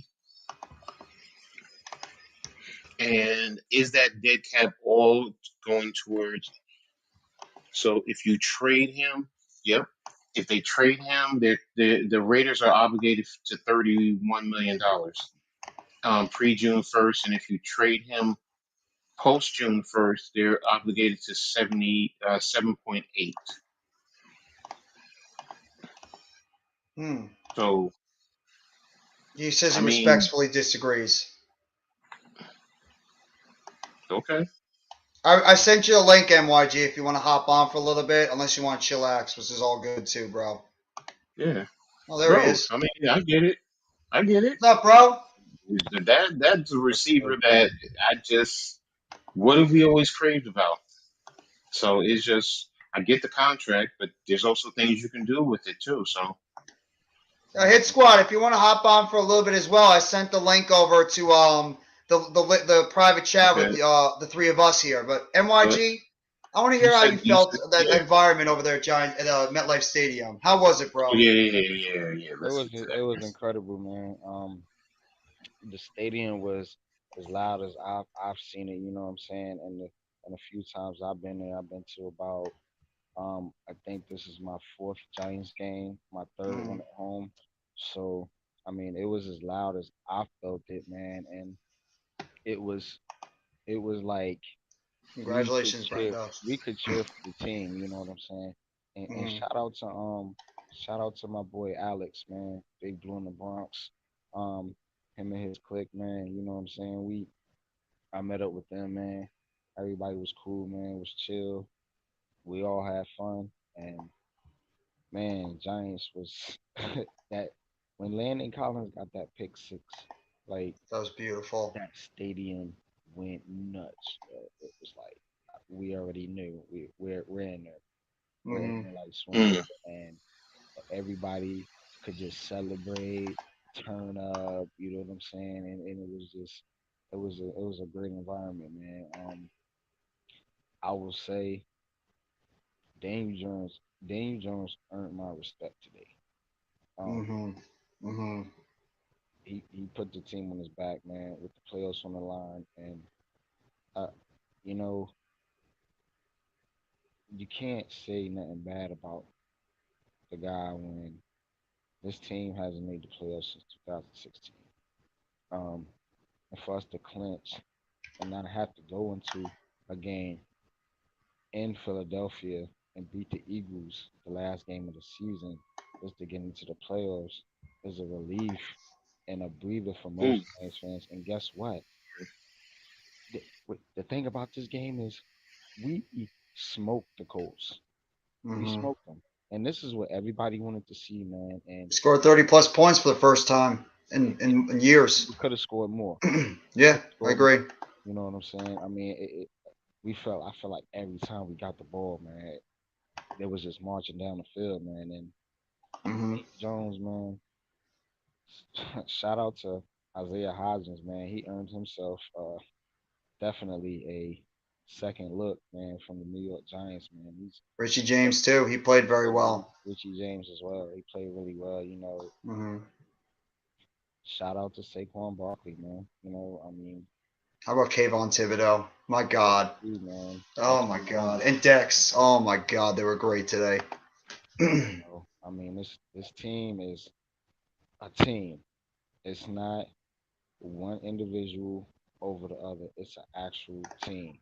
You know, Mm-hmm. we're looking for flashy superstars like Pat Mahomes and Tom Brady and some of these other cats, man. Go root for those dudes because I root for the New York Giants, man. The New York Giants is a team. You know what I'm Yes. saying? That's why I don't hold no animosity towards players. You know what I'm Yeah. saying? I've criticized certain players, you know, like Daniel Jones. You know, I've even criticized, some of the other players, in the secondary. You know what I'm Mm-hmm. saying? But you know, they've showed up. You know, Fabian Moreau, he's played well at times. You know what I'm saying? Very underrated player. You know what I'm I saying? thought Darnay Holmes had one of his better games today. Not the best. Remember, these guys ain't the best, but Yeah. they don't have to be because they have help around them. These guys are willing to play for each other, you Mm-hmm. know, and that's what I seen in that stadium, you know, on the football field with my own two eyes. That the New York Giants energy is different there. You know what I'm Yeah. saying? So they got every right to bring back the players that they want on this team. mm, mm, And that's Absolutely. Saquon Barkley, and that's Daniel Jones, and you got to pay these guys a contract. I don't care what the numbers is.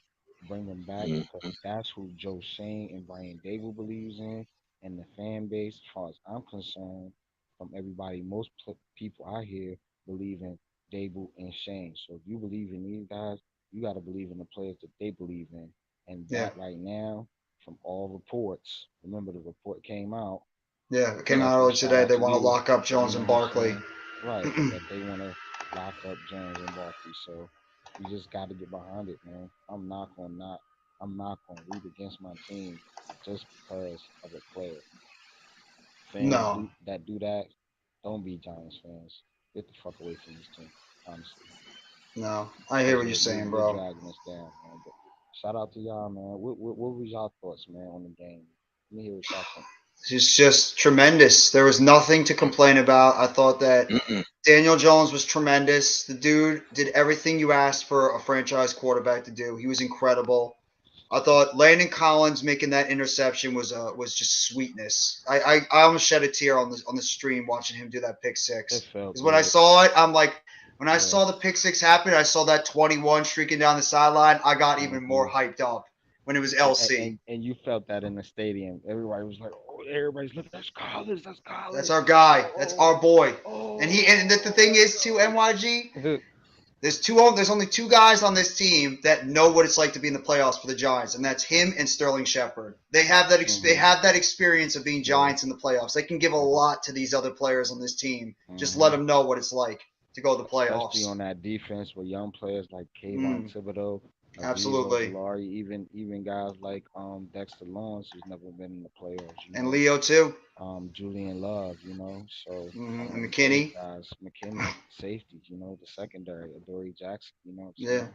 That's Mm-hmm. why I think guys like Julie. That's why I think guys like Landon Collins and Sterling Shepard should talk to this team because they know what it's like to make the playoffs, and those are the two guys you want to listen to when it comes to the playoffs around that because they have the experience, they've been there, and they know what it's like. So you want to listen to what those guys have to say because they're going to be, giving you all the notes on what it's like, how much different it is going into the postseason compared to playing in the regular season. And it looks like, and by all measures, we're going back to Minnesota because Minnesota lost. They got drubbed today. And Uh, then San Francisco won their game against the that Raiders. So it that looks like we that got a rematch against Minnesota happening that in a couple of that might weeks. be lunch meat, man. Oh, I agree. Mm-hmm. I have confidence against Minnesota. I think we're going to beat them. Yeah, and we gonna have a Dory in this game.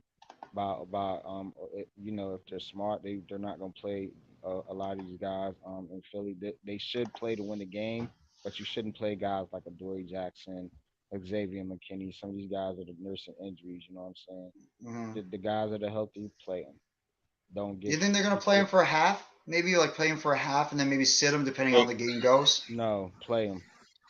Whoever's Well, healthy. Dave already said he's playing them. They're going to Yeah, play either way. whoever's not healthy though. I mean, obviously Dory Jackson, you don't bring him back in a game like this. You know what I'm saying? Some of these I, guys, I'm not no coach. I'm not playing a Dory Jackson in this game. yes, ma'am. Would you He's play he's Leo? Yes, He's ma'am. banged You up can that no neck. no no no take no. one. No, You can compete with Philly that won't hurt, probably have hurts, and still win this game. Mm, there's only one reason why I would want to have Adoree play because you're going into the playoffs and you just want to get him somewhere. Even I'm not saying play him a high amount of numbers, Mhm. play snaps.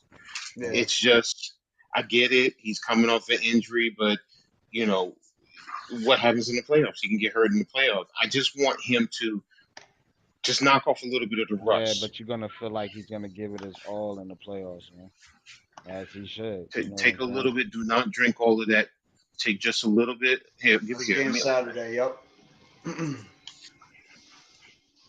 No, the game on Saturday night's going to be lit. I Here, can't wait yeah. for the Jags Open Titans it. game on Saturday Have night. a little bit, That's going to be fun. But and then put the rest in the refrigerator. So you don't. NYG, I can't complain I'm about sorry. today. Today Here, was give it here. beautiful. This is what we've all wanted. We Give me all that red wanted him thing to on make top a of the statement, microwave. and the Giants went out there and they made an absolute statement today in this game. They went out there But yeah, and they won this game from pillar to post, absolutely convincingly.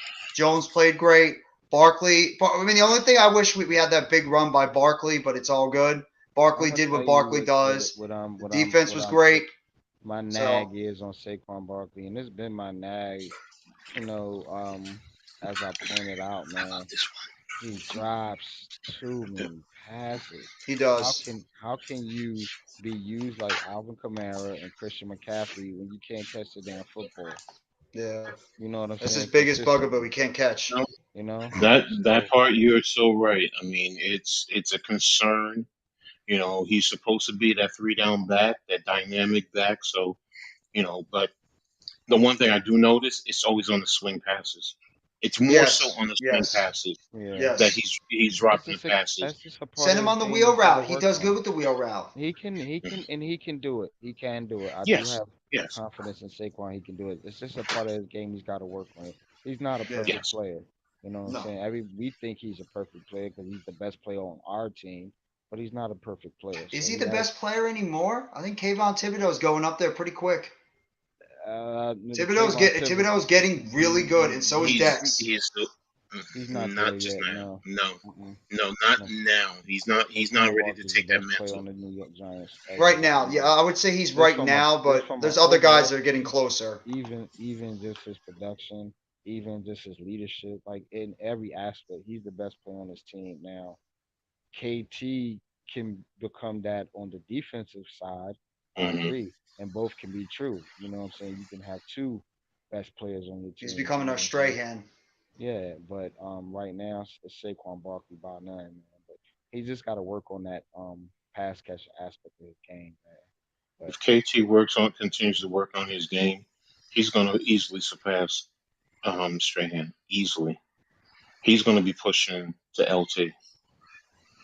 But I'm telling you right now, Dexter Lawrence might be the best defensive tackle we've ever had. The way he keeps playing, this kid's special.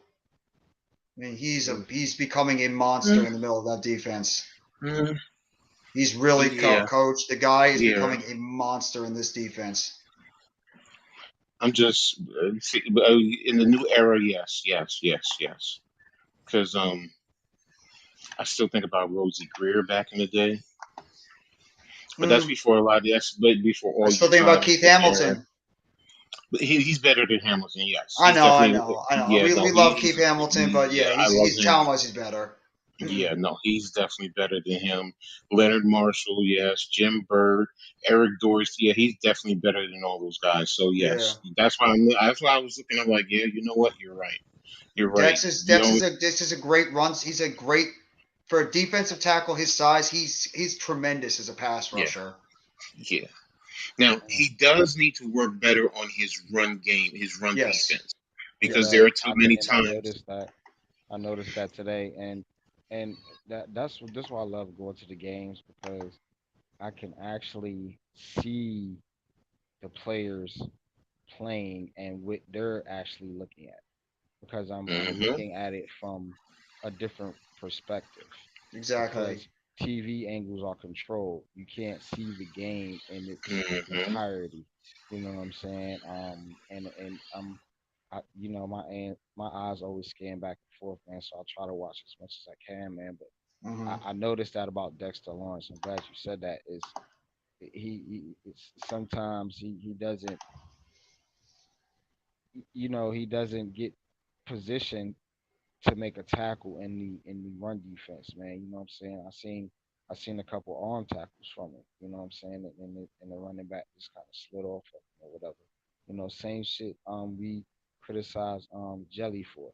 Now, obviously, Dex doesn't do it hardly as much Hmm. as somebody like Ellis or God forbid Danny Shelton, but he tends to do it sometimes, and I noticed that today, man. But that's that's minor. That's easily correctable, man. For a guy like Mm, Dexter Lawrence. I'm gonna I mean, disagree with you saying it's minor.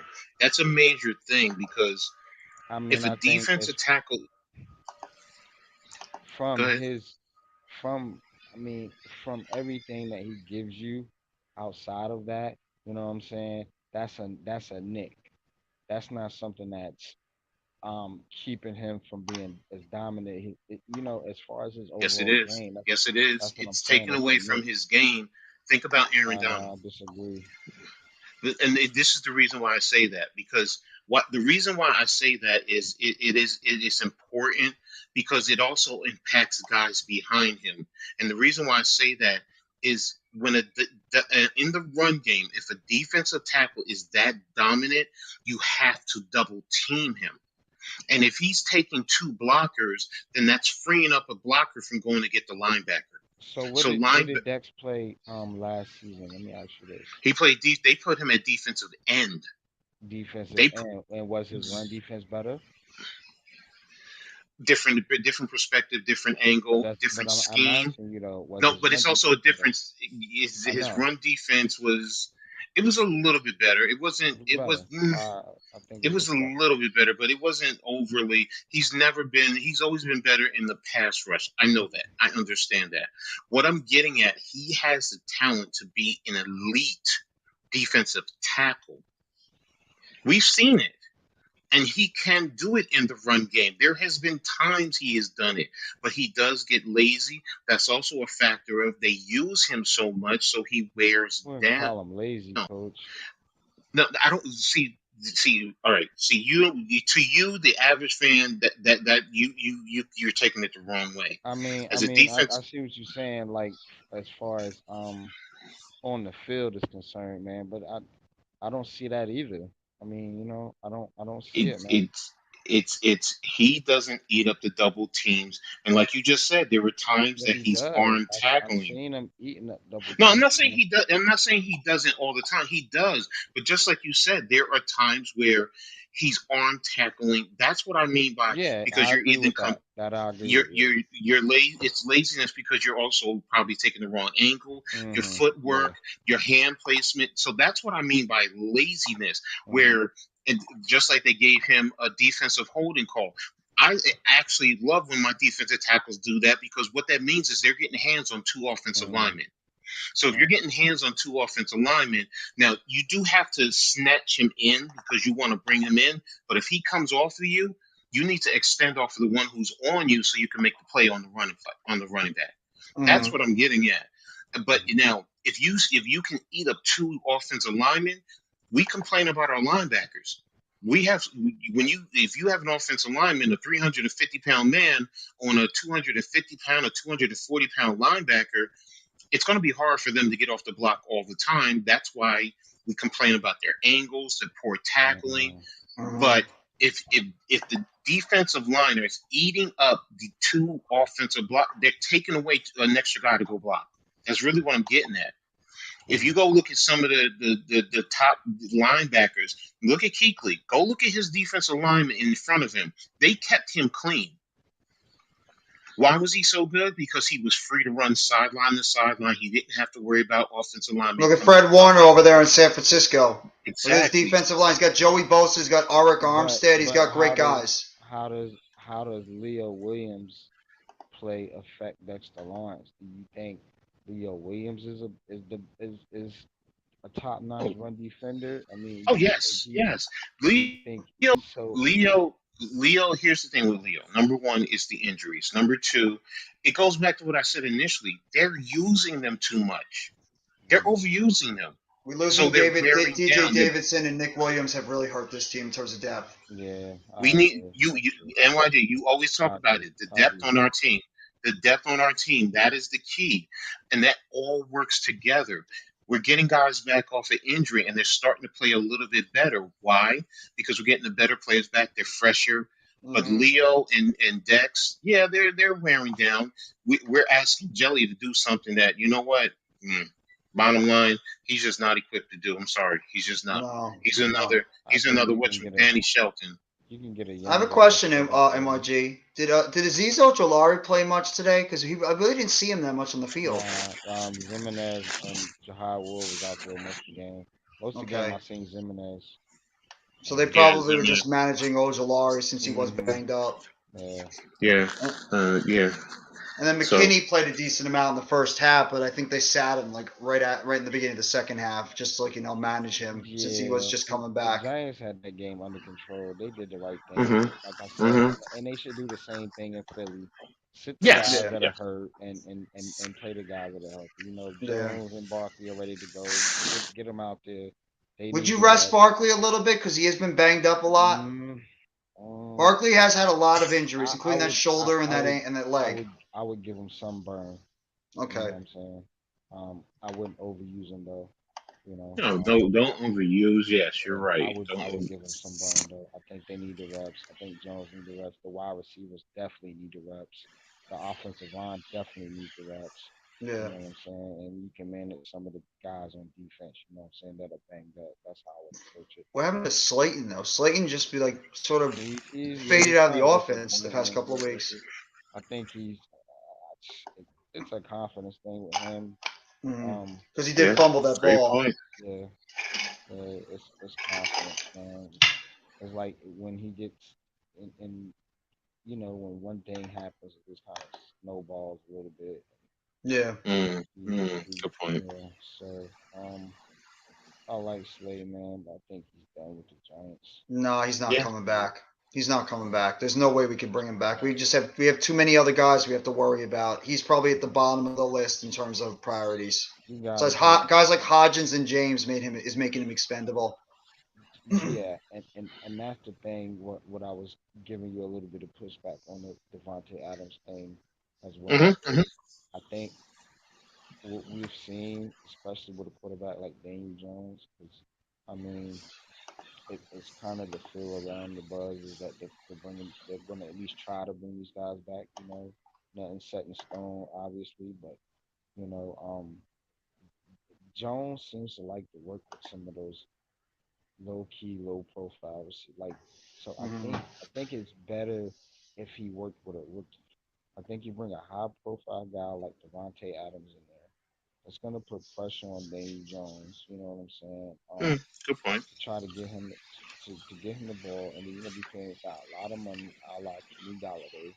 That's not Mm. gonna sit well with the fan base if this guy doesn't perform for whatever reason. And I just don't think that's the move. You know what I'm saying? Mm, It's about fit, man. You gotta. yes. The saying now is what? Read the room. You gotta read the team. You know what I'm saying? Read the room. Look, you're winning with a bunch of scrubs. Most people, in most people's opinion. You know what I'm saying? So you don't need to really bring in a high profile receiver or anything like that. You just need to add more talent guys to the room. Isaiah Hodgins is talented. He can grow. You just need to add to that pool. Would you bring back Richie Okay. James? Richie Hold on, James hold is on, hold on. talented. You know what Okay. I'm Oh, saying? wait, You now, just need to now. add to that pool. In my opinion, Okay. I think that's what you need. You do need a number one guy, but it doesn't have to be a high profile guy. You just need a guy with number one talent that you can develop. And this is what we've seen with this coaching staff. You know what I'm saying? The Okay. coach, That's fair. That's fair in that argument. I was just saying, if he's available, you reach out to see what you would get. Now you asked me what would I give for him. That's why I said that.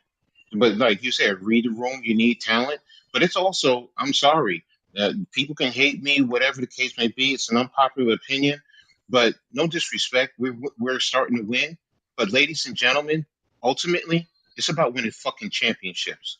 And um, how do you win fucking championships? Elite talent. Sorry, that's the truth. That's the facts. And we remember we And did play against the I'm just Colts. I mean, we did spank them, but the Colts are a miserable football team. They suck. it's not you do what you're supposed to do against No, those I types of get teams. that, but I I'm mean, we saying play against Philly and San Francisco. Are these guys going to be able to consistently get open at this rate? I It's going mean, to be a lot more difficult. they're not, and I'm not saying that that's who you got to roll with. I'm just saying add talent to that pool. You know what I'm saying? No, I You get it. got you got Daniel yes. Jones. Daniel Jones is going to work well with a rookie No, coming they out of didn't. college that's going to be able to gel with the team that the coaches can coach. Remember, Devontae Adams, this will be his third team. You know what I'm saying? So he's What about a already guy got like T. Higgins? he's already got tendencies. T. Higgins, I would take that chance on. You know what I'm saying? Mm. But Devon, he's already got tendencies Mm, and different things about himself that I just don't know, man. I don't know that that's what you need with a guy like Daniel Jones. If this is the quarterback you now, you want to go out and get another guy like Lamar Jackson, Anthony He's, Richardson in college, or he probably whoever. blew out his You know what I'm voice at the saying? game. Then that would be different. That would be like, all right, now we're getting a different type of quarterback that would probably work okay. better with a guy like Devontae Adams. You know what I'm saying? I don't think Mhm. Daniel Mm, Jones is that No, guy. I get it. You're right. Mm, I still would like it. I mean, mm, I would mm, have no problem bringing back all these mm, guys as complementary pieces, but we do need that alpha. Because if we can get that mhm. alpha on the outside to open up all these guys, I would it's going to take make a an Isaiah chance on Hodgins T. that much better. Higgins It's going to make a Richie James if that you much could better get when him. Wandale comes back, if Shepard Mhm. comes back, if Slayton comes back, whoever else we Yeah. add. It opens up everything for all these other guys to be able to make their plays out there if we got that number one to make his plays. So, what? I'm sorry. I'm sorry. I'm looking at Abbott and You Costello. laughing at me? I'm sorry. Oh, okay, No, no, okay. no. I'm looking at Abbott You and asking my Costello. It just unpopular opinion? Who's on first? no, no, no, no, no, Man, no, East no. Coast What's on wise, second? I don't Washington know. is crazy, man. I don't know. Y'all, yeah, No, do this bugging. no, no, no. Bro, You done I get went where you too come far, from. AYG. Yeah.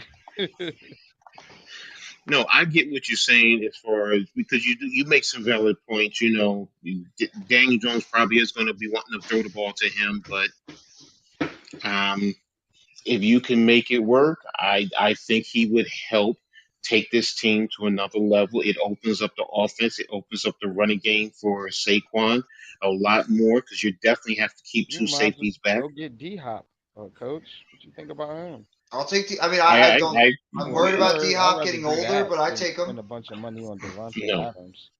no. I get what you're saying about the money and the Just the picks you're tendency gonna have to to. give up to give him and all that. Nah, that's too much.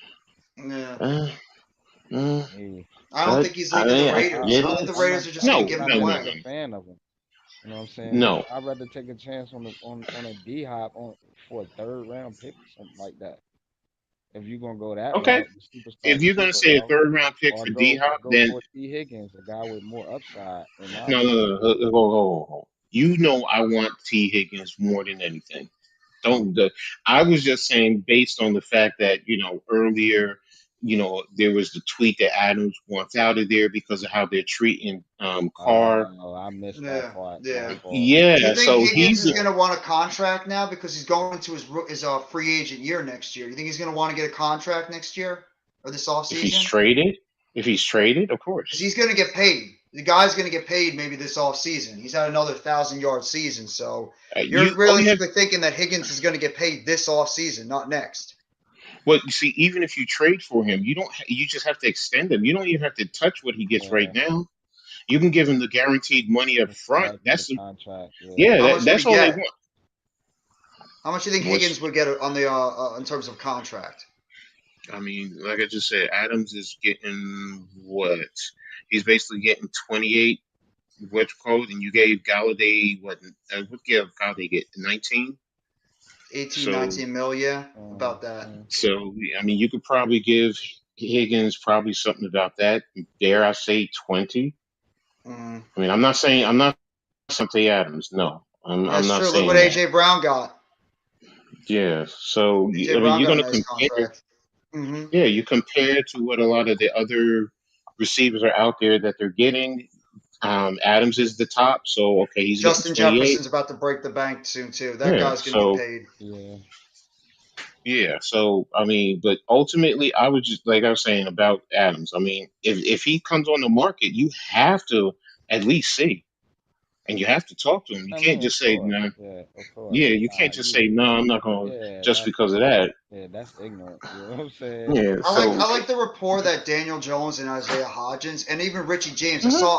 I saw a stat where they said that Richie James and like the least amount of targets has like the second highest catch percentage out of It everybody in works the better league. with Like those lower 50. profile guys. I Remember, like him. He's done a hell of we a was talking job about taking over for C.J. Robinson, Gore and Tony, and Alex Shepard. Bachman, and he's been playing with these kind of B-rated receivers all his career. So I mean, I just think that he needs better talent, obviously, but Yes. I don't know if he needs a guy with that type of magnitude, man. I think you need a guy coming out of college that they can mold into that type of guy And because that's fine. That's fine. uh, If you got one of those, I mean, I'm fine with that. Hell, get a T Higgins and one of those guys and bring back these other yeah. guys, then that's That's what fine. I would want. I I would don't want an have an established issue I with think that. they receiver. can target one of those guys, like a T Higgins, like you said, or D Hop, or I don't know Oh, Boyd. I don't know if you want to take a there was some fans, man. Like I said again, shout out to Alex, Big Blue in the Bronx, man, um and his crew, man. But they were His saying brother's that, probably miserable right now after the Jets' performance oh today. boy, His yeah, brother we're gonna Luca's have got to to be talk about miserable that right now. Tuesday. That's a whole nother story, man.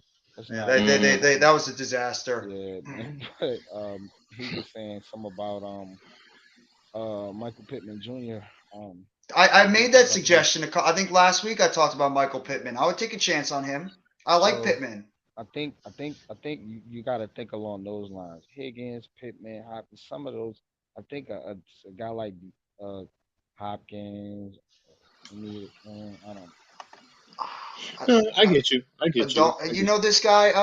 Adonai Mitchell. I don't think his name doesn't ring a bell. Never heard of that. Say what?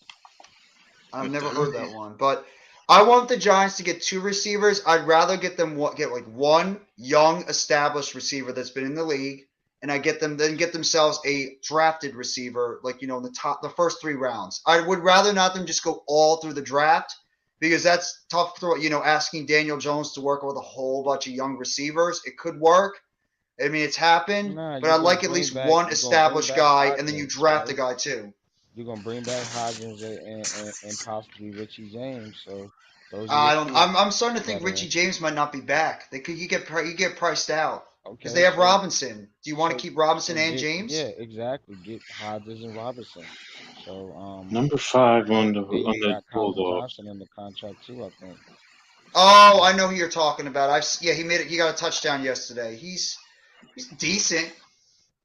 Yeah, yeah. but his seasonal stats is 8 receptions, 112 yards, 2 touchdowns. Is he a freshman or a sophomore? Um, Y'all think they bring back Landon Collins? sophomore. Yes, I do. And I'm gonna keep saying it. I think they're gonna bring back Julian Love. I do. I think this guy's an important piece to this team. I think Love's coming back. Mitchell is not coming, so let's ignore him. He's a sophomore, so Okay, so he's still he's got not. another year. Yeah, so he's not eligible to come out, so it doesn't matter. Um, or is he a redshirt sophomore? Hold a minute, let me see. So he's 20 years old, 6'4" from the Bulldogs.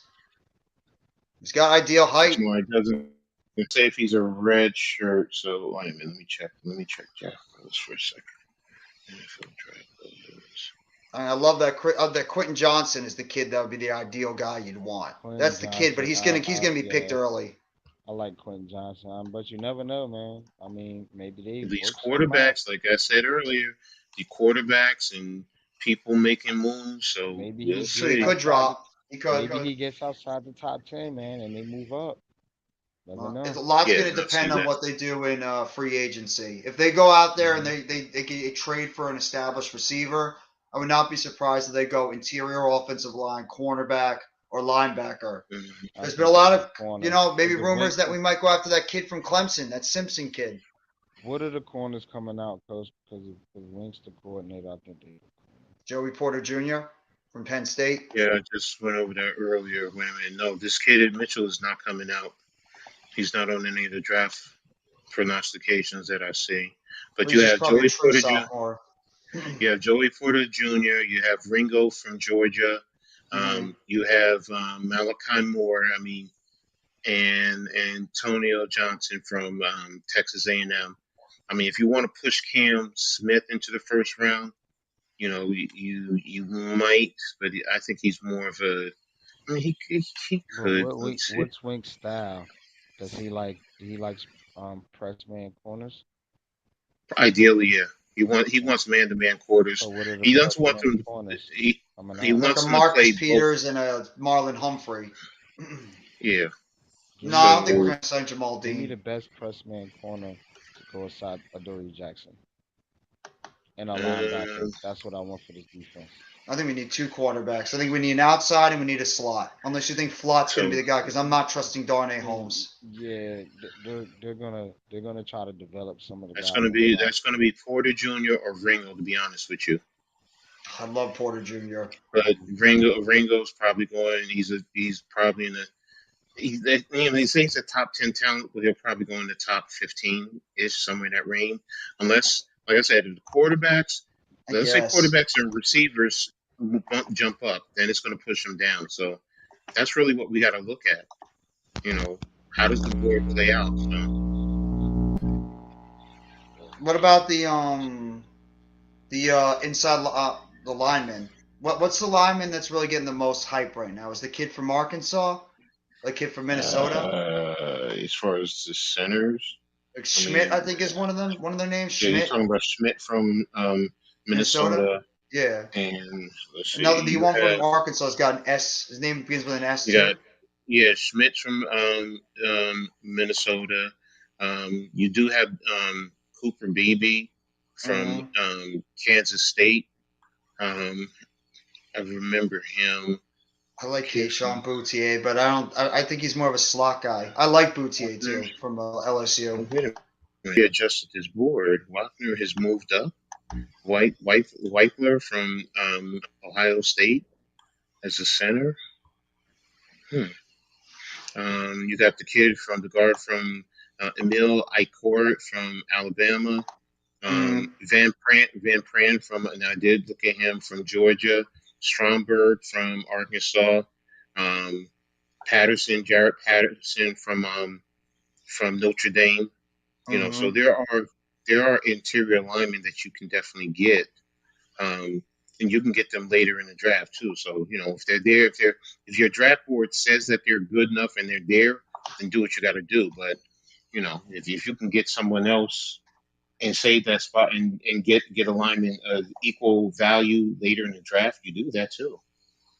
So, but the Giants have created a foundation, which means the Giants don't. Jalen Carter.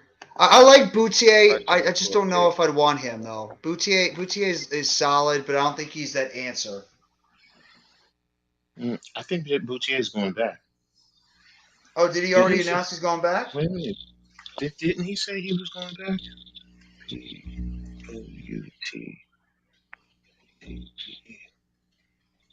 I've heard people talk about the kid from North Carolina, Downs. He's more of a slot guy too. He's a slot guy. Yeah, we don't need slot guys. We need outside players that can really dominate. Those true X type receivers.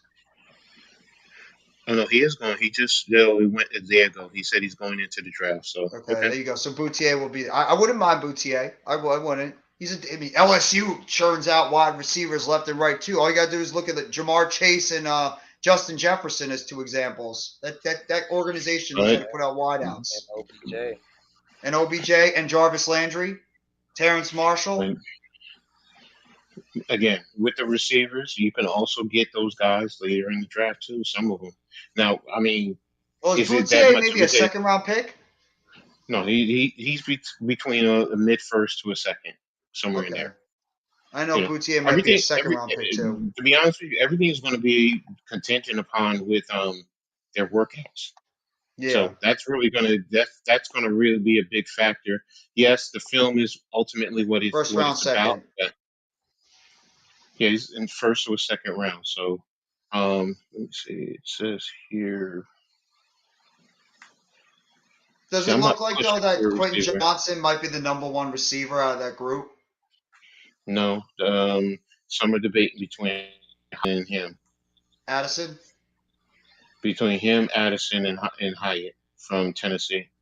I don't know why I'm getting John Ross vibes from Hyatt. I do too. That's the whole thing. That's how I feel about him. No, they're not high on him per se. He's projected. Let's see, Rice is second round pick, maybe. Wait a minute, I'm pulling him up right now. See, everything's contingent upon your draft board. So Rice. I'm not a big fan of Hyatt. Rice is projected. Draft Buzz is a number 7 receiver. That's true. He is right about that. There always is that one wide receiver or player that goes in the top 10 that we don't expect. He is right on that. It happens every year. Late second round. Okay. So just like a borderline second and third round guy. So right? I mean, and again, it depends on if somebody falls in love with him and wants to move up. So so I mean, I like the kid. I like A.T. Perry from Wake Forest. He reminds me of Mike Evans. What do you think So if they just built a receiving core of just solid receivers with no real true I think number we one got guy, solid receivers when and everybody's could healthy.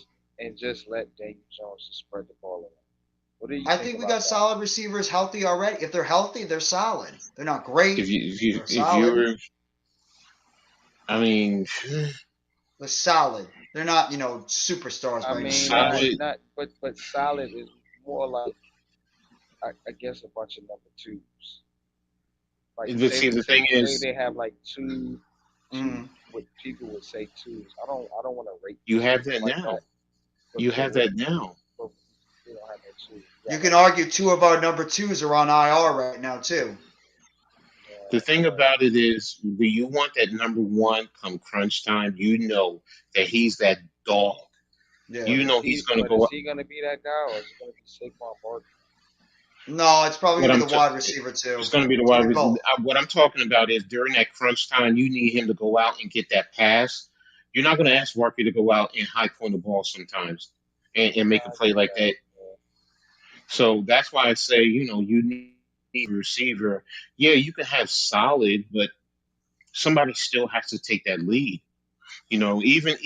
Even the number one I mean, do is they going to really? draw coverage, I huh? mean, yeah, as far as like I get as far as skill set, but as far as like can't the guy just spread the ball around? Or does he have to like that's what I mean. I don't want the Giants to be in a position where they have to try to or Dave Jones in a position I should say. Because I'm just looking at this dude, I'm trying to read like really Well, you can see still spread the ball around. You have a about dominant receiver how out he there, but he's going to is, make it and I easier don't for everybody else to get the ball, too. A yeah, dominant receiver opens up everything, and he can still Hmm. facilitate the ball to other guys, and it's going to elevate their play. I think we just need the right guy. You know what I'm saying? I Yeah, Oh, think yeah. of that's what course, we No, we need. everyone do. does. You We need the do. right guy, See, and I think they would be better to build that receiving core up and just find that guy, like you said, Coach, and just take the reins of that guy. It could be Isaiah Hodgins, who knows? It could be a guy they get in the draft. It could be somebody Mm-hmm. else on the roster or somebody else that could be free agents. I don't know, but Could be I would Wandale when he comes back from right injury. exactly. I would rather no, just allow them to that's build the receiving core. but that's fine. Whichever way you do it, you can build it through the draft, but you can also build it by adding a good veteran guy. I mean, now if you're talking about Oh, we know you do. Adams, okay, no problem. I get you with that. That's fine. I'm not gonna say we have to go That's actually get how that, I would do it, too. I agree with Almighty. I would but draft one and I'd trade for one. but when I say that dog, because so just getting it, but that number one receiver commands multiple eyes on him during the course of a play. Yeah. So if you have solid guys, sometimes it's easier to defend them. Yeah, you could say spread the ball around, but sometimes just like I was talking about a defensive lineman eating up two blocks, you want a number one receiver sometimes to eat up two defensive backs. It may Why is open up Miami for the so tight good? end. Why was Miami so good, and why But was that's Tua what I'm playing saying. well? He had two guys on the outside that are dominant number ones. Even Philadelphia, two dominant number ones. Even Dallas. I didn't think CeeDee Lamb was a number one. The dude is a number one. He proved it this year. Mike Evans over there in Tampa Bay. You could say Godwin too, number one. Justin Jefferson, number one. They command the attention. Those are the guys when Are they're they on the number football field, ones they're going to on make a their difference. are they number ones on their teams?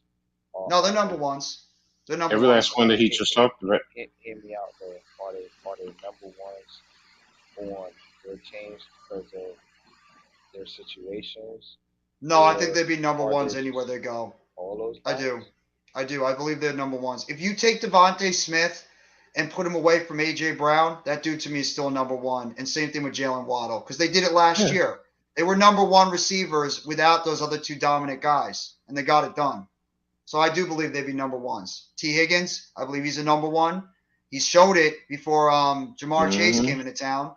Mike Evans or Chris Godwin, they're number ones. They just play on the same team. Justin Jefferson, that's a number one. Debo Samuel, he's a number one. I mean, there's guys. Mike Williams and Keenan Allen, I think are both. I think Mike Williams and Keenan Allen are getting two number ones. I think Keenan Allen's been a number one. And Keenan and Mike Williams is playing like a number one. Same thing with Devontae Adams. There's number ones out there that no matter where you put Cooper Kupp before he got hurt, that's the number one. DeAndre Hopkins, the number one. There's guys out there. DK Metcalf and Tyler Lockett, I think, are both number ones. So there are guys out there. Yeah, but are you trading for those guys? Well, I don't think they're going to be available. But if I could trade for a guy like Devontae Smith or Jalen Waddle, yes, I would. Because I think they are number ones. And same thing with the guy like T. Higgins. I think he's a number one as well. No, I don't think Brandon Ayuk is like a borderline. I still think he's a 2. He's played very well this year with Debo out, but I still think Ayuk is a 2. Like he's good. I will say Ayuk is good. I just Trash Huntley. Exactly. There you go. What's going on, Horsepower 099? Thank you for coming by the live stream, bro. I like that picture too of Shannon Sharp. I don't know. I just see them. I mean, what about Michael Pittman? Do you think Michael Pittman is a borderline 1?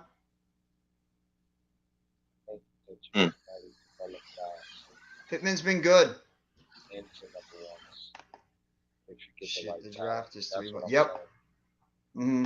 That's what I'm saying. Draft is in 4 months. April. It's January, February, March, April. Draft's in 4 months. No, I hear you, NYG. I mean, look what the Buffalo Bills did. They needed it. They wanted to get an established wide receiver for their young quarterback who was starting to develop. They went out there. They got themselves Stephon Diggs, who became disgruntled. And look what happened to that team. It transformed them with that number one. It made a guy like Gabriel Davis into a really good number 2, and he's going to get paid now in the offseason because you had Diggs that was able to take over that number 1, and it spread the football around to everybody else, and it got them even better. That's why, in a way, if you get that number 1, maybe you roll with an Isaiah Hodgins as a 2. Robinson comes back. You know, if you want to bring back Richie James, if you want to bring back Sterling Shepard, if you want to bring back Colin Johnson, if you want to bring back Darius Slayton, whoever it is, you draft a wide receiver. You get that number 1, you can still spread the football around all over the place. It's just that number 1 is going to command so much attention, it's going to open up everything for everybody else. That's why I think that dominant number 1 is something that Daniel Jones and this offense really does need. Because we like Hodgins, we like James, we like, Slayton and these guys. That number 1 transforms this offense. What you guys want is somebody that's already established as a number 1. That's what I would rather get an established guy. But maybe not like, an older guy. I'm saying that you can get a guy and develop that guy to a No, number 1. NYJ, please don't think that I'm not disagreeing with that. Yes, you can. I know what a number 1 does for your offense. Yeah. No, you can get it, but I'm saying there's nothing wrong with the trade for a certain one, though. As long as he fits into the system. Not at all. Not at all. But I'm saying, so, I think the better approach might ultimately be to just maybe get a guy or maybe even sign a guy, a low-key guy. You could. And then you go draft a guy and then you kind of put that together and see which may be a draft guy. Supposed to be that. Maybe Hodgins supposed to be that. Maybe somebody else supposed to be that guy that takes attention. You know what I'm saying? Look at what we had before. Guys like Victor Cruz. Well, I mean, turned out to be number 1 receivers, but weren't established guys necessarily. So you can't. We haven't had a number 1 receiver since OBJ. What I like about this team is the coaching staff. And the coaching staff, I think, can develop guys into those type of weapons, man. But do you have confidence ultimately that a Richie James, an Isaiah Hodgins, and Darius Slayton, these guys could be number 1s? I honestly, I'm being brutally honest, I don't. I think they're good 2s or 3s. I don't think they're 1s. I don't think those guys do, but I think if given an off season of free agency and the draft, I think Brian Davis and Joe Shane are creative enough that they can go out and find a guy out there, whether it's a draft or free agent. That's why I think they're going to explore the trade market. We have 11 picks. We can dangle one of those picks to get an established receiver that's maybe not older. That's a younger guy that's played in the NFL and has been good. And maybe, is up for a contract soon. But sometimes people want to give up first, second, third round draft picks. I mean, like, is that what you guys are willing to give up and ignore the linebacker spot and ignore the interior offensive line? So it's things you got to think about as well. But, No, of course. I'm just thinking about the quarterback and just how he fits. I just got a different feel for the team. I think the quarterback would know. benefit from an established one, though, too. I do. I don't know if that has to be a big name. No, it does not have to be a big name. No, I agree with you there. It could be a guy that's ascending on his way.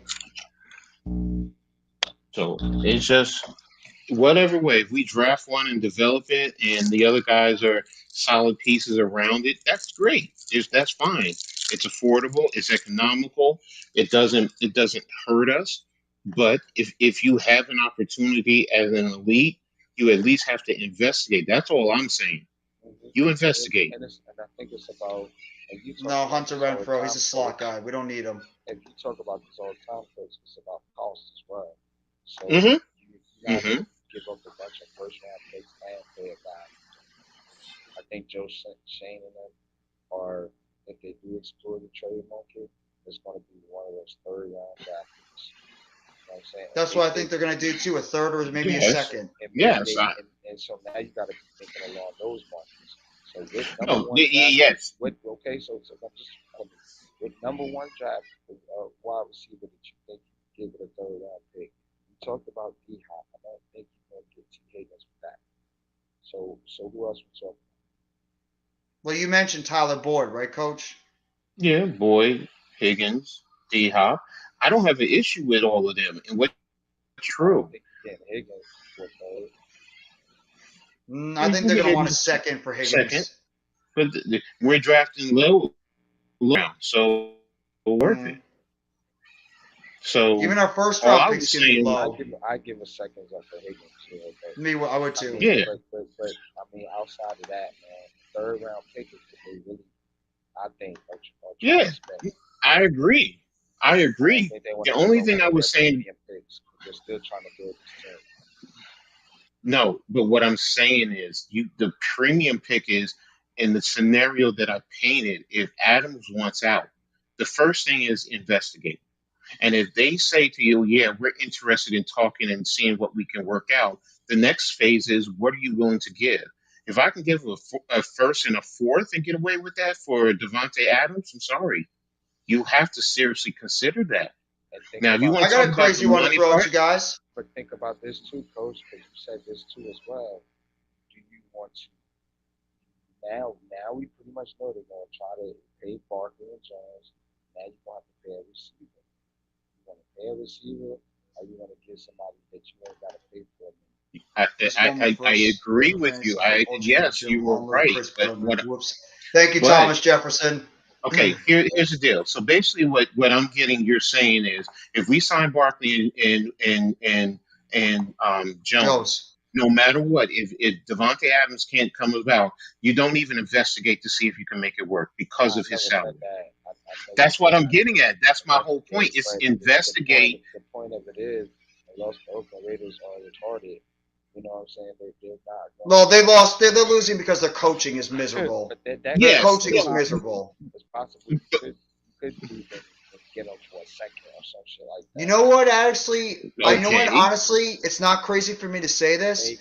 That I might sniff around. And that's a lot of money. NYG. You know what? I'd actually sniff around, and this might not even sound so crazy.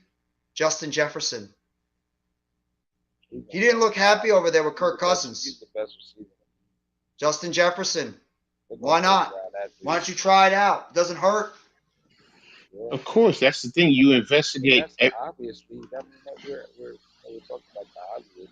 I'm just talking about, because anybody you want to investigate if you're a competent GM, or if you're not Dave Gettleman who says, I didn't explore trade the second or third pick, that.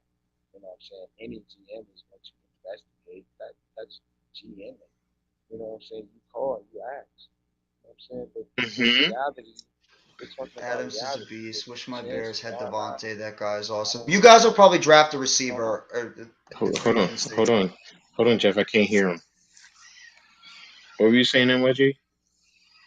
Oh no, I said. I mean, reality is, I mean, you don't know, but it's more or less that it's not a real You reality. could. The chances are not like No, yes, I understand that. And I was going based on a story I saw online that, or a tweet online that said he wanted out.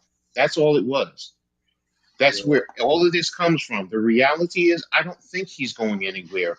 Or if He's he just not is, there. he's not coming to New York. He's Right. because we Raiders can't aren't trading afford him. him. They just We can't afford him. But if it was, you do have to check. And if they were saying, yeah, we're willing to trade him, what would you be willing to give up? That's where I was at. um That if it's that's not it. we'll be talking So about it the was same thing I would give up to T Higgins, a second, third, not even okay. first. There you go. And Okay, that's and fine. then you're gonna have to negotiate his contract because you gotta put the other guys on the contract. Yes, exactly, exactly. Those, all of that goes into that, but that's also negotiation. Am I willing to do that? I'm talking about me. You know, I'm not going to sit there and put that on the table right off the door. You know, look, I'm going to give you a third round draft pick. Of course, they're going to come up with a first round draft pick or whatever. That goes into negotiations. Ultimately, I want to give up a third or a second round if I can get a Devontae Adams. But I'm also going to be realistic. He ain't coming here. I know that. I was just going off of the story that I was like, that's interesting and playing around with it. That's really all it was. Yeah. What you're saying is 1,000% accurate. That's the more practical approach to go. I think we're going to draft a number one. Where? Probably in the second or third round.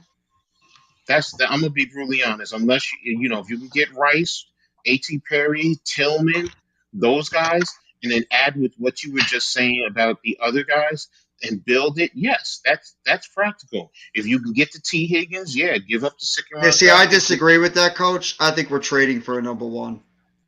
I just know Joe Shane's track record, and I think he's going to try to trade for a disgruntled wide receiver that's on the way up. Okay, Joe Shane okay. doesn't have a track record though. He's a first time general manager. But I mean, what he did over there in Buffalo He with didn't. part of Brandon That was Bean. Brandon. That was part of Brandon. Joe Bean, Shane was though. part of that regime, though. Right, He but had that's he had a not. part in that. But that's not his track record though. He wasn't the ultimate guy making those decisions. He wasn't the decision maker, but he Right, was and the one that did the negotiation. He's the one that probably negotiated it. That's what he's getting at. I don't want to discredit him, but I don't want to make it seem like this is his tendency on his track record either. No, but Oh he's been no, known as an aggressive G. He's but he's known as an aggressive person. He trades, but I mean we don't know if that's his plan. You know what I'm saying? But what I will say is though, I mean, if he does trade for a guy, I do not see him giving up the first or second round pick. Just don't. Okay. I could see it. I honestly could see them trading a second round pick for wide receiver that's getting towards that level. Not a first. No way, no how.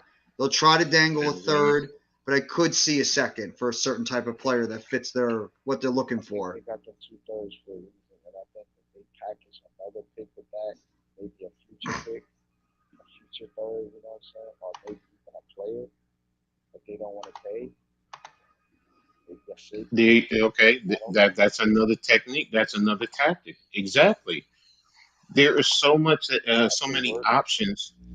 There are so many options that are available. Yes, you explore all your options to acquire talent, and that's really all I'm saying. But I think You're from right. what you're It's saying, some of these bigger name receivers, it's going to take more than a third round pick to get. That's what I'm saying. They're going to have to get creative. Because okay. I don't think they want to give up those premium picks because they're still trying to build this team. Remember, you got holes on your defense, your lines. Well, you could always get some of those picks back by trading down in the draft. Yeah, but you don't want to keep trading down because then you're missing out on talent. Well, I mean that is true. You're right on that, but First and foremost, it depends on how they set up their draft board. So you can say you don't want to trade down, but if you trade down and you're going down, say 5 spots, and you're picking up a plethora of draft picks in a later I round, mean, yeah, and a couple spots, yeah, but you don't want to keep doing that. Like no, every round or every no, not every yes, round. no, No, not every no. round, no. But the thing you is, gotta be strategic with it. You know what I'm saying? That's what I'm yes, saying. Yes, no, I got you. And you're right about that. What I'm getting at is there are opportunities to trade down. You're not missing out on talent based on how, because when you look at the Yeah, draft board, you when you are though, set it up, because if I mean, yeah, I understand what you're saying with your draft board, but that player that you targeting, trading down, you might not get him. You're taking a risk. what I'm getting at in terms of the draft board is how do you grade? So if you have a player in a particular slot on the draft board, you're saying his grade is this, and 10 spots down, there's another guy, and you're saying that he's only basically 3 grade points down. Are you Right? really missing talent? But you might not even get him. You don't know. That's what I'm saying. It's a crapshoot. So if you got a guy Yes. on your board, you take him. But if you feel like that, I guess, like you said, that's a spot that you're willing to, I mean, if you miss possibly out, settle for a little bit lesser talent, then yeah, trade then down. that's I where you got agree. to trust in your coaching staff to be able to develop these kids. Like Yeah, you were just that's saying fine. before, you got to trust Absolutely. your. If you miss out on a guy because you traded down, you look at the board, you go to the next guy that's below him, and you pick that guy. You trade down a few spots, and you trust your coaching staff that they can develop these kids and be able to get the most out of them. That's where you're going to need your coaching staff to be able to develop these kids, no matter where you go. And I And don't mind trading down like what is the once or twice in the compensation? draft. What That is the too. compensation you're getting to trade down? That's why all of this is tricky. All of it. It really is. And like you said, it's a crapshoot. Yes.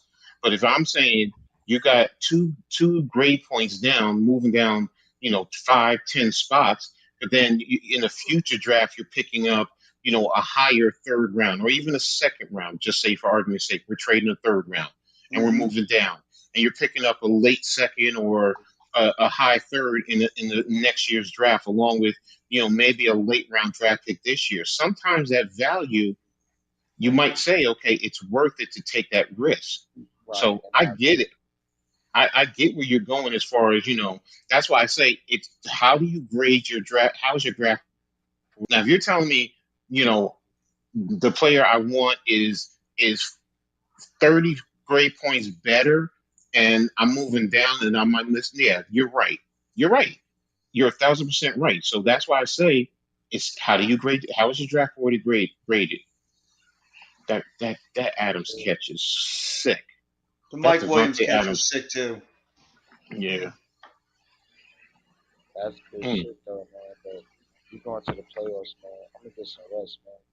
I had a You long, sound exhausted, boy, bro. yeah, Yeah. man. I'm relaxing right now, man. You know what I'm saying? I had a little sleepy shit, man. My That's voice is. I feel your pain, bro. I feel your pain, but and I that's did a awesome. You y'all. got I to did go a to lot there. of yelling today, man. You know what I'm saying, man. And again, man, shout out to the big dude, man. Shout out to Pat Blue, man. Of course, man. Shout out to Big Blue in the Bronx, Alex, man. You know what I'm saying? Um, and shout out to you guys, man. My bros, man. You know what I'm saying? My two bros. You know what I'm saying? We Mm. Shout out deserve to you all the too, Always, bro. praise, bro. Always Always. much. and we deserve this, man. We deserve this, Mm. man. And don't be afraid to talk Hmm. shit. Don't be afraid to talk your Oh shit. well, trust me. We were talking Don't be shit afraid to earlier. I was Yeah, shit talk. talking the exactly. entire day. I've been talking Talk shit some the shit. entire day, I'm gonna talk some shit. and I'm not a Talk shit talker. I was talking shit. some shit, man. Because we deserve it, man. It's been I a haven't long felt this time coming. happy as a Giants fan in a long time. And you know what, NYG, you know what else too? How about our Nets? That's another thing we Yeah, could smile about. They're looking for definitely, 12 in a row tomorrow night. But definitely. that Wow. even makes it better. Yeah. Jeff, I might should do it again because the Penn State game o'clock tomorrow. I thought it was 8. What So time is the game? 5 o'clock tomorrow. The Mm. Penn State Utah game. Mm. Okay. So, You're gonna live stream but that game? I'm seriously thinking about it. You What I should. do with my granddaughter, getting her situated. I mean, I'll see. I'll see. So, but Georgia, yeah, TCU. Who you got, coach? I want TCU, but the way Georgia came back yesterday, mm, What you think about that Bennett guy? I've been hearing some I mixed mean, if he reviews was, on him because if like I said, I don't watch him. I personally aren't impressed. Just that's, but I haven't done any film, so I really can't make a hard judgment now. What you think about he's a born leader, number one, yes. Is his Mhm. physical talent elite? No. But if the kid was 6'3", 6'4", do I think he would probably be going in the top 3? Yes. Yeah, I do. He's a born leader. He's a championship. He has that moxie, that mentality. So I see him going there. Yeah, but right now, based on the way he is, he's probably a late round draft pick. The biggest reason why, because of his size. He's Yeah. 5'10", 5'11", barely 200 pounds. Isn't he older too? Yeah, Like I think he's like 24, 20, 20, 23. 24? Yeah, Yeah. somewhere. Yeah, 23, 24. So, Yeah, but he's a winner. Though. That's just the bottom line. He wins. He does. yeah. I want But TCU to win though. But yeah, ultimately, and I think TCU can win based on the way they played against Michigan, because Michigan is a physical team, Yeah. and they out physical Michigan yesterday, and neither team played any great defense. So yeah, you it know, wasn't so hard. but then Georgia has that elite defense, but Ohio State showed you can attack them. The whole game changed when they lost Harrison Jr. Yeah. That's really it. Yeah. And if Johnston can be that type of receiver and do the same thing, then I could see, because realistically TCU does have a similar type of offense, And that kid Duggan, that and quarterback, he's and pretty that good. he's more mobile than Stroud though. That's the one Exactly. thing that. So how does Georgia defend that because of his? So but ultimately, do I think Georgia's going to win? Yeah, I honestly do. I Yeah, I think do Georgia's too. going to win. It It's kind of feels like just, But TCU winning would yeah. be a great story. it's just the SEC, man. They just, I don't know, they just dominate college football. Well, think about how the Big Ten looked. The Big Ten took a big shot right to the That gut. was that And was that's what be amazing. killing me sometimes, man. Is because I like parody, man. I want to see it switch it up, man. I'm so Sometimes. tired of Georgia winning. That's why I Go love Unfortunately, seeing to TCU win. Alabama and LSU, that Yeah. that's Clemson, that's not Georgia, college Alabama, sports. LSU. Unfortunately, It's insane. college Yeah. sports is not about parity, bro. I'm going to be honest with you. No, that's It's why and it doesn't No. matter what level. I It don't doesn't like matter it. if it's basketball or football. It's not about parity. It's not. I like to watch the players individually, but I don't root for the teams because there's no parity. Yeah. It's like your team's not gonna win. Like North Exactly. Carolina, they're never gonna win anything. No. You know what I'm saying? We know that. So it's But like, if why am I TCU even can go watching? out there and beat Georgia, I mean that could change a lot of things It's because only like nobody would give TCU a you root shot. for a handful of teams. That's the only chance you got to ever see a winner. And I don't like that. At least in college basketball, you had Cinderella stories. You don't hardly ever have that in college football. Once in a blue moon. Yeah, once in a blue moon. Yeah, you're right. You're right about that. That is once in a blue moon. But the consistency and unfortunately, like I said, in college sports, the reason why you're not going to have parity because you're betting on young kids, and young kids want to go with the shiny new toys. That's just the reality. True. Well, So if you want a little bit of something excitement, hope TCU wins. hmm That'll be something Yeah, different. it TCU will be. beating Georgia. And I'm pulling for TCU. I am too. Just I want TCU for to that win. particular point. I'm I rooting think the hard for money line. TCU to win. I think the money line is going to be pushing TCU. I know. Yeah, it's going to be pushing towards them. We're pushing people to bet on TCU. But I think most of us are thinking the same thing. It's going to go to Georgia. Job Morant is a nasty mother. Mm. But I'm gonna get off here, No, that's all right. I'm gonna close the stream and head to bed. Yeah, I've been live streaming literally all day. yeah. You need to rest, and I got my grand. So yeah, I've been literally live streaming for 12 hours straight. man. Salute to But you, bro. For real, salute to you, bro. You were at the game. always, You got bro. to experience that environment. Exactly. So salute to you, man. Yeah, That's I went that's to the that's good. first game of the season at Giant Stadium, and I went to the last game of the season at Giant Stadium. Yeah. So, If I get to Yeah, talk to Alex, I'm gonna see how Luca's doing because he's probably a friggin' wreck right now. mm. real All right, facts, bro. man. But All right. We'll chat later, same old man. same. I'll text you. I'll text you tomorrow.